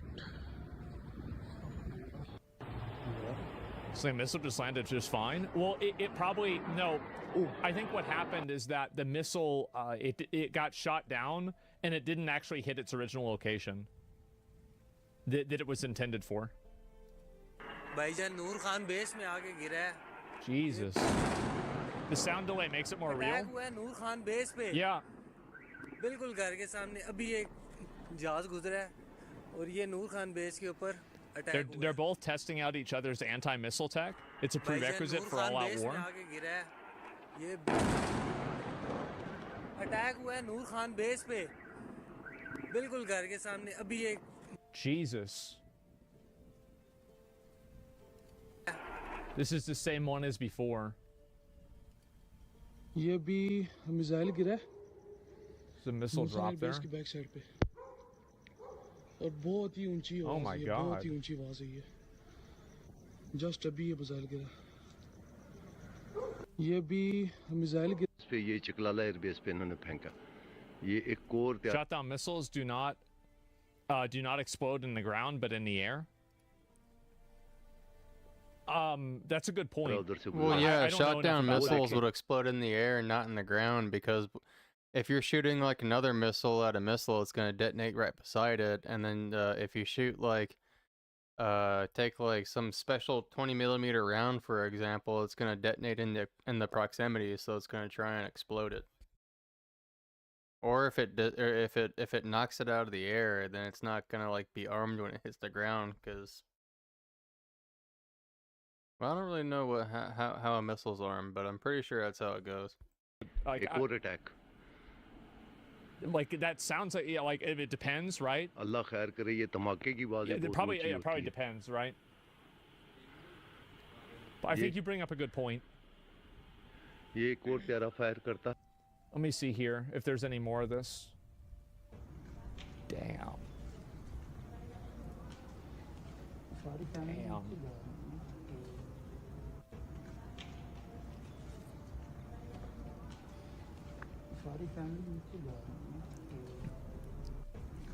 Exactly. It's they're both probing each other's defenses and responses. Also, when enemy units scramble, they give the locations, capabilities, etc.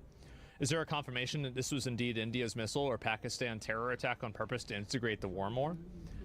I would assume that with a missile that is like a lot of terrorist organizations don't have access to ballistic missiles in this way. Like maybe a handful of them do, but like a local Pakistani insurgency group probably doesn't have access to a missile like this. Yeah, I mean, I think it was India. Yeah, I would say it probably would be India. You'd be surprised? They do. Some of you guys are saying that they do. They could be government backed. Look, how about this? I think it was probably India, but there's a possibility that they could have done it as a false flag. Sure, it's possible. Norcon airbase hitting Ron Pauly. Holy fuck.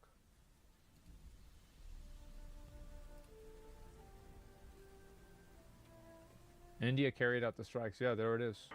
भाईजान नूर Khan base में आके गिरा है. Jesus. God fucking damn. And it also does, it seems like this is getting confirmed more and more. Like more people are like saying this is actually happening.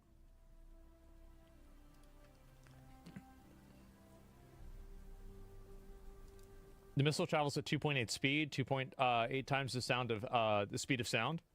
Missiles can be intercepted via jamming, so it explains why it hit the ground. Yeah, again, I'm not a fucking missile expert, right? I have no idea. Indian Well, missile strikes I don't know if it would jam it and hit the ground because it's got like a rocket, but maybe it just wouldn't know where to go anymore. But I don't know how they work either. At least one Pakistani sea. Oh wow! So they actually hit one of their transports.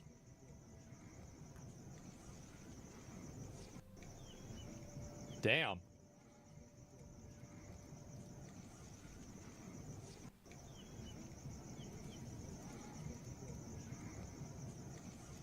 Wow.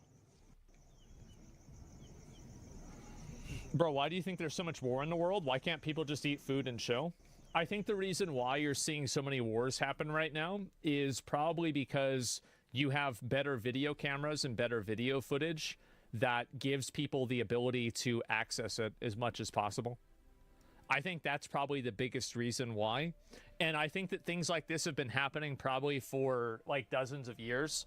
Like think about, for example, like all the movies we watched whenever we were like, you know, teenagers about like different random like wars that are happening in Africa. But because nobody over there had iPhones to record the wars happening, we thought everything was just pretty much whatever. So yeah, shit's always been happening. Yeah, definitely. Give me my second. My dad's calling me.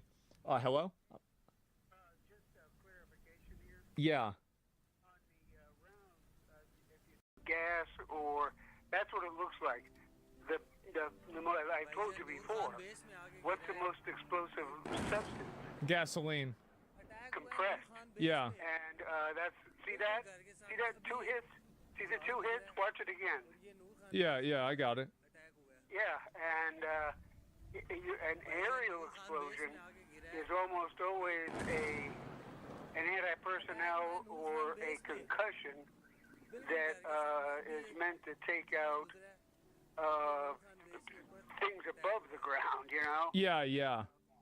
So if you have it just hit the ground, you think of it as an artillery round or a rocket. Right.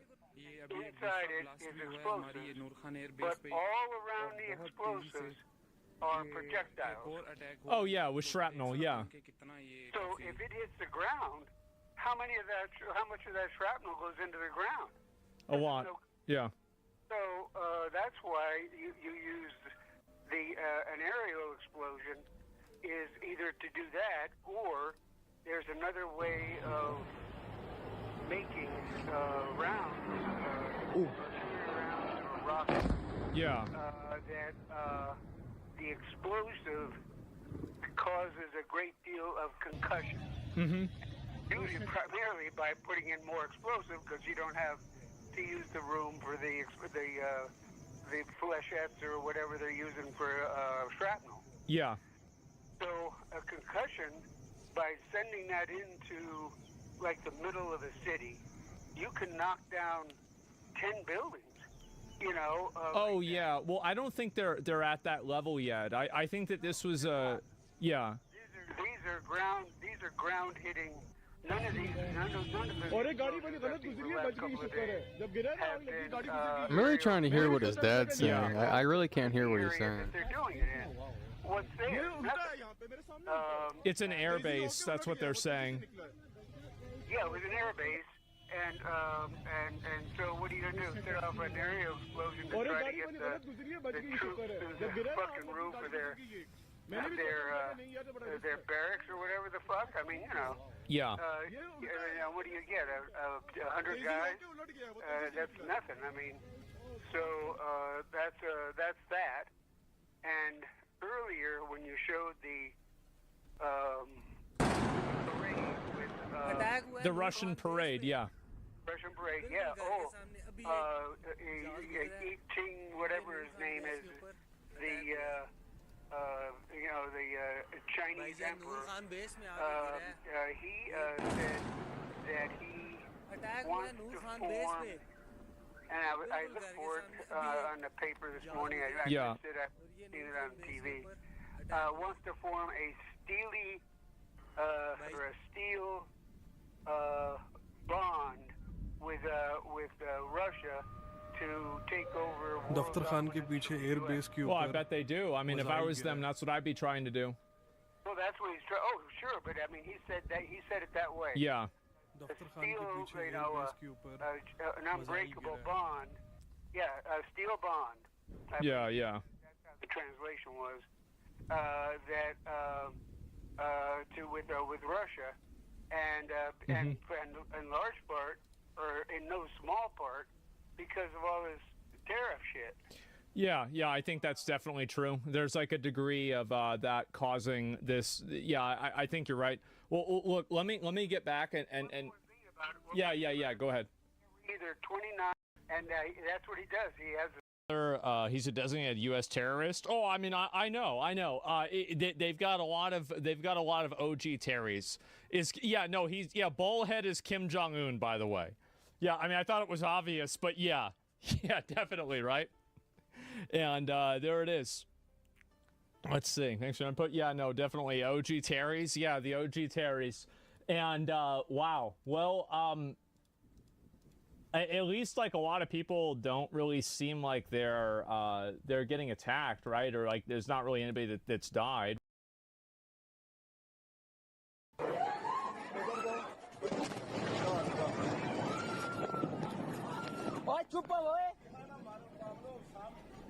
लाटा शाटा बंद करो, सब कुछ बंद करो, सब कुछ बंद करो.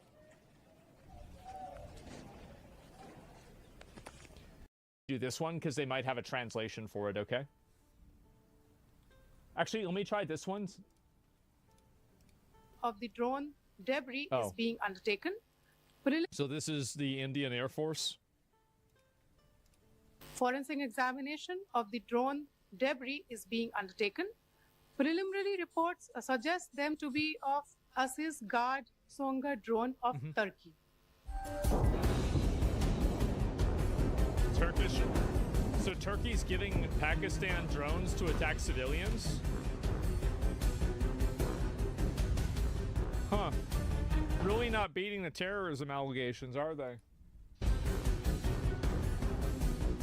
And this is the same. It's just this is like Erdogan. Tombstone. This is the same Erdogan. It's just like Tombstone. These criminals are doing criminal stuff, and then when they get pounced on, they start playing victim.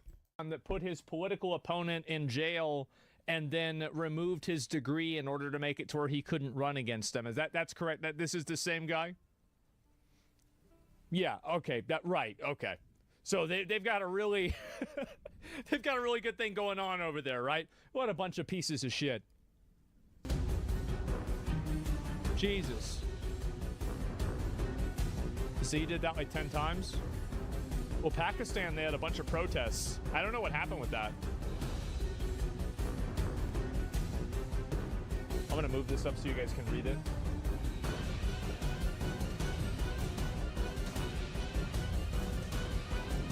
It's hard to know how big that is. You mean the Turkey protest, not Pakistan? Yeah, did I say Pakistan? I didn't mean to. And line of control. Drone intrusions were attempted from Leh to Sir Creek at 36 locations with approximately 300 to 400 drones. Indian Armed Forces brought down a number of these drones using kinetic and non-kinetic means. The possible purpose of So they have like a kinetic machine that can kind of take them down. I think I'd seen that happen before. these large-scale aerial intrusions were to test the AD systems and gather intelligence. I think that actually brings up a really, like, I think she's right about that. That it actually, like, that's this same thing people in the chat were saying, is that it's not even, the goal isn't even to kill people. It's to basically test their, like, test what their capabilities are and, like, how they can counteract them.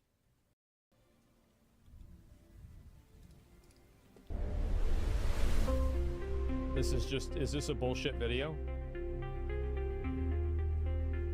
Let me double check.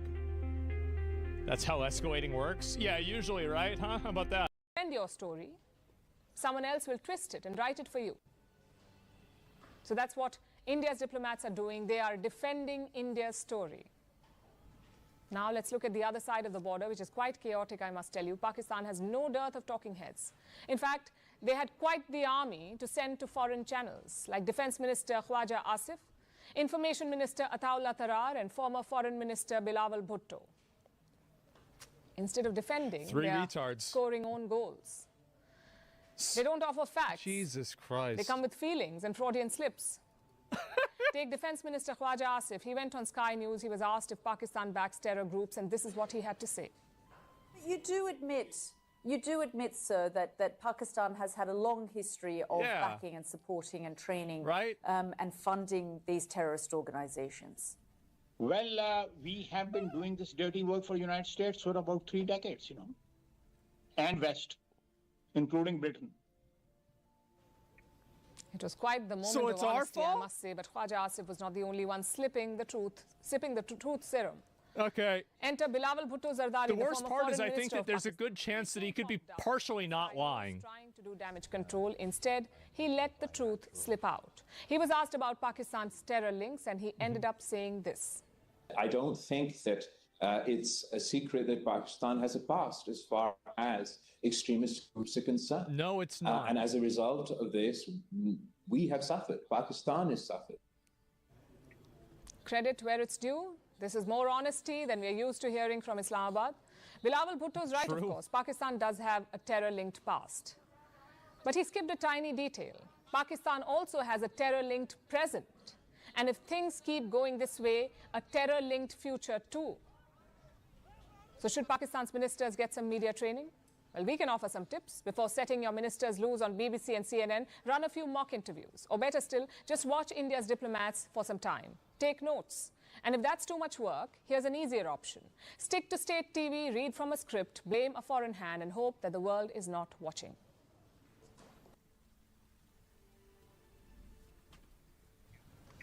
They say truth is the first casualty of war. Yes, Indian jets crashed. Wow. The image was fake. Indians are dumb, It was from huh? 2019. Oh, wait a minute. A Pakistani handle claimed fake? that a Sukhoi Su-30 MKI was shot down. The Indian pilot was captured. Again, this what a was bunch fake of news. bullshit. This picture was from 2014.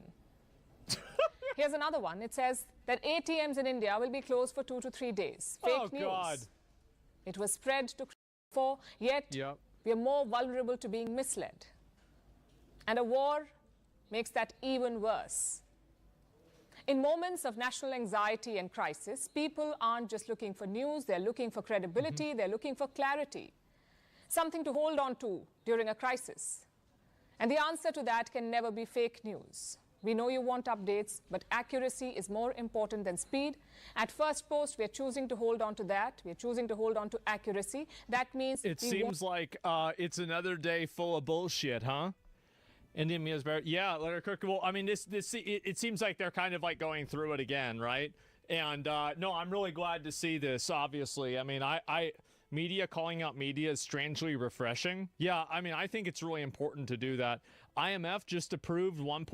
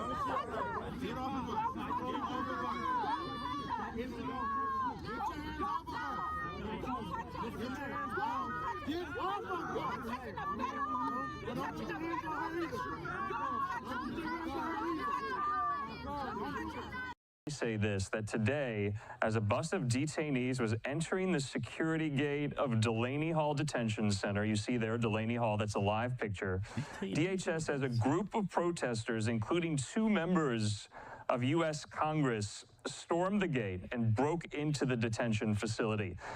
That is nuts. That's an insurrection. It is. That's an impeachable offense. They committed a felony. Members, Robert Menendez Jr. and Bonnie Watson Coleman, and multiple protesters are holed up in a guard shack at the first security checkpoint. That's a crime. These members of Congress storming into a detention facility goes beyond bizarre political stunt and puts the safety of our law enforcement agents and the detainees at risk. DHS says members of Congress are not above the law and cannot illegally break into detention facilities. Had these members requested a tour, we would have facilitated a tour of the facility. This is an evolving situation. The allegations by Newark politicians that Delaney does not have the proper permitting is false, they say. We have valid permits, and inspection from plumbing, electricity to fire codes has been clear. That's a statement in from the Department of Homeland Security. So 2 of these New Jersey Democrats from the House, Bonnie Watson Coleman and Robert Menendez Jr., are involved in this, as is Mike, the Democratic mayor of Newark, New Jersey.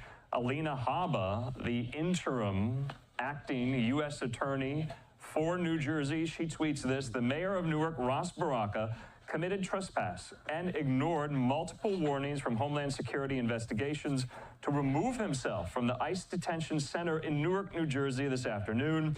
He has willingly chosen to disregard the law. That will not stand in this state. He has been taken into custody, all caps, no one is above the law.